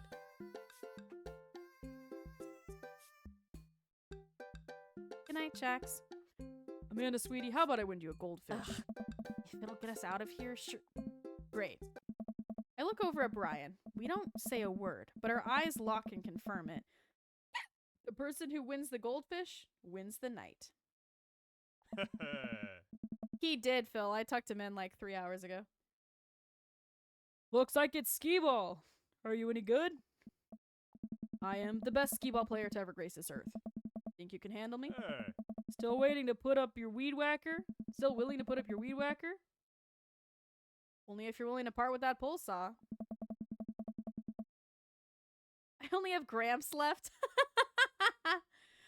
Gramps doesn't work tomorrow, so, well, he might be tired from this morning. Lawn grooming equipment goes to the skee-ball champ. We share an earnest shake. Ski that Ski ball. that ball. Oh, heavens. I don't know what to aim for. Oh, this is bad. Maybe I should just aim for 50s.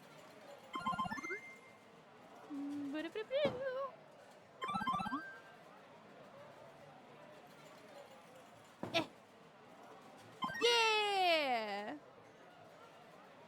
Am I being timed? Rainbow gay. You know it, Phil. Represent.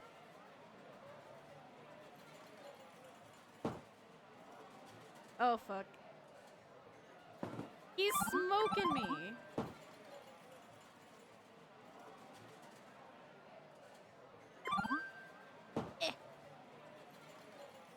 Jabromies, I don't know. I don't know about this.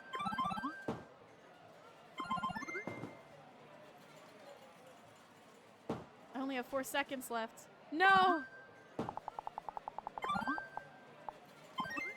Okay. I got an A. I think I still lost to him.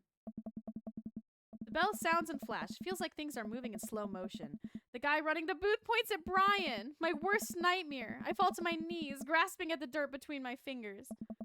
How could I let it come to this? I'm tired. Phil, no! Grandpa, we need you! Dad, you're making a scene. I am defeated. The attendant reaches up and dumps the goldfish into a plastic baggie. He hands it over to Brian. Brian hands the fish to his daughter. Oh. This is for you, sweetie. Dad, we don't have the proper resources to take care of this goldfish. I think it would be better as a peace offering. Amanda, do you want this? Amanda, we do not accept gifts from the enemy. Yes, that would be lovely. Amanda, no. She places the goldfish in Amanda's hands. Just say I'm a little silly right now, a little silly, a little stupid. I promise to take care of him to the best of my ability, but you should come visit him and develop a relationship with him. I have a feeling he's gonna miss you. Amanda. I think I'll name him Ryan. Like daggers through my chest, child. Hey, who wants to check out the Ferris wheel? Yeah, I want to ride the Ferris wheel. Ah. Of course. I'll hang out and watch you guys. Hey. No, not you. You yourself are not stupid. You're acting a little stupid. A little silly. A little stupid. It's just part of the being tired. I'd be happy to ride some rides with you kids. I'm just kidding. I love carnival rides. I'm the best at them.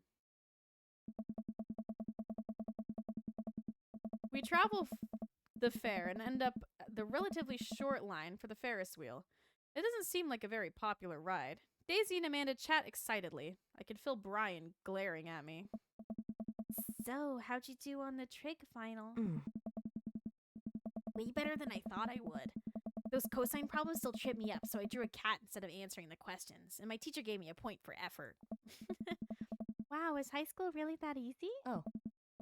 Absolutely, yes. The school of hard knocks, though, that's another story. Amanda playfully punches Daisy on the arm. Welcome to the streets. You check out that art book I gave you? Yeah. I love that section on female photographers. You have good taste. You know, I bet your photos will be in a book someday. Daisy, stop or I'll cry. They're too cute. Next. Amanda pushes me forward. Yes, you first. I sit down in the carriage. And now you? Daisy pushes Brian into the carriage next to me. Before I can say anything, the ride operator closes the gate. Now, wait a second. It's okay, Songbird. We're gonna go get some deep fried pickles. You two take this. Time to work out your differences. Oh! Hold on. Get along. Amanda and Daisy run off into the crowd. The ride starts moving. I sit in the Ferris wheel with my arms crossed, not talking to Brian. I don't even know what Amanda's talking about. Neither do I. Our carriage creeps slowly upward. Ferris wheels are boring. Could this ride go any slower? Well... Hell yeah, twin. Digging your butt, twin. I saw a video on that in Boss's server, Phil. I almost DM'd it to you, but you're in Boss's server, so I figured you would see it. All dads except Joseph and Robert only have one ending, and getting the picture seems to be reliant to how good your rank is. Ah, okay. Thank you, Songbird. Oh, is it too fast for you? That's not what I meant. How could this get any worse? Suddenly the ride jerks to a halt with us at the very top of the wheel. Start digging in your butt, twin. I can hear the faint yell of the ride operator down below. Sorry, folks, ride's stuck. Guess the raccoon must have stolen a key component to the motor. They're very crafty animals and are frequently attracted to shiny objects, so it makes sense that they would pilfer something like that. Anyway, it'll be some time before we can get y'all down. Settle in and get cozy. Well, and hey, no hand stuff while you're up there. Good night, Songbird. Well, and no mouse stuff either. Well, this is just great. I look down over the expanse of the carnival. I hate to admit it, but it's a pretty good view. I spot someone down at the food cart melting cheese onto a pile of steaming steak and peppers. Oh man, I'm so hungry. Why didn't we get funnel cake first? My stomach rumbles. I know that sound. Ryan reaches into his cargo shorts and pulls out some fruit leather, offering it to me. Cherry or mango? I don't want your stupid fruit leather. Ryan opens one and starts eating it. Fine. My stomach growls again. God damn it, why don't I take the fruit leather? We sit in silence as a crowd begins to form under us. A group of carnival workers attempt to restart the engine. I suddenly remember that I have a tiny book of word jumbles and a golf pencil in my pocket. I pull them out and start working on a fresh page, determined not to look at Brian. Oh! Hey, I always bring puzzle books with me too. Brian pulls out a small book of crossword puzzles and a pen. Are you kidding me? I throw my book of word jumbles off the side of the Ferris wheel in a fit of rage. Oh, I bet we could find it when we get off this thing. Here, you can do my crosswords. Brian holds his book and pen out to me with a smile. Absolutely not. Why do you hate me so much? Hate you? Why do you think you're better than me? Whoa! What? I don't think I'm better than you. Oh, okay, so you were just offering me fruit snacks and crosswords out of the kindness of your heart? Oh! What? Yes? A likely story.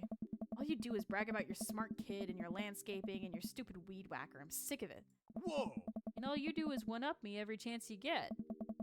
The only thing I wouldn't win is a one-upping other people competition, because you would win that, because that's what you do. Aw. I don't do it on purpose. Wait, what? You're messing with me, right? No? But Aw. I don't even think I'm better than you. At all. You and your daughter are amazing. I thought we were competing just for fun at first, but the more we started doing it, it felt more like you must hate me. And the more we did it, the more I wanted to impress you. There were times I didn't want to beat you. I did want to beat you, Arnold, but really all I wanted was for you to like me. I don't know, Bree. I mean, they already put out a lot of content. It's a big game. And there are so many games that are similar to it that I don't know if there's a demand for it, really. Oh my god, I feel like such an ass. Be honest with Brian. Be honest with yourself. Be an asshole. I'm gonna be honest with myself. Brian, I'm so sorry. This whole time, it's also clear now. Is this what Amanda was trying to tell me? I've just been projecting my own insecurities onto you. Everything about you makes me feel inadequate. I think I was just trying to tear you down to compensate for my low self-esteem. I feel like a total idiot. If I'm being totally honest, I think that you're really cool and strong and a good dad. And you're really... Maybe we don't go there just yet. Anyway, I have a lot of respect for you, Brian. I'm sorry I got so weird and jealous. I think if you're willing to forgive me, we could probably be good friends. We sit in silence for a second. Hey. Can we start over? What do you mean? From the beginning. Brian holds out his hand. Hi, I'm Brian. I take his hand and shake it vigorously. Hey, Brian, I'm Arnold. It's really nice to meet you. Great shirt. Thanks, Arnold. Brian and I look at each other. We both share a smirk over this silly little game, but it feels good to be on the same side for once. All right, folks, thanks for being patient. Turns out the raccoon didn't steal the part, but was instead rummaging around in the interior workings of the engine. We formed a weary yet mutually beneficial truce. The carriage starts moving, and we find ourselves down on dry land in no time. Ryan and I wander around for a bit, looking for Daisy and Amanda. You know, getting stuck on that Ferris wheel could have been a lot worse. I'm glad we worked things out. Hey. Me too, buddy. Hmm? Now that's over with, we can both get home to quietly enjoy our evenings. Agreed. Dad! Hey. Amanda and Daisy run up to us. I think you kids will be pleased to find out that Brian and I have worked out our different... Dad, that's great and all, but Brian's in trouble. But Brian's right here. The fish, Brian. What? Daisy and I got on the log flume, and when we were going down the hill, Brian just flew right out of the log, and now he's hanging from some pipe on the ride. We have to save him. But Brian's The fish. Brian the fish. Oh, right. Come on. We sprint over to the log flume, spotting Brian, the fish, stuck up in the rafters of the ride. We'll get you down, little buddy. Oh. We have to get Brian before the fair closes, or who knows what'll happen to him. Well. But the fair closes in 10 minutes. I guess we need to hustle then. What's the plan? Well, one ride around the track lasts 90 seconds. Brian's hanging from a pipe right above the drop, so you'll have a window of about 10 seconds to grab him. Wow, did you do all that math in your head? That's really impressive. I just counted. It's not that impressive. I'm so proud of you, honey. Okay. The raptor's pretty high up. How are we gonna reach him? We all think for a second. Aha! I've got it. Brian runs over to the midway, to the last game that we played, and snags a pole from the game attendant that they used to grab stuffed animals. I think this'll do the trick. Amanda presses 2 ticket stubs into my hand. Here. It's our last 2 tickets. I have to sneeze, and I don't want to. Brian's fate is in your hands. There's no time. Come on. Yeah, Phil? Brian leads me by the hand to the entrance of the log flume, getting there just in the nick of time. Bless you, it's lingering. It's not happening. Looks like you guys are the last ones. We take our seat on the slippery vinyl. The ride operator pulls the bar down over our laps. You ready for this? The log starts drifting down the fake river. Unnaturally blue water sloshes over the sides, soaking my shoes. This is gross. You know how earlier I said I was the best at carnival rides? The ride jerks forward and I let out a small yelp. That may have been an embellishment. A rickety log makes the slow climb up the track for the most grueling minute of my life. Whoa! I see him. Hanging from the rafters just before the drop is our beloved Brian, the fish, not the guy. Are you ready? I don't know if I can reach him from where I'm sitting. It's all you, buddy. Brian presses the fishing pole into my hand. Oh God, I don't know if I can do this. Oh! Hey, I believe in you. I gulp. I can do this. don't be a minigame. Oh God. Catch of the day. Okay, never mind. With the precision only attainable from playing midway games as at a competitive level, I hook the baggie that contains Brian the fish and place it onto my lap. I did it. I grasped the bag firmly. It'll be nice and safe during the oh God, the drop. I momentarily forgot there was a drop. It's a big drop. Oh, it's coming up real fast. Oh man, it's a big drop. So when I told you that I sort of over-exaggerated my proficiency with carnival rides, it turns out that I under-exaggerated just how bad I am with them. I am utterly and completely terrified of carnival rides. Brian looks over at me and takes my hand in his. I'm right here. We can do this. He gives my hand a squeeze as our log tips over the edge and flies down the drop. Ah! A wall of water rains down on us. I realize I had my eyes squeezed shut and opened them to find Brian still holding my hand. He smiles at me. That wasn't so bad. Both, Phil? Told you we would make it. Brian and I walk off the ride and approach Daisy and Amanda. I hand the baggie to Amanda. Brian! Yeah. Hey! No, the fish. Okay. Oh. I mean, hey, thanks for saving the fish. Don't thank me. That was all your dad. Aw, shucks. It was a team effort. Hey! Yeah, you use your special skills to get him back. Brian got the pole, Daisy did the math, and you got the fish. I didn't do anything cool. Well, honey, I'm sure you... Hey, what were you guys doing up there? That was totally dangerous. Amanda steps in front of us all and plants her feet. Listen, dude, it may have been totally dangerous, but I'll have you know that we triumphed over more than just your silly rules today. We overcame adversity through teamwork and friendship and love. We banded together to achieve a common goal, and here we are. Here we stand, stronger than the sum of our parts. And for you to... I actually don't care. The fair is closing. Just get out of here. The ride operator wanders off. You really are a sparkling conversationalist. We join the crowd of fair goers, slowly ambling back to the parking lot. You kids want to stick around for the fireworks? Do we have to? I've never seen a child less enthusiastic about fireworks. Yeah, can we just go home? We've been hauling all these prizes around for hours, and my back is killing me. You kids run on ahead. We'll catch up with you later tonight.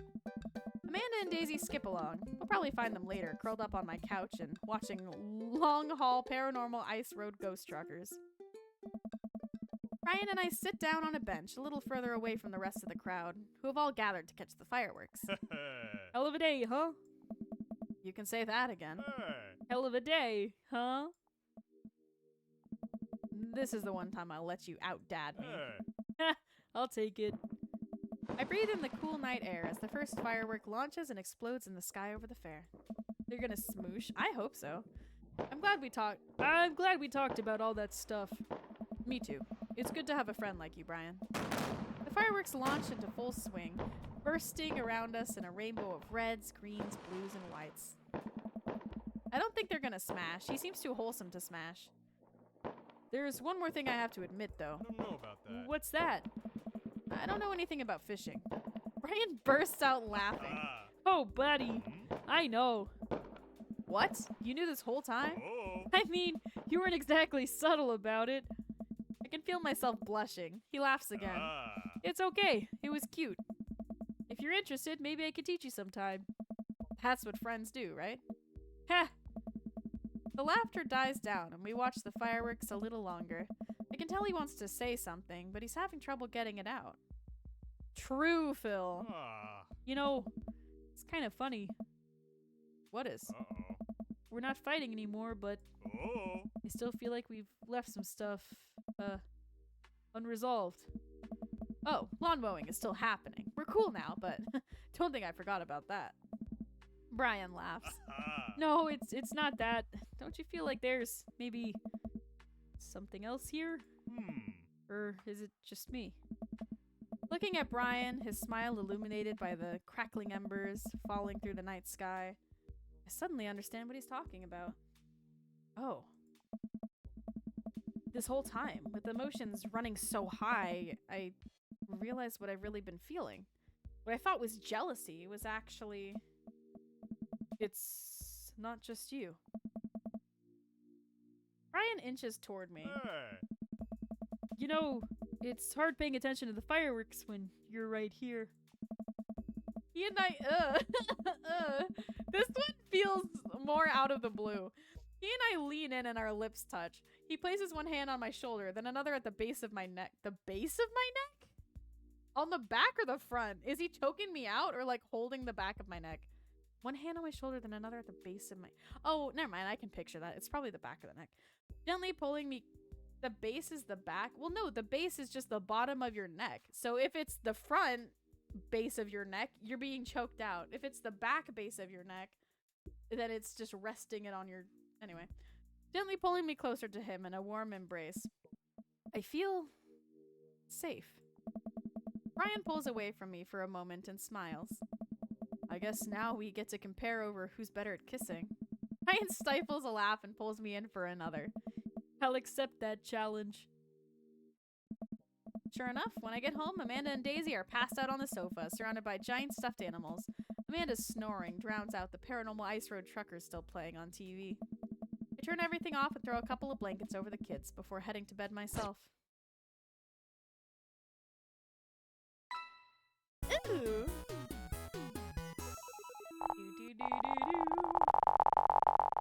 A? Of Yeah. all the dates I've been on, that sure was something. Nah, that didn't feel like an S. Okay, Amanda's party day. Ugh. Ah. So, yeah. whose dialogue might change? I feel like just... Brian kind of seems like a lone wolf. Yeah. He doesn't interact with the other dads as much, I mean. He's just basic dad. Pablo will probably have more to say when we go out with Matt. Oh. Hey. Hello, Briar and Hazel. Hey. It's so odd to see people named Oh. Hazel, but because my dog's name is Hazel. Oh,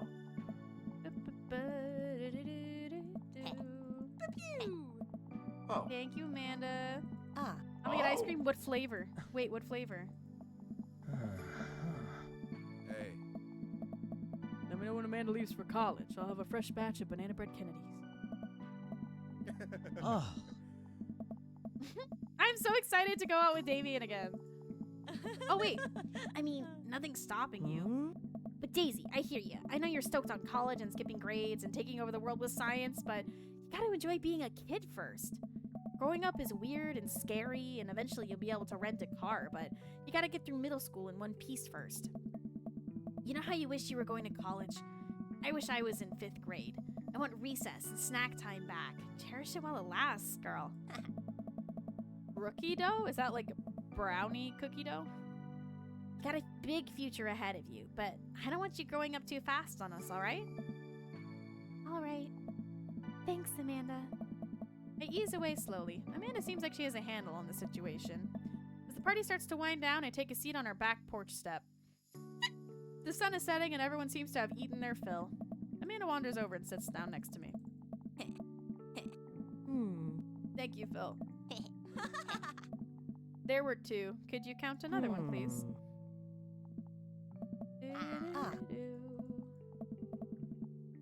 They're eating their fill.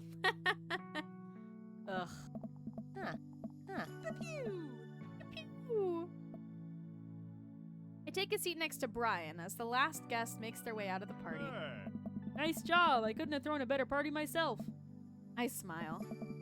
So, are we doing, like, opposite competition now? Hey. Yeah, we're just gonna compliment each other relentlessly.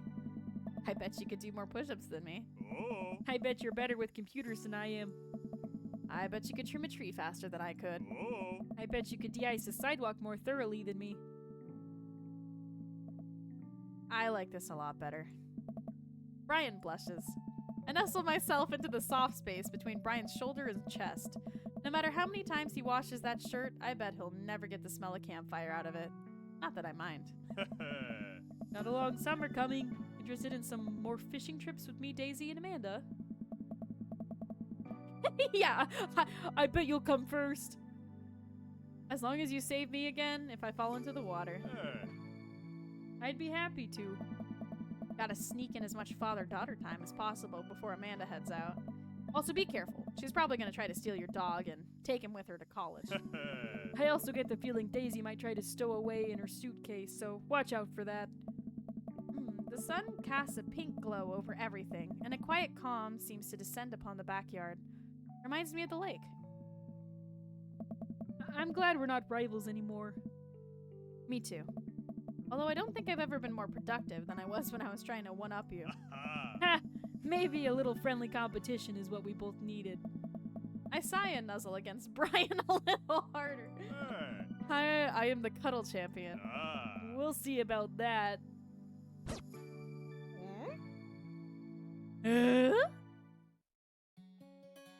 Are we gonna get a picture, Brian? Please say yes.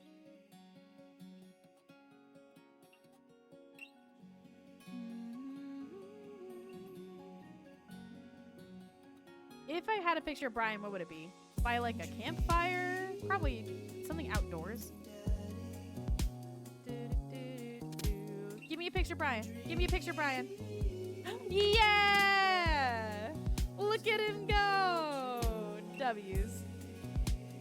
That's a stomach that you can slap. Peep-o stare. Oh, jeez.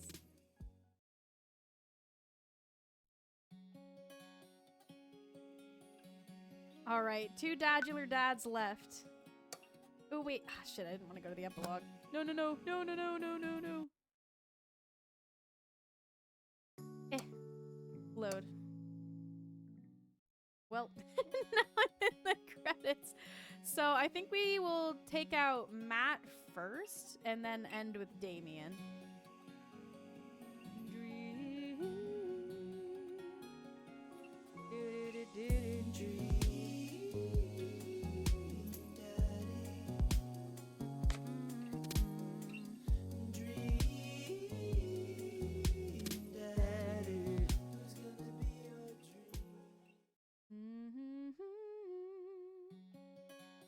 Okay. Continue. We need to load from here. Welcome. You've got dads. Matt. Hey, Matt. Lego.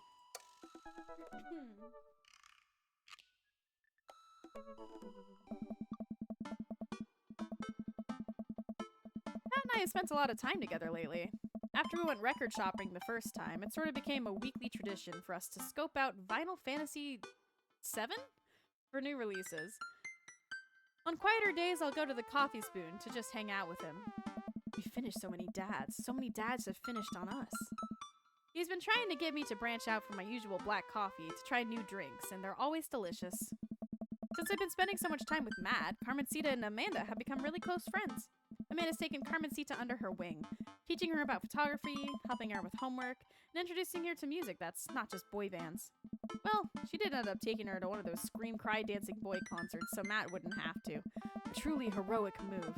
You can tell that Carmencita really looks up to her a lot, so it's great that Amanda's trying to be a good mentor. The open mic night is tonight. Amanda and I busy ourselves getting ready.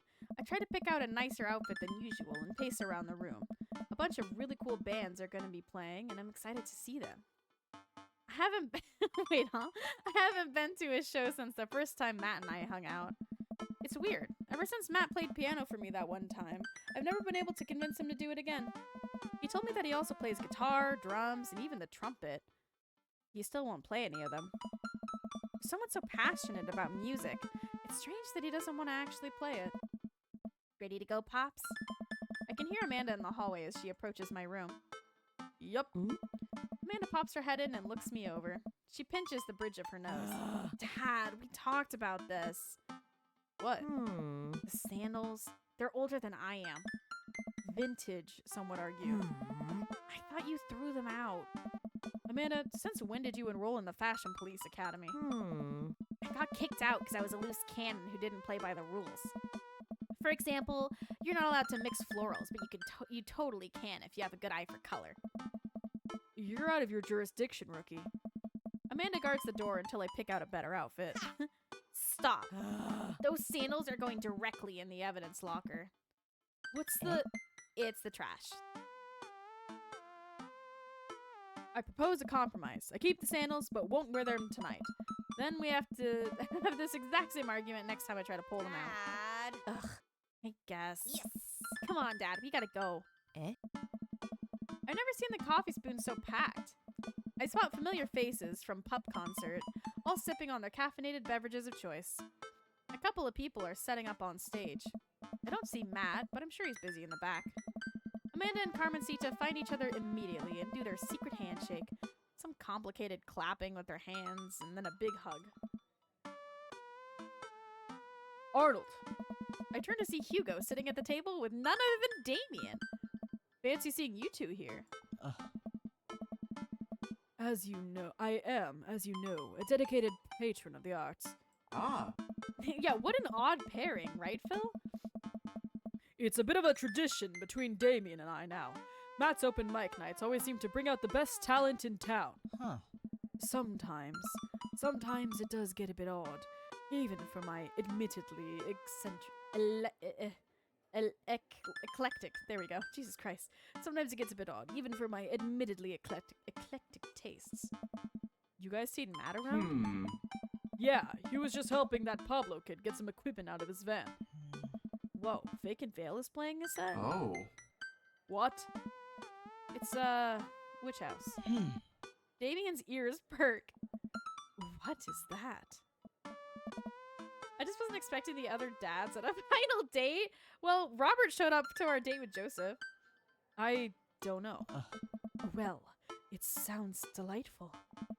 Amanda says it isn't. Shame. Alright, I'm gonna go find Matt and see if he needs any help. I head into the back room with a coffee spoon where I find Matt going over some last-minute show details with Pablo. My dude. Pablo and I share a full-on sincere bro hug. Hey, Glad you can make it, Arnold. Wouldn't miss it for the world, man. You guys need any help? hey. I think we're all set, actually. Pablo, can you remind me what other people are going up? Can you remind me what order people are going up in? Well, you got the handsome and unforgettable Vacant Veil opening the set with selections from his new album, Witch Diaries. Then the Third Waves, who are all extremely attractive and could beat me up and I'd still be into it, are playing a 3-person acoustic set. We got a little bit of spoken word in there, a magic act, then it looks like we're closing with Jonathan Jones and the Speakeasy Choir. Huh? No, absolutely not. I remember the ridiculous set this band put on when they opened for Pup.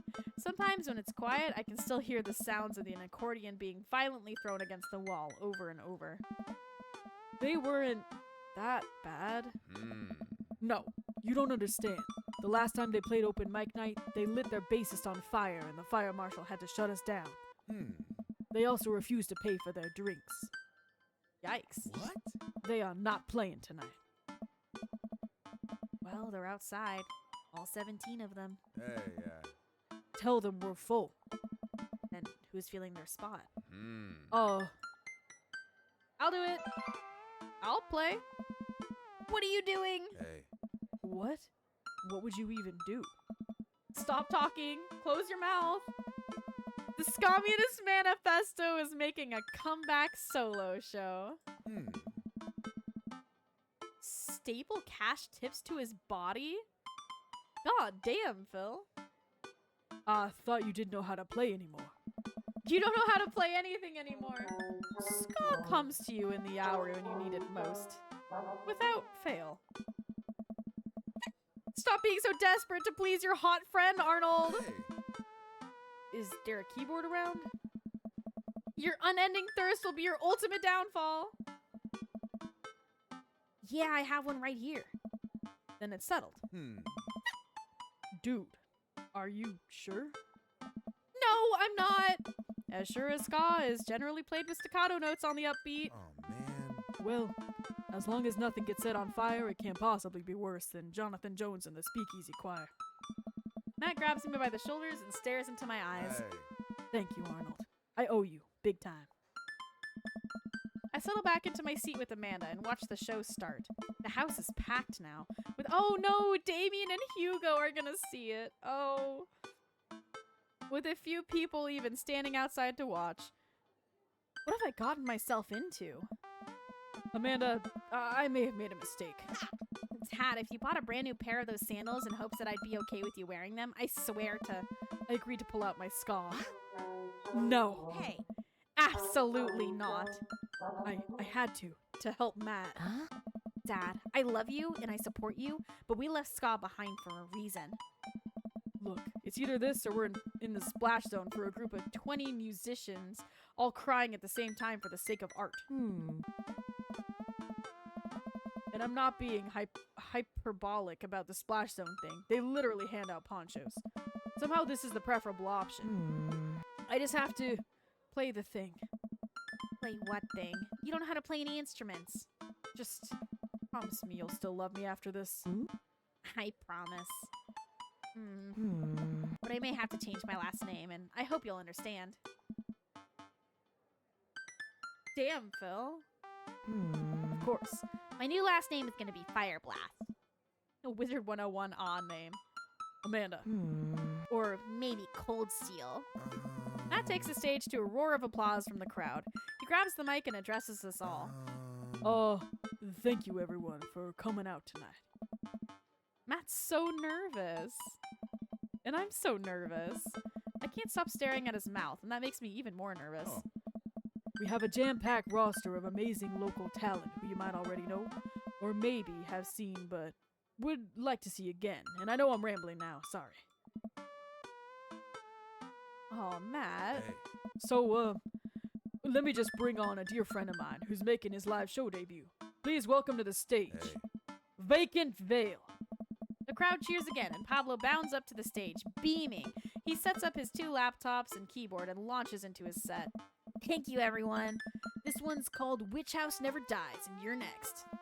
Pablo hits the crowd with a heavy, inaccessible synth bass layered under drum samples and clips from science fiction shows played in reverse. It's maybe not the right show for this, but everyone seems to be enjoying whatever this is. At the end of the song, Pablo jumps on the mic. Thank you to all the Thank you to all the veil wearers who came out tonight. A portion of the crowd cheers. He has a fan base already? He has a name for the fan base? This is his first live show. You can buy t-shirts out of the trunk of my car after the show. Also, I'd like to thank my mom for coming out to watch me play. You're my rock, Ma. Love you, honey. Pablo plays a few more songs that are actually super fun to listen to. Hold on, I cannot breathe.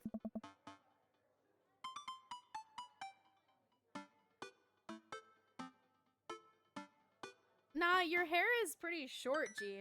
So if you dyed it green, you would just look like one of the lovely kids from down the lane from fucking... Are you breathing? Yeah, barely. You would look like one of the lovely kids from down the lane from Codename Kids Next Door. I think if you were to dye it any color, red. Red might go nice. And then it would fade to a decent color. You wouldn't have to bleach it too bright. Wow, definitely did not see that coming. Especially after Amanda's strongly worded thoughts about the genre. Hey. Once he's done, oh my god, or you could do raccoon. Oh my god. Please, you could do red and then get like a raccoon tail. That's so funny. Once he's done, he vacates the stage and Matt jumps back up again. Hmm. Not the raccoon tail. It could go hard. It could go hard. Big round of applause for our very own Pablo, who coincidentally works here. Yay, Pablo. Hmm. And hey, next up are a group of young ladies who have been tearing up the East Coast with Riot Punk for 3 years now. Hey. Are you kidding?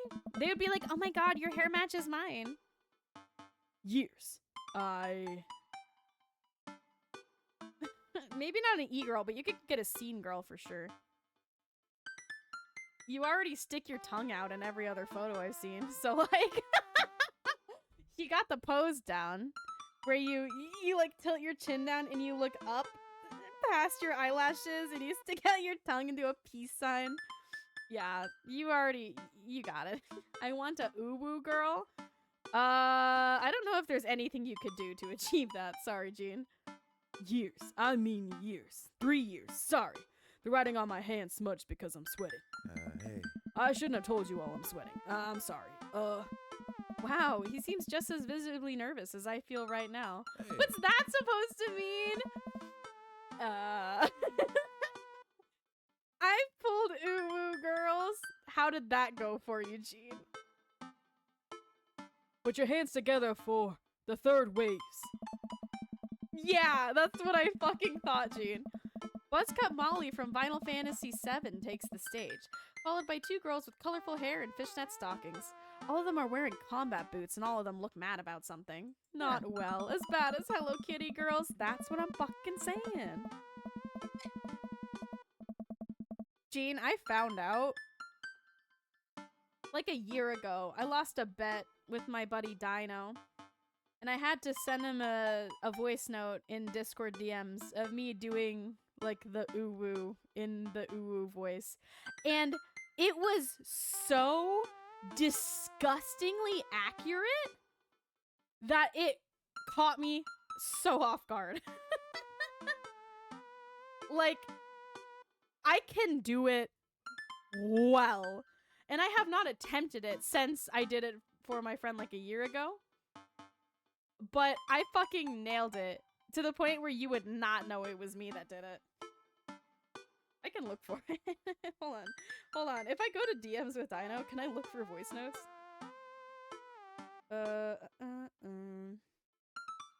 Dino.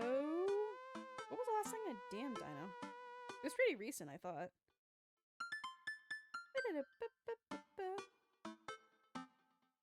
Yeah, 9 days ago. If I can find it, I want to listen to it.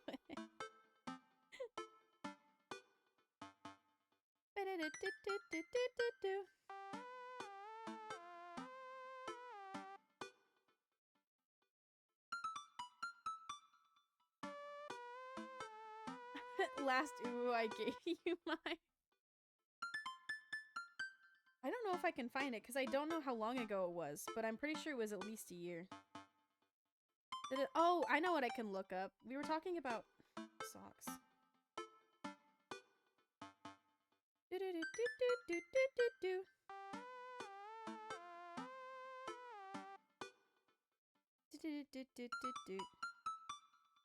Yeah, this might take me a while to find.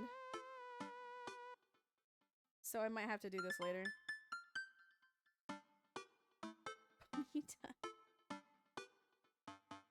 Oh! I just remember something fucked up that I cannot talk about. Uncomfortable Dave? Ugh. That's horrid, Phil.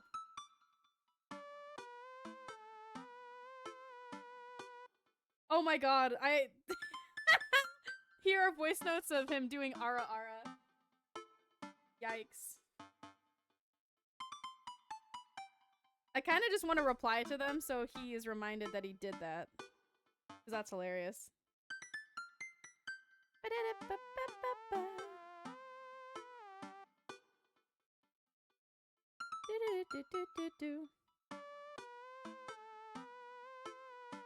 Where are you? Where are you? Because I'm so sorry. Cannot eat. Oh my gosh. I need to DM Dino more often. cannot eat. I cannot sleep tonight.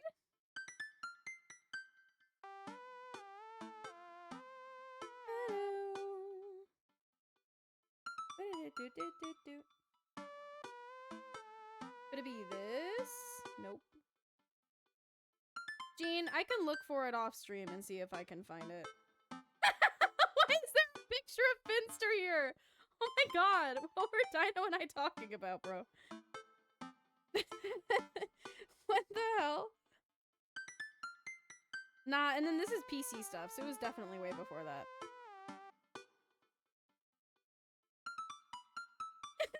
Finster, right? What the fuck? It's fine. Their set is so energetic that it almost seems like a pit is gonna open up in the coffee shop. I look over to Amanda, who's clearly enjoying the hell out of the anarchic female-fronted punk rock. Dad, can I get a lip ring? Sure, if you pay for it yourself. Come on, it's no fun if it's not an act of youthful rebellion.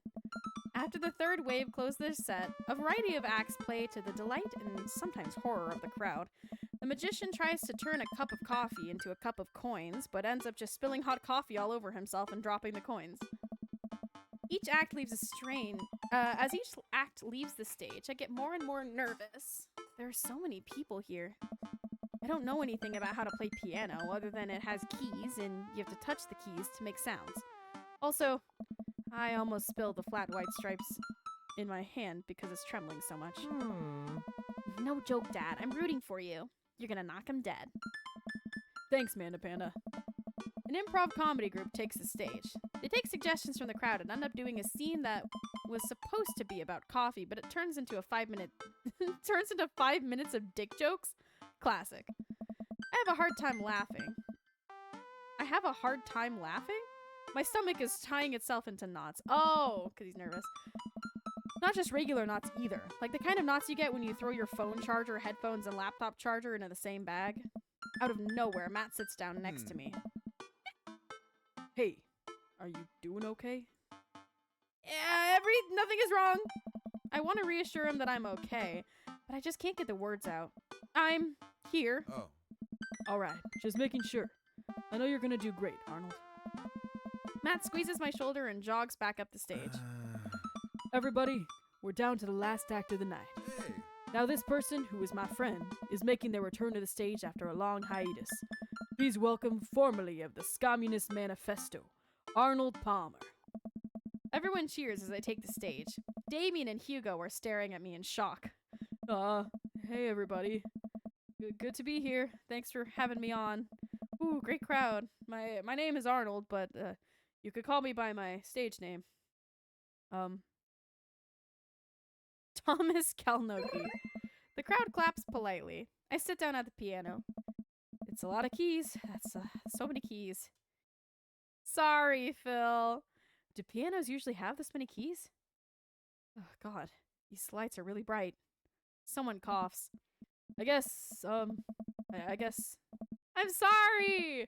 That's some good stage banter, and now I have to play a song. The song's called Beat Me Up, Ska, T.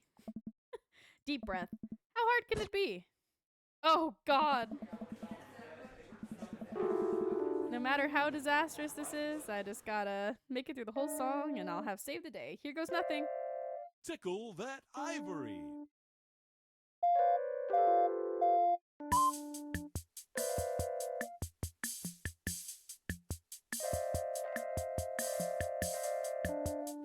Pick it up, ooh, ooh. Unity, unity. Watch us fill up the roof. Rude boys coming for you. Play that shit, comment. Take warning. If you don't rank tonight, it'll be alarming.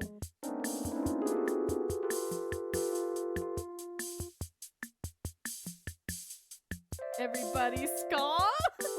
Beat me up, Scotty. Beat me up, Scotty. Beat me up to the Scotch Trek Enterprise. Skanky piano solo.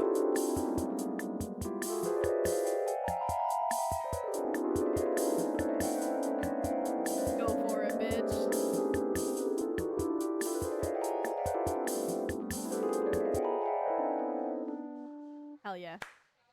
Damn, Scotty, you fine as hell. Oh god! No, don't hit me with the muted claps. That's so mean. S. Doing your best deserves an S. I look up at the crowd. I see a bunch of people shifting in their seats. Oh no, I'm losing them. Ska really is dead. And I killed it. Everybody ska? Everybody ska! Oh. Like a checkerboard tie-wearing angel descending from two-tone heaven, Matt walks on stage, playing the guitar! We lock eyes and he gives me a reassuring smile as he effortlessly plays the chords to the song. I look out and see the crowd go wild for Matt's appearance on stage. Everyone's bouncing around now. It fills me with renewed energy as we, jump into the chorus. Hey. Beam me up, Scotty! Beam me up, Scotty! Beam me up, Scotty, to the Ska Trek Enterprise! Matt jumps into an improvised solo that was way better than the one Darren Springstead wrote in high school. Oh. We make it to the end of the song in one piece and the crowd goes wild. I'm moist with sweat, head to toe. Ladies and gentlemen, Matt Stella. Phil. The crowd practically screams. They all start chanting Matt's name. They want to hear you play, man. Hey. Matt smiles. Hey, yeah. I think I'm ready. I excuse myself from the stage and take my seat next to Amanda as Matt cozies up to the microphone. I take back what I said about ska. That was pretty cool. I high-five Amanda as we look toward the stage. Hey, everybody. More cheers. I haven't played in front of people in a long time, but it's cool to be back. Oh. This one goes out to a good friend. Matt locks eyes with me. We both smile. Hey. Who helped me to be able to do this again. Hey. Thank you. Hey. This is an old one from Stillness the Dancing. The entire crowd excitedly jumps to their feet. Matt closes his eyes and starts playing an upbeat, intricate melody. I don't know! It doesn't look like it's going that direction, Phil. The crowd sways to the music. Matt looks entirely at peace, with a small smile on his face as he sings. After he finishes his song, the crowd insists on an encore. He ends up playing a few more tunes to an adoring audience before thanking everyone for coming out. The moment he steps off stage, he gets mobbed by people. Everyone seems to be amazed that he's playing again. Hey. Damien and Hugo thread their way through the crowd to talk to me. That was amazing. Hey. It was certainly a sight. Do they make industrial darkwave ska? I'm not too sure if that genre exists, but it's never too late to start a band, apparently. I glance back over at Matt, who's hugging a bunch of people. They really seem excited to see him play. Oh. Well, yeah, he hasn't played since he lost Rosa. What? Ah. I didn't realize. It suddenly all makes sense why Matt was so reluctant to play. It must have taken so much for him to jump on stage with me just now. The crowd slowly filters out into the street as the show ends. I decide to stick around a little longer to see if I can talk to Matt. Hey, I'm taking Carmen Sita to get ice cream. Is it okay if she sleeps over? We're gonna paint our nails and start a punk band. Yeah, go have fun. Just please don't wake up the neighbors with any biting truths about the government or whatever. Don't worry, we'll wake them up figuratively instead. Amanda and Carmen Sita fist bump fists and head out. I spot Matt finishing up conversations with a couple stragglers on their way out of the coffee shop. They're gonna get woke? About damn time, Phil. Hey, Matt. Hey, dude. Need help closing up? Hey. Hey. I'd love that. Matt and I stack up chairs and sweep the floor in silence. We carry the stage equipment back to Matt's van, where we see Pablo selling merch to a crowd of people out of his trunk. Shirt of the finest quality, every step of production from thread to stitch, overseen by yours truly. Graphic design fit for a king. That kid's gonna go far. Oh. We head back to the coffee spoon and Matt puts the finishing touches on closing. When we're all done, Matt and I lean up against the counter. Thanks for saving me from myself up there. Hey. All in all, it ended up being pretty cute. Huh? Plus, you protected us from Jonathan Jones and the Speakeasy Choir. Someone told me that they tried to do a street performance down the road, and they got arrested for trying to form a human pyramid in traffic. Did it feel good to be on stage again? Hey. Yeah, it really did. I you stopped playing after your wife died. I didn't realize it had been that long. Yeah. Hey. Matt looks like he wants to say something, but is having a hard time getting it out. Oh, man.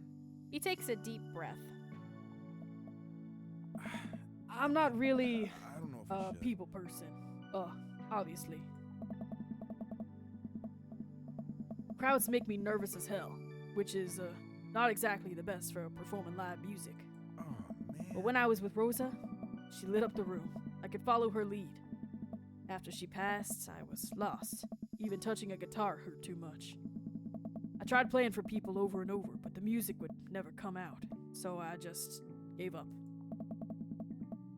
I guess what I'm trying to say is, life wasn't this scary when I had someone in my corner. Someone I felt safe with. I, hadn't felt like that for a long time. Until tonight. What changed? Hey, dude.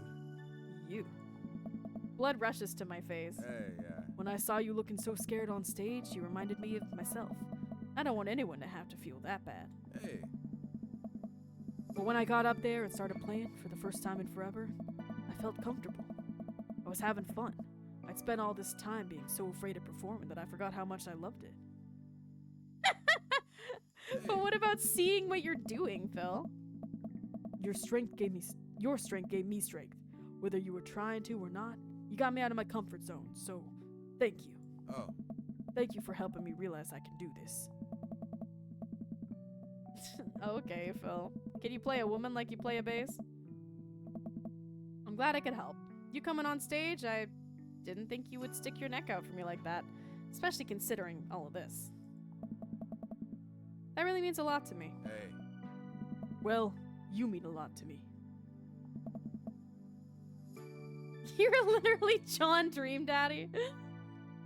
These bass fingers do great work. W. Phil. Matt and I lock eyes. He leans in and kisses me, quick and soft. He pulls away and covers his mouth. Oh God, I'm sorry. Sorry. I can't believe I just did that. Neither can I, but Hey. I'm glad you did. Let me find out. Yeah, is he gonna finger your beehole, Gene? Our lips touch again. I brush the hair out of the way and rest my hands on the small of his back. Matt pulls me closer. Everything about him is sweet and soft. Ew. When you say little, I imagine it's like tucked away, which makes it so much worse.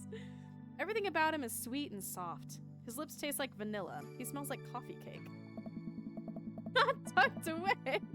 I feel him smile through the kiss, which makes me smile too. He laughs into my mouth and I can't help but laugh too, our teeth knocking against each other. Ow. The moment I open my eyes, I realize we're still leaning against the espresso machine. Maybe the coffee shop isn't the right place for this. Maybe you're right. Hey. Let's go back to my place. Oh, let's go! Let's go!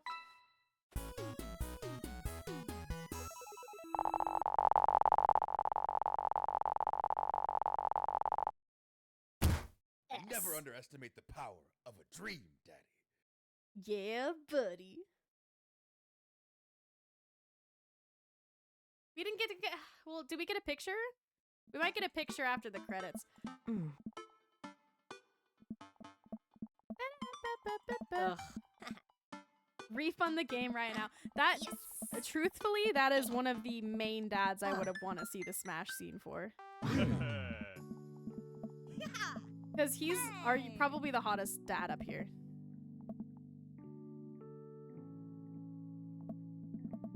Pablo, how's the shirt business going?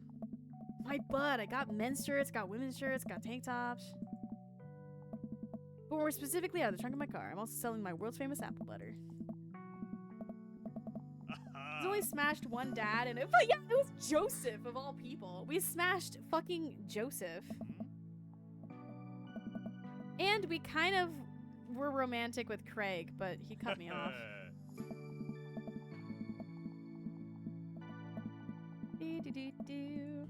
Where's my dad hentai game? I have that for you, but I cannot stream it. There's no category for it on Twitch. Bro. Because it is a band.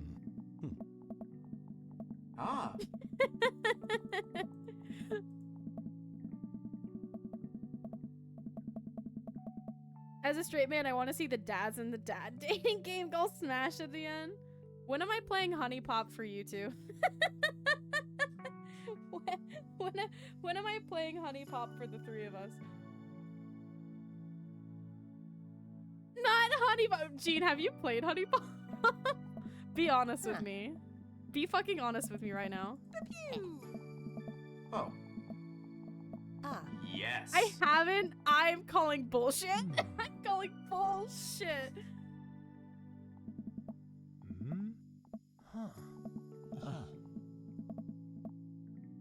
Different games. Can you DM me what games you've played? I'm so curious. As I walk up, I can tell they're already deep in conversation. Listen, it's like prison rules. First day of high school, you gotta establish yourself at the top of the pecking order. You can't see anything? I don't know about that. Were you playing on censor mode? He hasn't played Icy Has forward Gene. I believe that. Really? Nah, just find a group of people you like and hang out with them.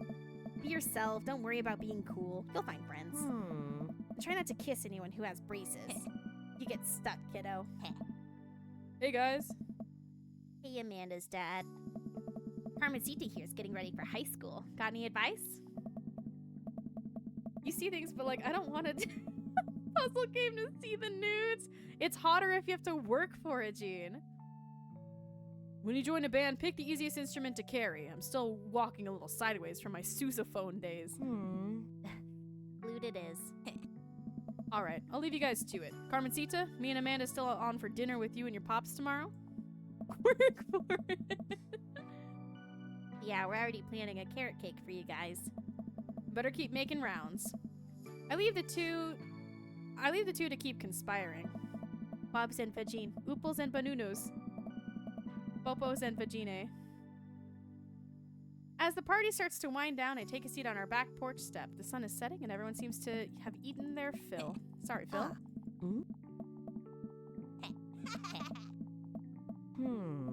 All right. Thank you, Amanda. Let's discuss. I take a seat next to Matt as the last guest makes their way out of the party. Seems like Amanda really enjoyed this. Thanks for putting together such a nice surprise. Armacita's middle school graduation is coming up in a year or two. I'm sure for the right fee I could put something together. Only if I get to DJ. Matt looks down at his hands. Seems like he does that whenever he's trying to figure out the right words to say. Hey, I just wanted to say that... Oh, man. Gosh, this is gonna come out dumb no matter how I say it, so here it goes. Oh. I haven't felt this happy in a long time. Whoa.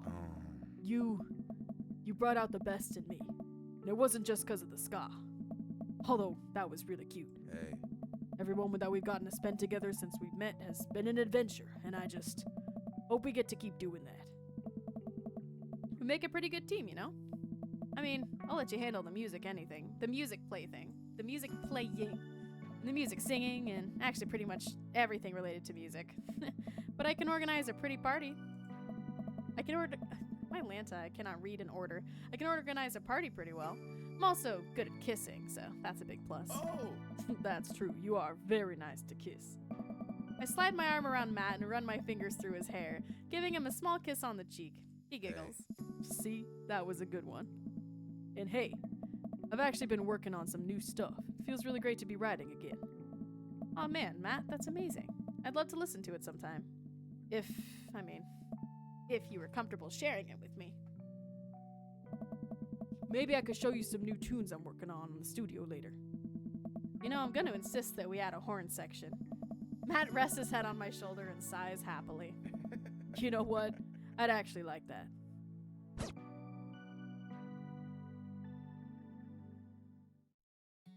Okay, I need to pee so fucking bad, so I'll be back in 30 seconds.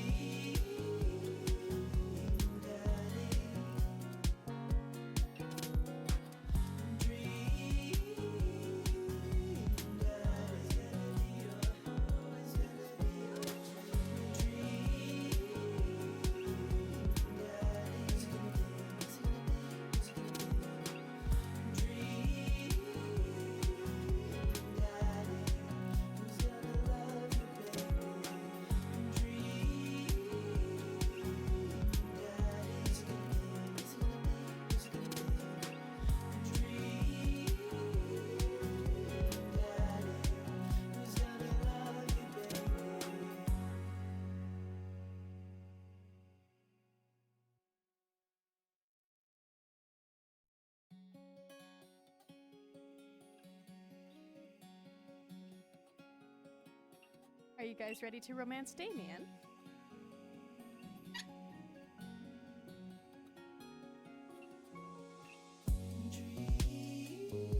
Damien, let's fucking go. Why do I feel like you're the most excited for Damien, Phil? Oh my god! That's a good photo, bro. Okay, damn. Okay, damn. I like the earrings too. They don't look like gauges unless it's a filled-in gauge, but goddamn.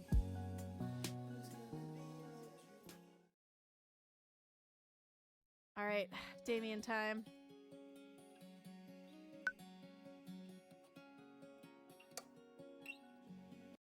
Welcome. You've got dads.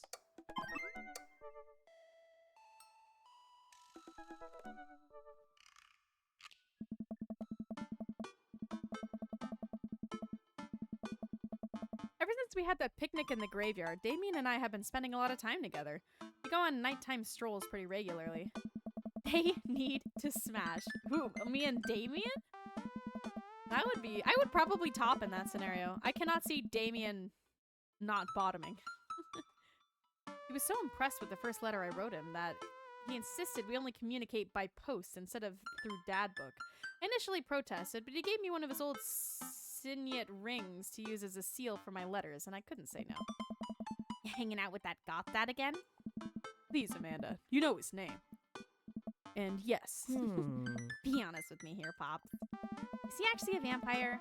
I remember you inviting him into our house that one time, and I've seen The Lost Boys, and I honestly would have preferred trying to see if he could have walked through the threshold of our home under his own power. I just want Arnold to get someone... Pretty much, yeah, because I don't think Damien would be as embarrassed to be with me. Damien seems proud to know me. Yes, Amanda, I have become Damien's familiar. I am compelled under his curse. I'm so sorry, sweetie. Aww. Turn into a bat. I don't think... What's the point of being a vampire if you can't turn into a bat? Well, okay, I'm off. Are you taking the car, or are you flying off into the night like leathery wings of the bat? One of those... While I'm out, can you throw away all the garlic bread that's in the freezer so I don't die? That would be great. I'm keeping it there as insurance. You understand, right? That's my girl. Damien and I walk along the water's edge, chatting. Damien's cloak. He hates it when people call it a cape. Damien's cloak flutters behind him in the breeze. This is gonna seem like a silly question, but why do goths wear black? Gothic subculture has always been associated with death, so it would make sense that the styles surrounding it would be greatly influenced by mourning. Interestingly enough, though, was that in the Victorian era, Queen Victoria herself mourned the death of her late husband for 10 whole years, wearing black for the rest of her life. If that's not goth, I don't know what is. Cucks are becoming more common. I've had some really weird requests, Gene. I have another question. Go ahead. How are you so comfortable with death? You mentioned in the graveyard that it helps you appreciate your life or something? Oh, no. I've experienced several losses over the course of my life, and I truly believe the only manageable way to cope with it is to accept that death is simply a part of living. Is it spit in my mouth? I've had a few of those as well, but no, it's mainly in relation to cucking. It's the single universal truth for every human who has ever lived. I am going to die. You are going to die. And life carries on without us. Does that make you feel scared? Not at all. Without the advances of modern science, death was everywhere in the Victorian era. And yet, funerals were a major social function. Victorians were obsessed with memories of their loved ones, even going so far as to elaborately take staged photographs of their dead relatives. For you to fart on the mic? But I don't have to, Phil. I can't force it. It does not... I do not fart very frequently. It does not emerge from me like that. Sorry, I can't fart on command. I just... I'm not fueled up.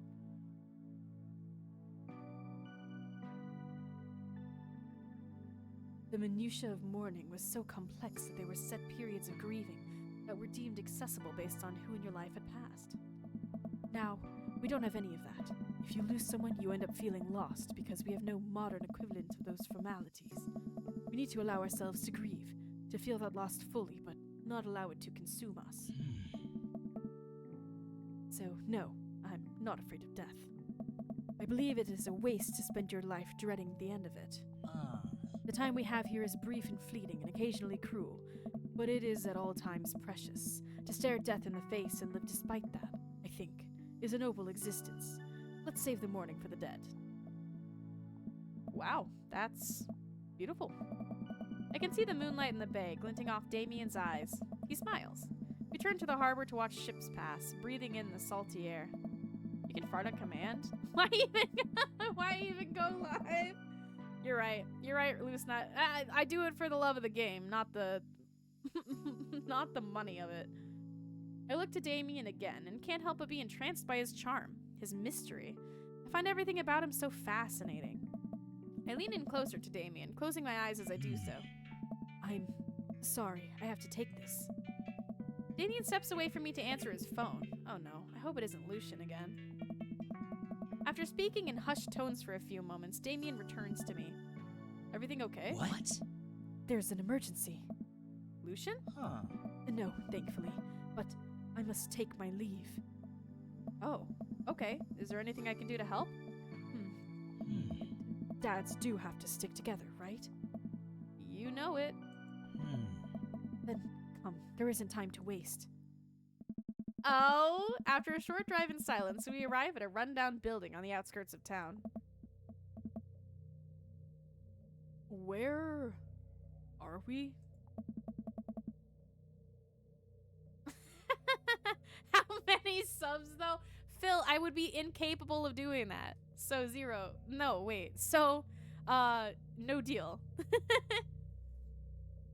It's better if I just show you. I push the surprisingly heavy door open and find myself in a dimly lit waiting room. Welcome back, Hadoy. A few rickety chairs line the walls, and there doesn't seem to be anyone behind the front desk. There are a few paintings and pictures on the wall, but they're so nondescript I'm still unsure what kind of place this even is. Wait here for a moment. I'll be right back. Hadoy, don't read it. Damien walks off down a corridor, his boot heels echoing through the halls of this seemingly empty building. Distant howls echo from someplace I can't see, and there's a faint scratching sound like claws on tile. I cautiously peek down the hall and find a stall after stall of scared-looking dogs. A few of them notice me and skitter up to the chain-link fence, sticking their noses to sniff the air. What have I gotten myself into? Suddenly, the lights shut off. I panic, unsure of where I am, how I can get out. I stumble through the darkness, my breathing getting heavier and heavier. Damien? The lights finally turn back on. Oh. Hey, sailor. Mary, what are you doing here? Give it a rest, buddy. You aren't here for the fight club? I don't want to get punched in the face. Great, because this is an animal shelter. Oh, what? We take care of stray animals, and then people adopt the stray animals. Didn't you see the pets when you walked in? Oh, sorry. I didn't really expect to see you volunteering at an animal shelter. Ugh. Wow. Okay, kid. Way to put me in a box. Dames, you hear this baloney? Just one moment. Thunder cracks and a door bursts open. Appearing from the shadows, I see... Dave? What? That's crazy. Hey. It's Damien. He looks completely different. No cloak, no Victorian-era clothing, no makeup. He's got glasses! I wasn't planning to share this side of me until much later, but I'm not as goth as you think. I'm a system administrator for the IT department of a realty company. I wear tennis shoes to work and listen to Bruce Springsteen. I enjoy going to the hardware store and looking at my storage solutions, and I volunteer at this animal shelter in my spare time. I'm boring. I'm fascinated with Victorian history and the goth lifestyle, That much is true. It's just not all that I am. And I need you to know that. Oh,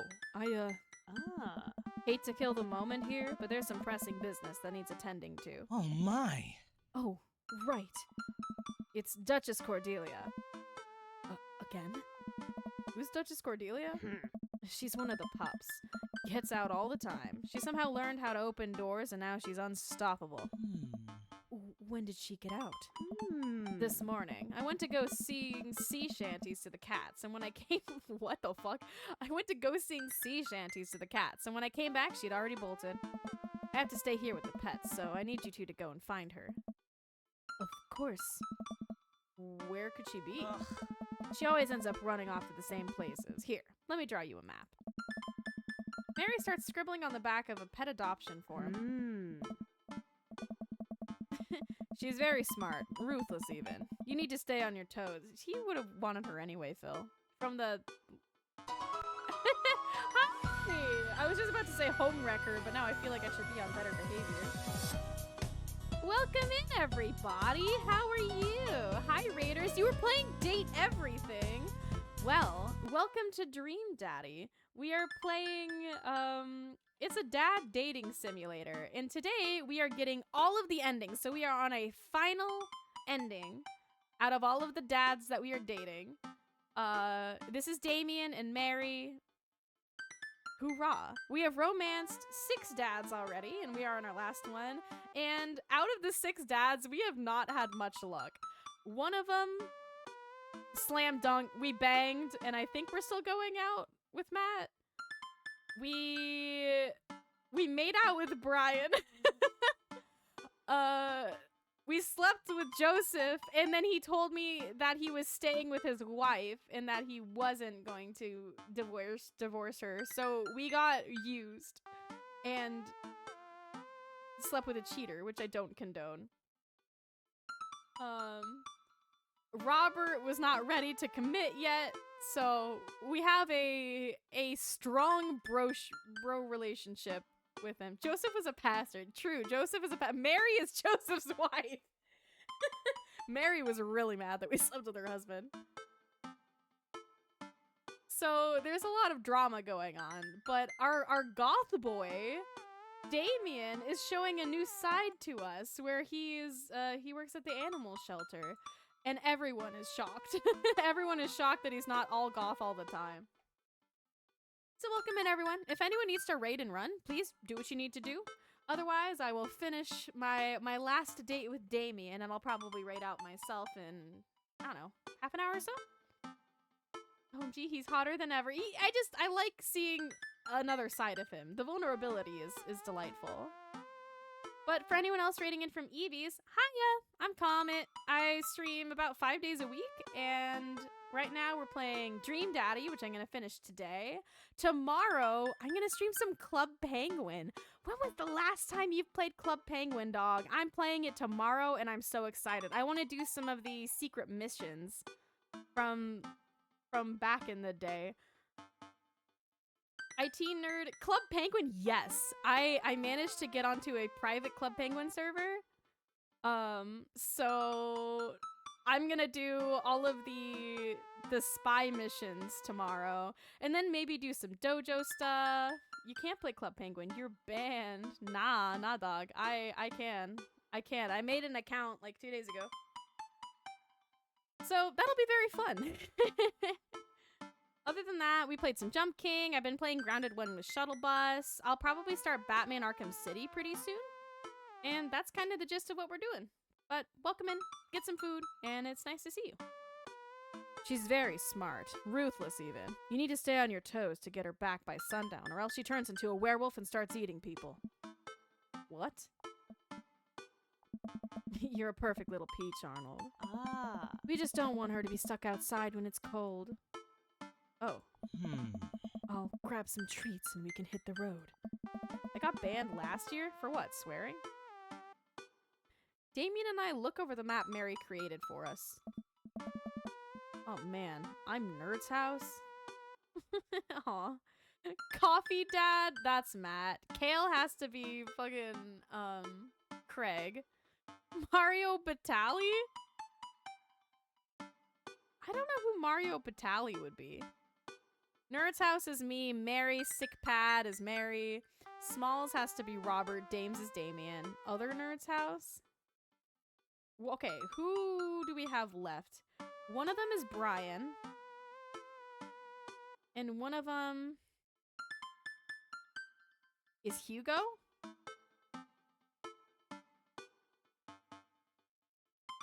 Hugo is probably other nerd, which means Mario Batali would be Brian?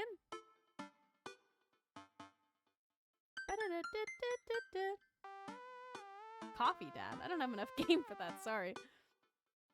Oh man, I'm Nerd's House? At least you're not other Nerd's House.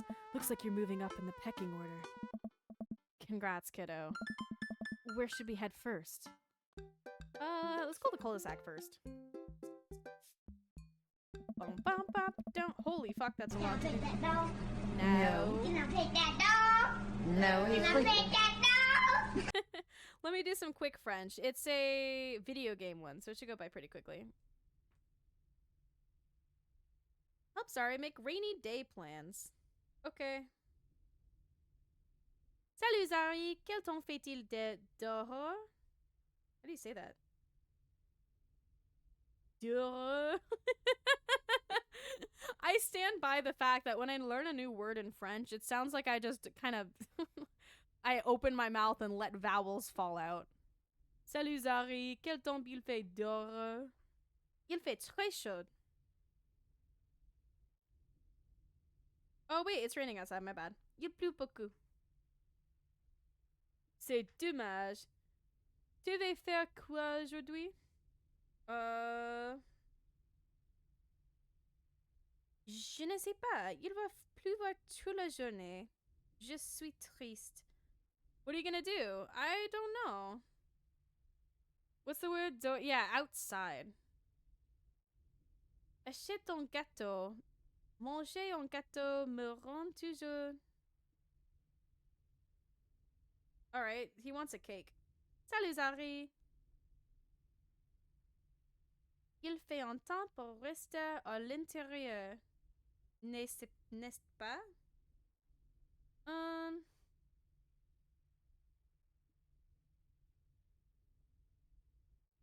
It's weather to stay inside, isn't it?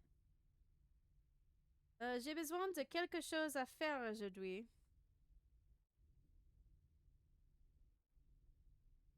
Des roses? I don't... Yeah, that's the one that it is. Tu peux planter des fleurs dans le jardin. Il fait trop humide pour planter des fleurs. Il pleut. Hello. Pensez au gâteau. Ne sois pas triste. Let me pet that dog. Please, let me pet that dog. Ces gâteaux a l'air bon.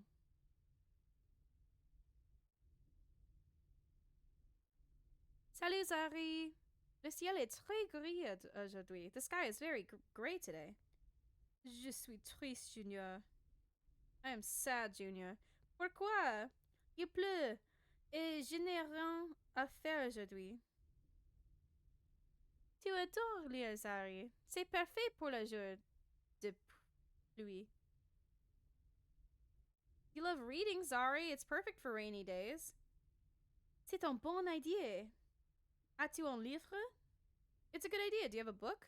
Il y a un livre ici, quelque part. Mais j'ai tellement faim. Je ne me souviens pas. Or is this like R? Nar. R. Horreur.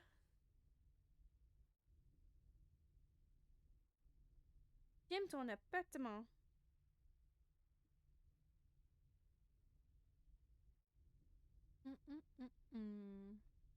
Well, we're going back to the cake. I'm not understanding this as much as I would like to. Merci, regarde sur le canapé. Check the couch. For a book. Un livre avec une histoire d'amour. A love story. Ton genre préféré. Arnar. Je vais de Arnar. Coffee, I don't think that's gonna help. Okay, I did my unit of French. It was very quick because it was a video game one.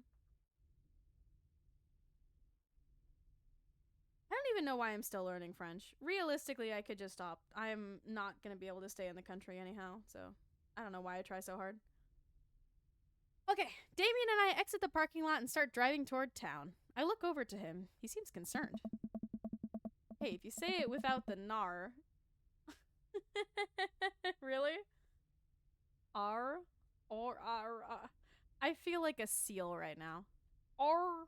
R? Shouldn't be too hard to find the Duchess, right? She's a pretty big pup. Mary wasn't kidding when she said that dog was smart. One time she correctly guessed the winner of the Kentucky Derby. It was a really great year for Bark Bark Bark. I don't know. What do you think our odds are, Arnold? I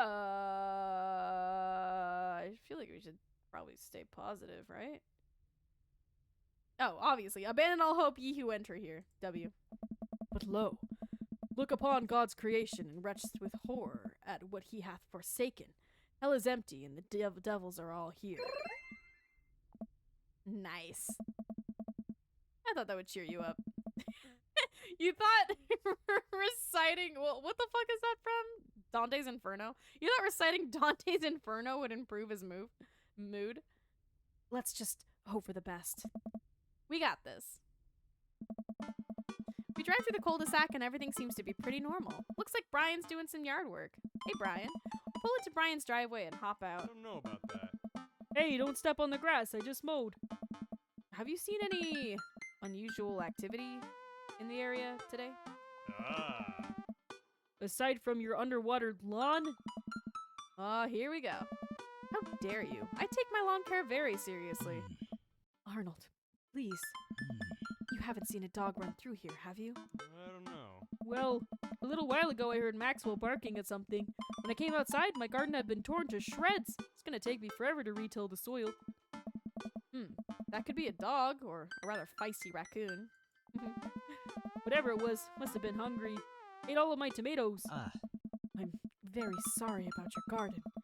If you need assistance restoring it to its former glory, please don't hesitate to contact me. Hey.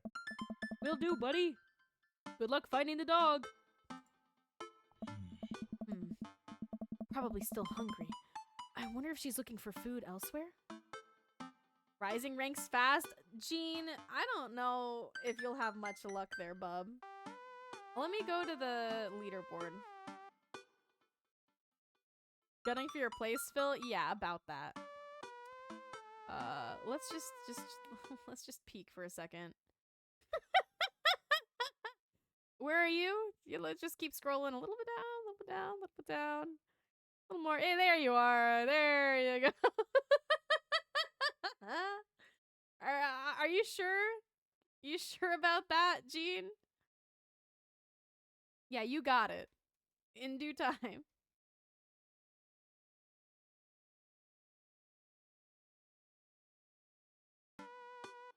Okay.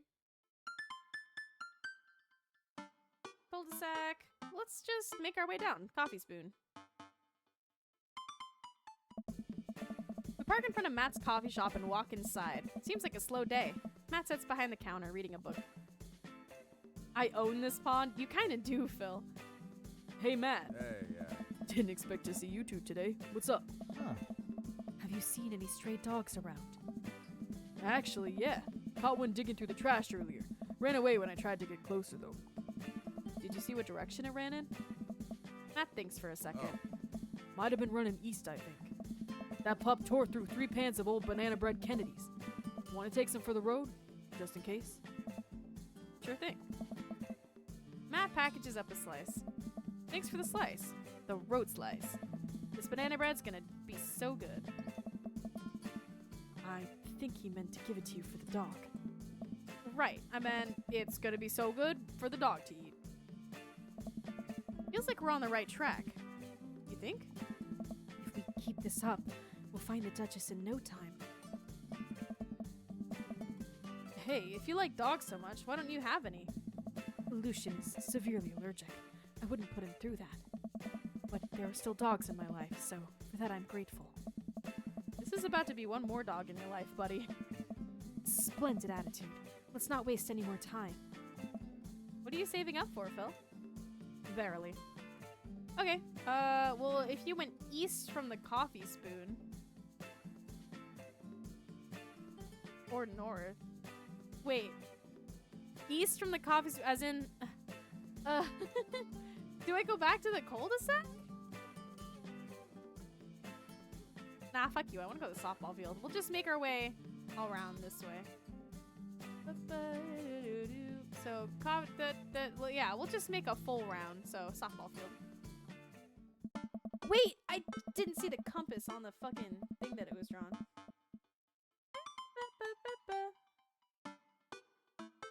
We drive to the softball field. Looks like Craig's team is practicing. Wonder if any kids saw something. Craig spots us and jogs over, softball bat slung over his shoulder. Hey bros, what's up? Craig, you wouldn't have happened to see a dog around here, have you? One escaped from the animal shelter and we're trying to locate her. Huh, I don't think so. Maybe one of the girls saw something. Girls! Hi, Amanda's dad. Hey, Lucian's dad. We have names. Girls, have you seen any dogs around? There was a big dog here earlier. She ran off a while ago, though. I don't think she had an owner, but they really wanted to play. We tried to fetch with her, but she just took the softball and ran. I think she ate it, actually. She was a lot of dog. Here, take another softball. Might come in handy later. Many thanks, Craig. Thanks, Craig. Yeah, let's go to the Bayside. But I cannot see a dog being in the aquarium, realistically. We arrive back at the Bayside. Just like old times, eh? True, we started our date here. I remember it as if it were yesterday. I mean, earlier today. So what do you think? Any sign of the pooch? None yet.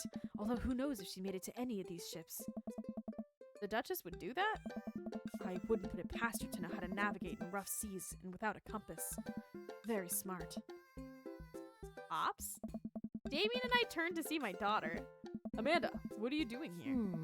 Did you think I just stayed inside all day, vegging out on the couch and watching TV? Oh, sorry. What are you doing? Hey! I'm heading home to go veg out on the couch and watch TV. Had to get a burrito first. Young miss, have you seen a dog around here? Hey! Oh, you bet. I saw a Pomeranian with a bow around its neck. I saw a big old Doberman named Henry. There was a stroller full of Yorkies, a Greyhound, a Golden Retriever. Did you see a Mastiff anywhere? No dice. I would definitely have remembered that. I gotta run, though. This burrito is about 10 minutes before the cheese breaks down the molecular structure of the tortilla and makes it all soggy. You understand.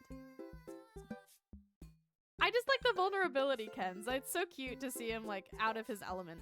In his other element, I guess. I do. Of course. Have a lovely evening, Miss Palmer. Matt said Duchess went east from the coffee spoon, but there's no sign of her here. I suppose we need to go not so east? I fear that the hours are growing short. We must make haste if we want to find Duchess by sundown. Damien's looking more stressed out by the minute. Gotta think of something to lighten the mood. How many goths does it take to screw in a light bulb? 0, because they live in the dark. I don't know. How many? 1. Goths are very capable, especially when looking for a dog. Damien smiles to himself. I keep reading Damien directions from the map as we drive around town. Well, east from the coffee spoon is just the cul-de-sac. But we already... Okay, let's check the cul-de-sac again. We arrive at the cul-de-sac to find everything looking normal, except... Uh-oh. Hugo's front door is wide open. Watch me, Mom. I'm watching, son. She can open doors. This is a classic Duchess Cordelia, a telltale sign. We should approach with caution. Whatever goes down in there, I've got your back. We creep up onto the porch and step inside. Hi! Oh, my Lanta, you're so cute. There, sitting in the center of Hugo's living room like she owns the damn place, is one of the biggest dogs I have ever seen. Woof. Well, she hasn't broken anything in here. Yet. Good doggo! Wonderful. Now all we have to do is get this leash on her before she tries to escape again and get out of here before Hugo comes home. Easy peasy. Duchess, come here. The Duchess eyes Damien warily. As he approaches, she begins to growl. She's on her guard. We'll need another plan. Hand her a dog treat, try the softball, give her banana bread Kennedys.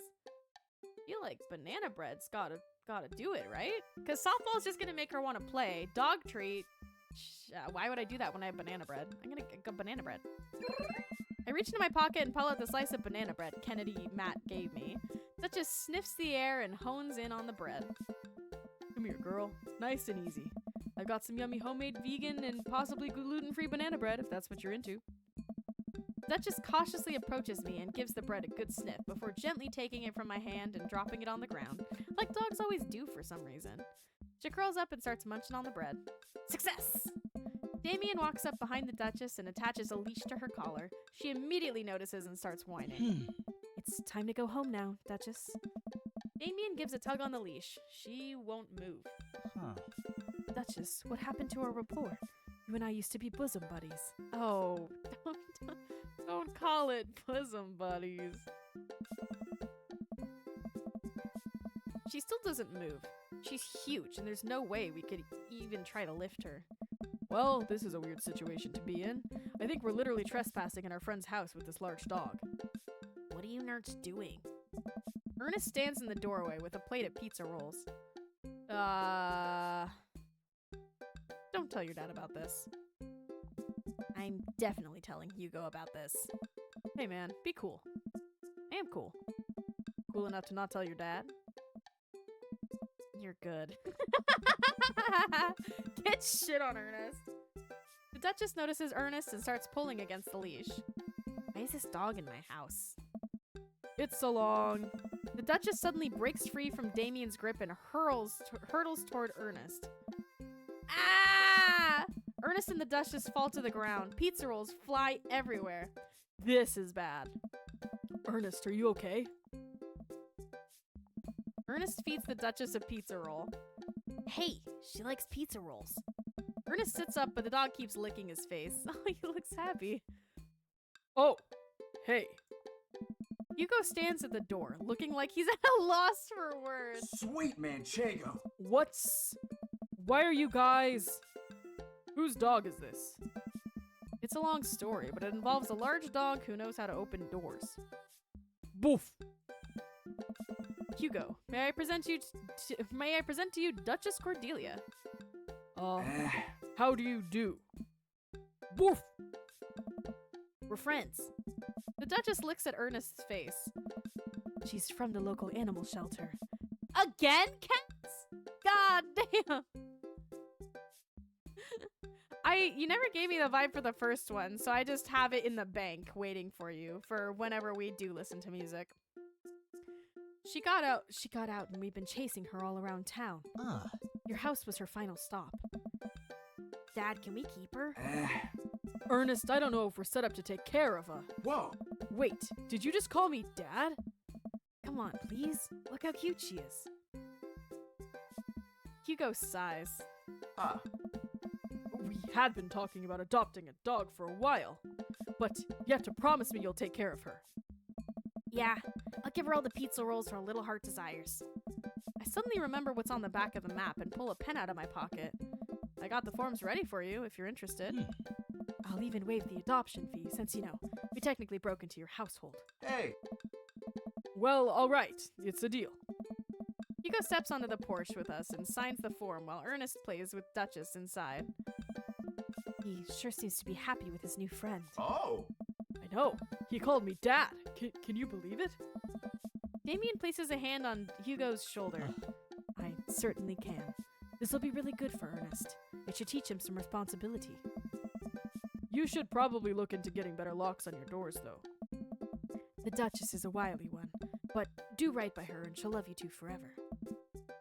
Thank you. And long story short, the Duchess now lives in a happy home and neither of us were charged for breaking and entering. So, all in all, I think it was a fine day's work. Nice work, you two. Hey. Arnold, you could be a valuable asset to our team of volunteers. You know, if you ever feel like petting some puppies, hit me up. Mary, I always feel like petting puppies. Good to know.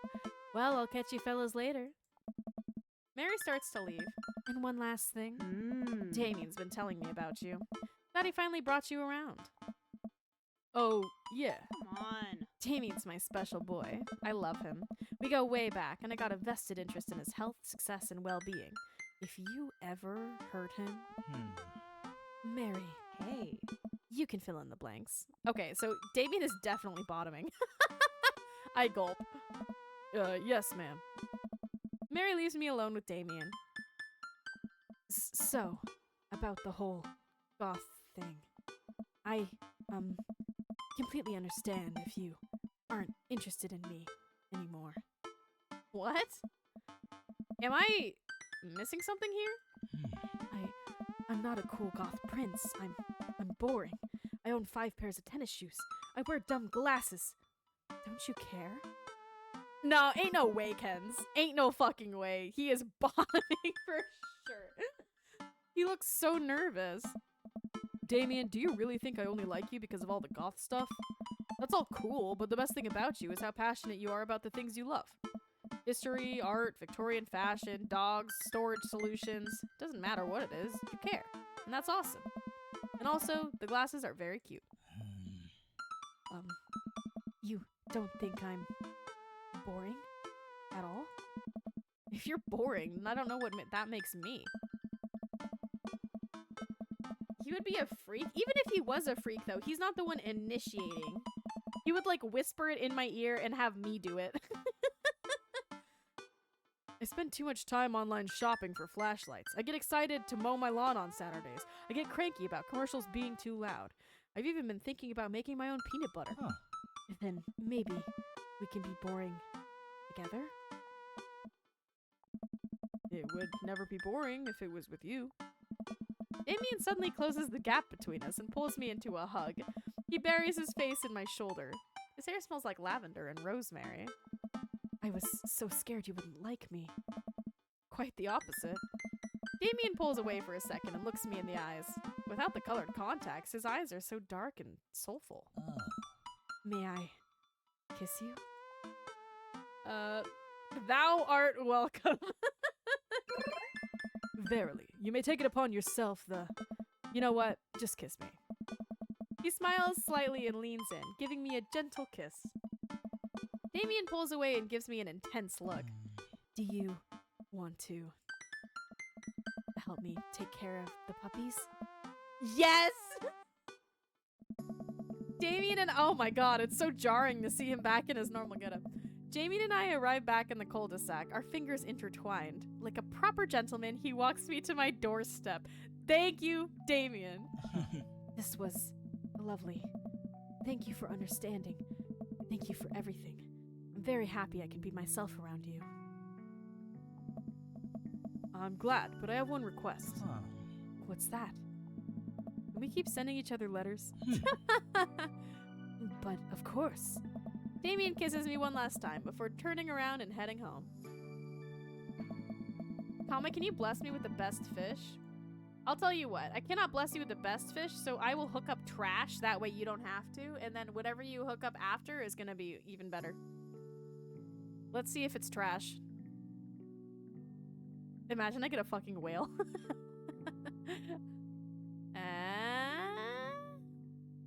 It's basic fish. Basic bitch fish. Okay? Godspeed, Jean. Amanda runs back to the couch from the window and tries to look as nonchalant as possible. Hello, Father. I was sitting here on the couch this entire time. Hi, Amanda. So, are you guys, like, starting a vampire coven together? I hate a BBF. Basic bitch fish. You got a salmon. That's pretty basic bitch. Oh, plot twist. Mothman. Damien's actually Mothman. I didn't see it coming either. Yours was worth more, whatever. Let's try it again. I'm sorry, Gene. Genius. Well, whatever's happening, I'm really glad you two are happy. You deserve it, Dad. Aw, shucks. I'm gonna head to bed. Catch you in the morning? This is the first dad that I believe Amanda knows that we're, like, romantic with. She did not know that we were romantic with Craig, or Robert, or Joseph, because he has a wife, or Brian, because we were fighting before then. Who else? She might suspect something for Matt, Damien, and there's one more. Hugo. Oh, yeah. She has no fucking clue about Hugo either, because Hugo is her teacher, so we wouldn't tell her. So the only person that we can openly be like, yeah, I'm kind of romantic with him, is Damien. What did you get, Gene? Damn. Again, Gene. Again. Sure thing. Make my way to the room and fall into my bed with my heart full, excited for the days to come. Our luck's trash. I'm still beating you. Do we get a picture of Damien? It would probably be us helping puppies. Hey, those BBFs add up. My dear friend, you've simply taken the egg on this one. Taken the egg is it's a...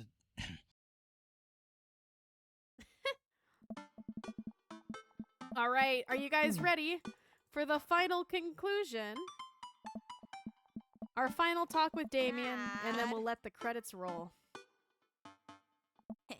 Ready? I'm ready. Oh. I wonder if Lucian's gonna have different dialogue too.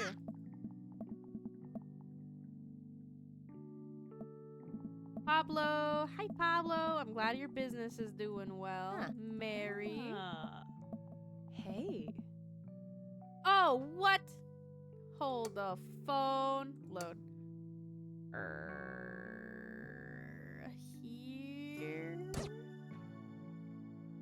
I don't want to skip through Mary's dialogue because it's new. Are Mary and Robert's daughter dating? I don't think so. Do I? Walk over to Mary, who's having a lively conversation with Amanda.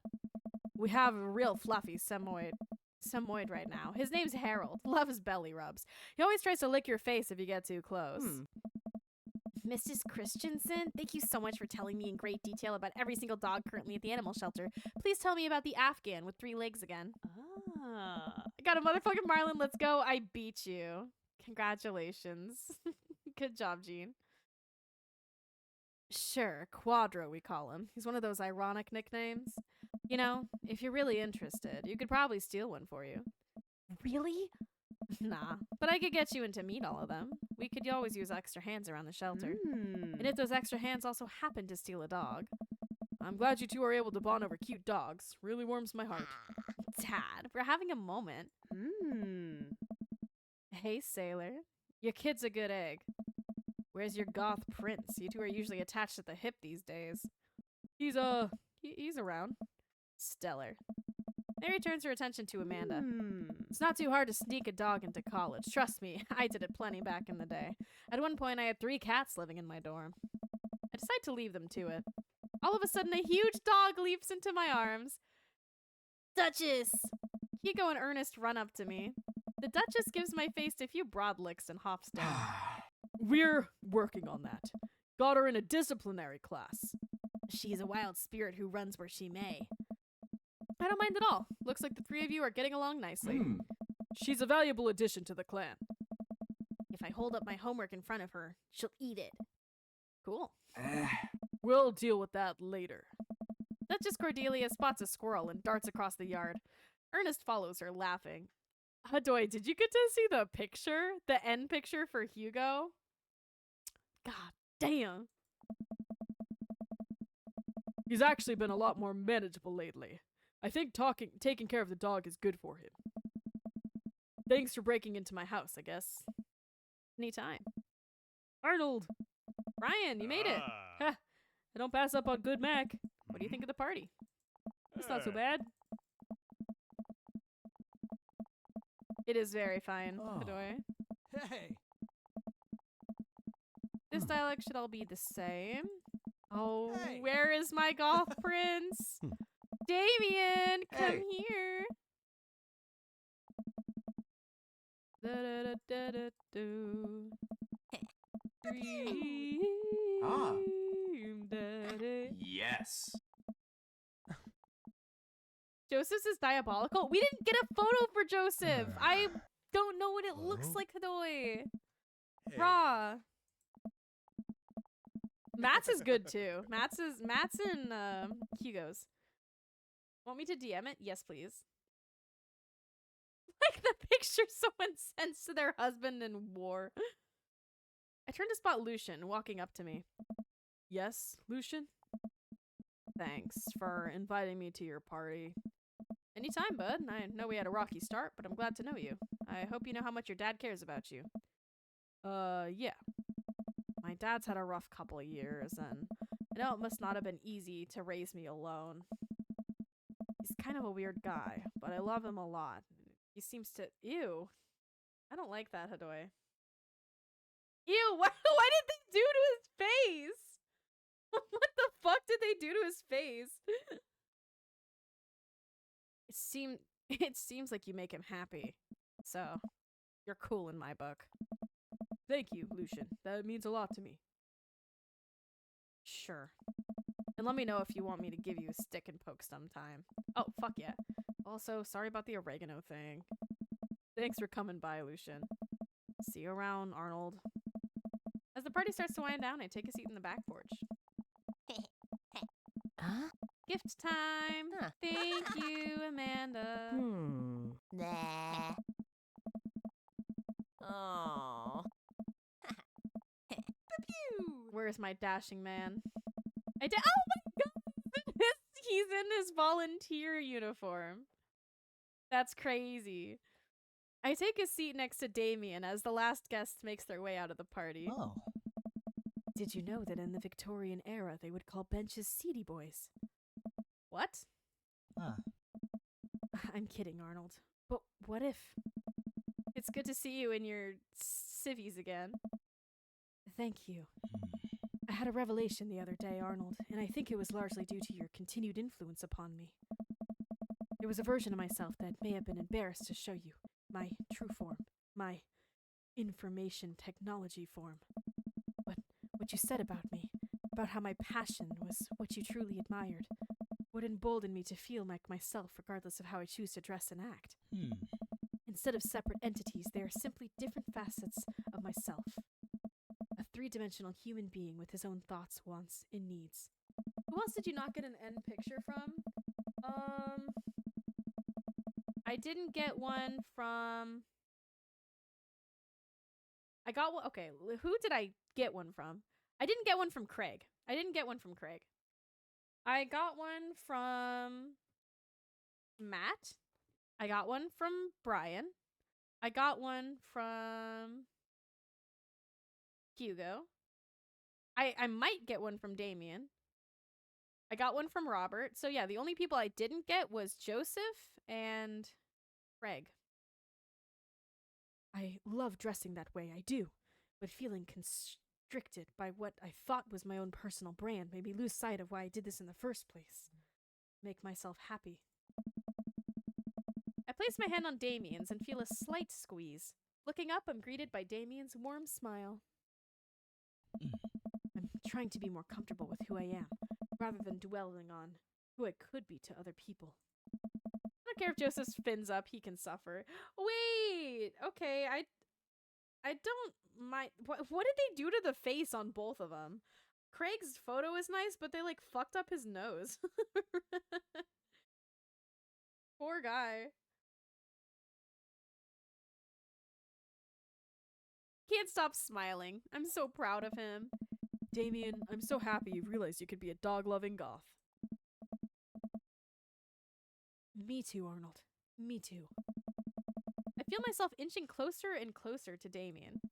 I go to brush a lock of hair out of his face, and I'm shocked at how soft it is. How is your hair so soft? Dog shampoo. I keep running my hands through his hair as he leans closer to me, placing a hand on the side of my face. He strokes my cheek with his thumb. Huh. You know, displays of affection were considered scandalous in the Victorian era. Damien pulls me in for a kiss, but I think I can make an exception for you. Oh? Damien, you dirty dog. We did it! Good shit, everybody. Today is our last Dream Daddy stream. It was a fun ride. That was a fun as fuck sub goal. I did not expect that to be so fun. But that was fun as hell. Sad. I know, Hadoy. So now we have to vote on a new story game. Do we go into Batman? Or do we do Life is Strange?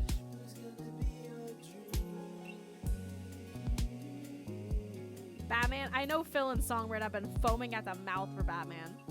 Batman? Okay, okay. Okay. So our current schedule is gonna look like tomorrow. We're gonna play Club Penguin. Tuesday, we're gonna do, come on, comment. Hollow Knight. Tuesday, we're gonna do Hollow Knight. Wednesday, we're gonna play Grounded with Shuttle. And then Thursday would either be Hollow Knight or our new story game. We can start then. Life is Strange, yeah, Hadoy, and the DLC, So I could either start Batman Arkham City on Thursday, or I could start Life is Strange. Common and Shuttle streams are back. I have missed it so fucking much, Hadoy. Streaming with Shuttle is my favorite thing to stream. Guaranteed.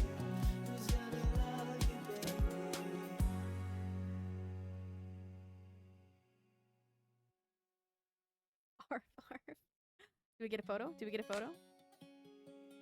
Aw, look at him. Batman, woo. Hi, Damien. They kind of did him a little dirty, too. I like his painted fingernails, though.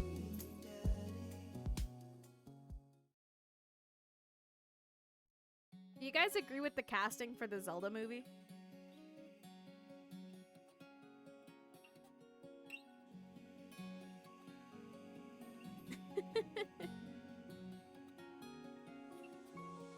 Let me switch off of my Hurdle playlist so you guys don't get a sneak peek.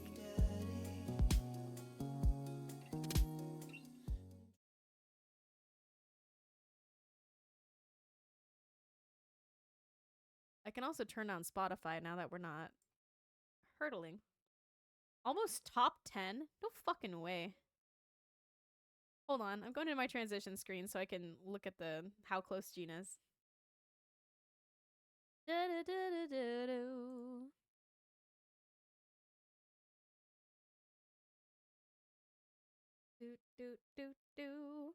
All right, comment. Yes, Hadoy. All right, what? Let's see where you fall. Gene, yeah, you are in 14. 13 now, probably. Well, it's one cast away, really.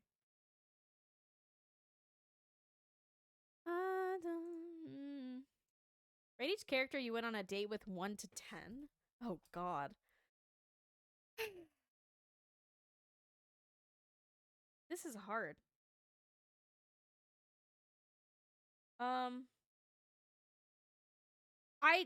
Joseph's character I liked the least, but the date was the most interesting. So that was, you know, it was a cool date, but I don't like Joseph as a person. So based off looks, character, everything. Okay, I would give Joseph like a 1. Cause that's fucked up. I need to hold my fingers out so I make sure I count everyone. Craig, I'm gonna give a 4 out of 10. Mainly because I don't think he is emotionally vulnerable enough. And he puts his kids before everything, even himself, which I can understand, but that means he's not gonna have time for me, that's for damn sure. So he's attractive as hell, but I'm gonna give him a 4 out of 10. Okay? Robert, I'm gonna give like a 5.5 out of 10. He's very attractive. He's kind of confusing and hard to read. No, he's way too hard to read, Hadoy, to be an 8. To be an 8, you have to be funny, cute, and easy to understand. So I'm gonna give him a 5.5 out of 10. He's cute, but I don't think he would not be good in a relationship like that. Unless he's willing to let down some of his boundaries, which, you know, we'll see. Okay, moving forward. I liked Brian a lot, but I found him a little bit forgettable. Like, when I went to count the dads, I would frequently forget about Hugo and Brian. That being said, Brian's dates, I would give Brian like a 7. Maybe even a 7.5. Brian is a 7. 7 out of 10 for Brian. Especially because we were able to talk like people and talk about our differences, our disagreements. Brian over Robert, for emotional vulnerability, yes. Brian literally said, hey, I feel like you're treating me as if you don't like me. Why don't you like me? Can we talk about this? That is emotion. That is what I need. I need someone who's communicative like that. Robert would ruin my life. Who does that leave left? That leaves Hugo, Damien, and Matt. Hugo. I liked Hugo more than I thought. I'm gonna give Hugo a 9 out of 10. Hugo is really attractive. He was smart, but also, you know, he's intellectually smart, but also kind of street smart, which I appreciate. He's trying to be a good dad. He has a sick dog now. No, he wasn't trying to be, though, Hadoy. He was trying to resolve our issues. So, yeah, Hugo gets a 9. I'm docking a point because I frequently forgot about him. Matt, I'm giving a 9.5. Because Matt is very Comet-coded. If I'm taking someone on a date, a perfect date to me would be going out, smoking a joint together, listening to vinyl records together, and then, like, making food and watching a movie. That sounds fucking awesome. So, I'm giving him a 9.5. But very close to Hugo. And then Damien, I'm gonna give an 8.5. I really like Damien. I think he's a little nervous and he has some self-doubt. But other than that, I think he's so fucking cute. He's so cute. Damien's on the same level as Joseph for me, I can't lie. That's fair. That's a fair opinion to have. I really like Damien.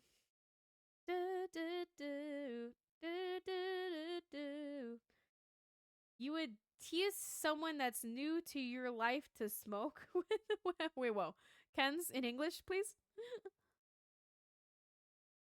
You would trust someone that's new to your life to smoke with? Yes, I would. Because my tolerance is crazy high, so I don't feel anything. He's kind of shy. That's cute. Yeah, I guess Hadoy, how do I say this without saying that? I'm just going to say it and don't judge me. My rating of the men would change based on if I'm topping or bottoming. If I'm topping, Damien is a fucking 9.5 out of 10. If I'm bottoming, Hugo is a 9. If I'm switching, Matt is a 9.5 out of 10. So, there's your answer, I guess.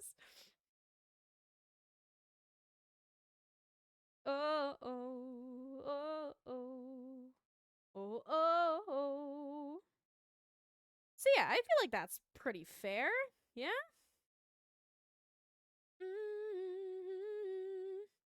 What would your rating be, Hadoy? I know you would go for Robert. I also, okay. This is a little bit of a low blow because it's not his fault. Robert is not a moanable name. Robert or Rob is not moanable. I put Matt above Robert. Yeah, agreed. Like, Matt is a fine name to. Hugo is probably the best to moan of the ones there. But Robert. Oh, Robert.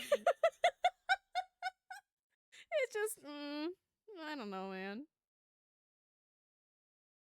Oh, God. Hadoy, you know my history. I've said before, I have a really poor history with men that I've dated where they have very unfortunate names. Oh, Coco. That one was probably the worst one. Or, oh, no, I don't want to say his name because I don't want to dox him. But my longest relationship had kind of a unfortunate name, Timon. So, that's why nicknames are awesome. That was our first ever. Go back in our DMs. Yeah, Hadoy. Yeah. But Robert would be in that list of like, I don't know. So yeah, I'd say Matt and Hugo are probably my top two, and then Damien is close behind. How can you take sex seriously when they have a dumb name? It's difficult. It's difficult. Especially sometimes they're listen, I'm not a huge fan in general. I don't need to be telling you guys about my preferences in this regard, but I'm not a huge fan of like I don't know what to call it other than sex trash talk. You know, if you're moaning, whatever, that's great. But if you're like, yeah, does that feel good? No, don't ask. Don't ask because my answer will be no and it'll bum you out. Like, oh yeah, do you like that? Just don't. It kind of gives me the ick when people sex trash talk. It kills the vibe for me. Like I said, reactions to things like if you're jumpy or if you moan accidentally or you're whimpering or whatever, like that's fine. It's just when you go, take it, or like, say whatever. It just, I don't fuck with it. Especially that last one of say this. What a convo to end stream on. I know. But I've had that before, Hadoy, where they're like, yeah, you like it? Tell me how much you like it. And I'm sitting there going, ugh, I don't want to be here. I don't want to be here anymore, bro. People actually whimper. Around me, they do. Hey, yo. You know what I mean, Hadoy? I don't know, man. I like it. I like it so much. And that's fine. And you can express your enthusiasm, but don't be like, oh, take it. It's fucking weird.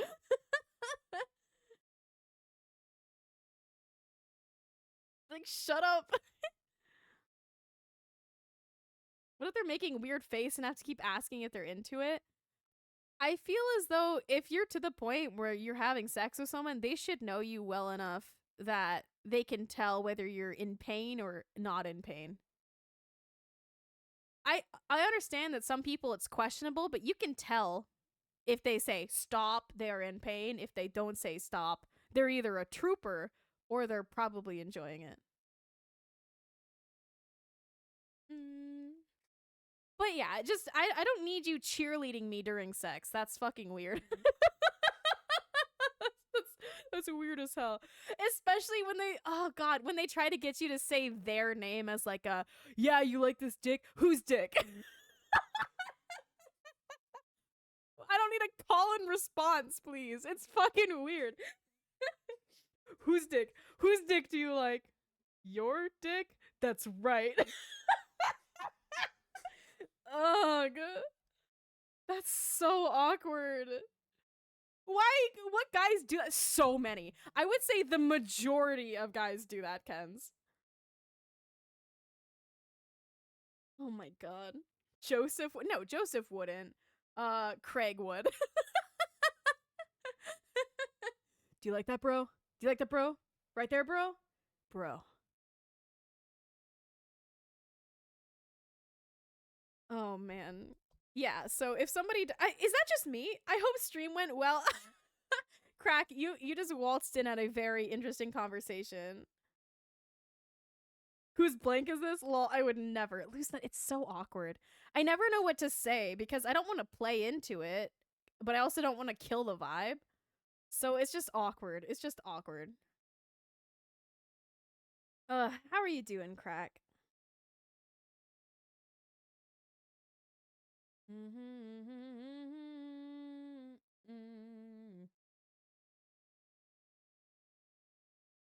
What are we talking about? Okay.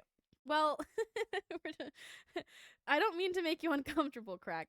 I'm discussing how I kind of realized an ick that I have that I didn't realize I had, which is where, if I'm with a male partner, I notice it more frequently, but they like cheerlead you during sex, where you'll be doing shit and they just keep, I don't know, man. How would you describe this without just outright saying it? Because I feel weird to explain it again. See, that's fine, Phil. That's fine. If you're giving them a warning, that's fine. But it's like the, whose dick is this? Your dick. That's right. It's like Dora the Explorer meets sex. Do you like my cock? Sí. Delicioso.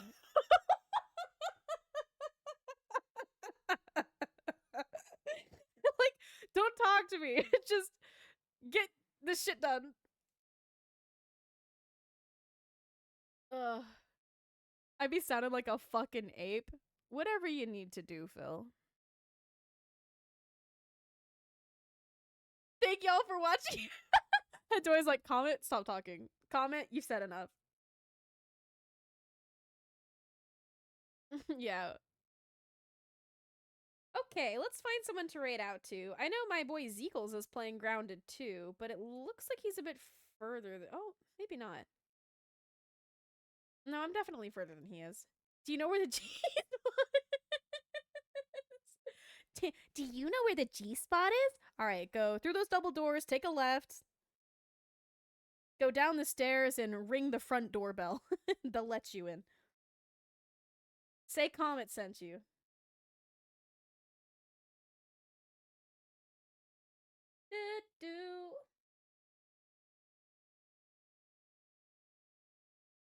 One last fish, I love you. You got a bone-tailed chub. Holy shit.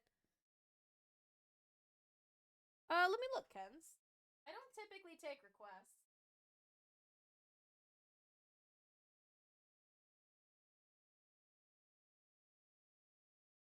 My father-in-law? What are they streaming right now? Let me look into it.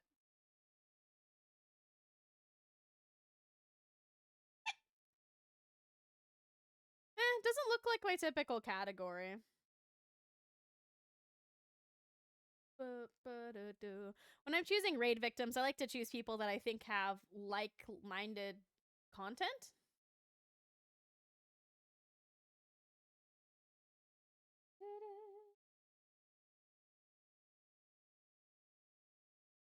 Ooh. I know who I want to raid into. Let me read about them a little bit, though.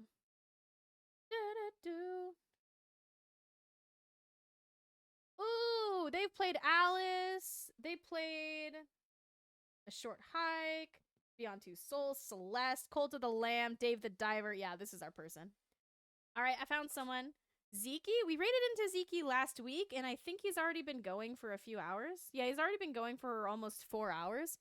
So I'm going to raid into somebody new today. But they seem pretty cool. And they have a really interesting chat overlay that I'm excited about. So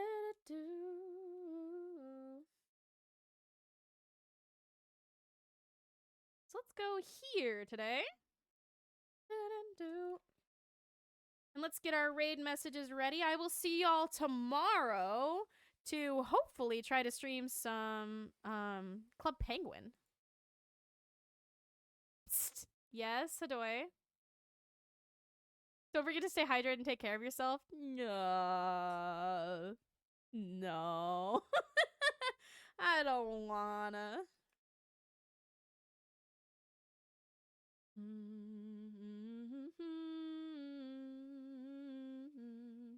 Thank y'all for joining me for the Dadapolooza. I hope you enjoyed having all of our delightful third dates all in one stream. You don't have a choice, really? What are you gonna do? Fly over here and force feed me water? Because that's kind of hot. I'll leave the door unlocked for you, Hadoy. Yes, actually. All right, I'll put on a special outfit for you, too.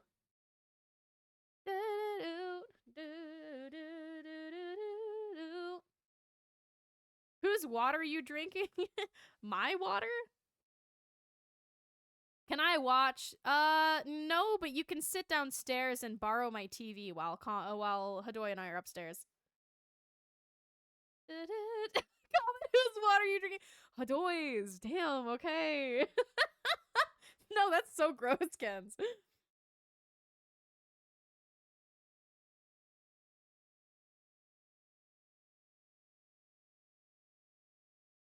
Ooh, W song. What is this? Magic Mountain by Hollow Ship.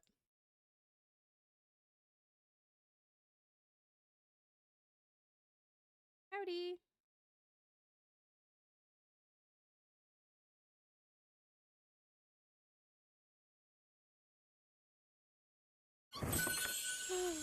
Wonder why you're letting him stay downstairs.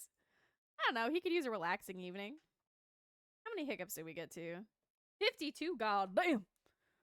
All right, those are all reset. Hadoy, let me tuck you in. I hope you're able to sleep better. Feel lonely as cuck, only allowed to listen. Oh god. He can sniff through the door frame. Fucking ew, dude.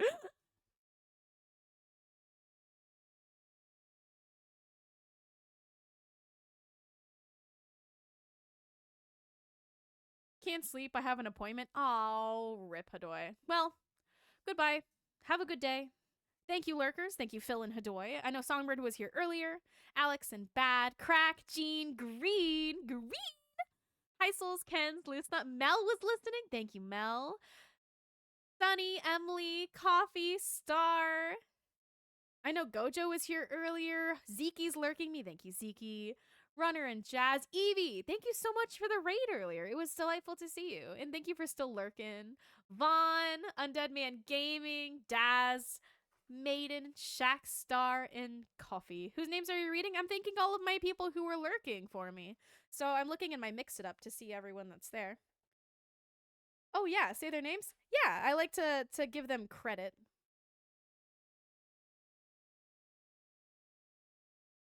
Crack is already apologizing for my presence. I like to give them a little bit of a thank you, Kens, for giving me extra support, even if they're not chatting. Goodbye, everyone. Make good decisions, because I am gonna be back tomorrow. And if you make bad decisions, I'm gonna make fun of you. And then I get to go, ha ha ha! Everyone point and laugh at them. Boo hoo hoo. Pants on the ground.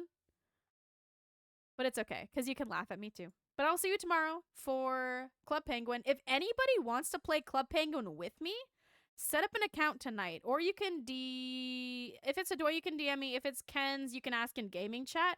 I can send you the proper link to download the version that you need for Club Penguin. But you're welcome to play with me if you want to.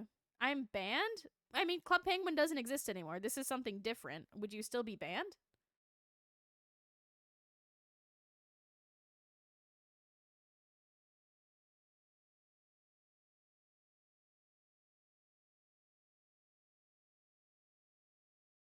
Send me. Okay, I got you, Hadoy. I had to join the Club Penguin Discord server, which is crazy to me. I'm gonna talk to the person we raided into though. So goodbye, everyone. I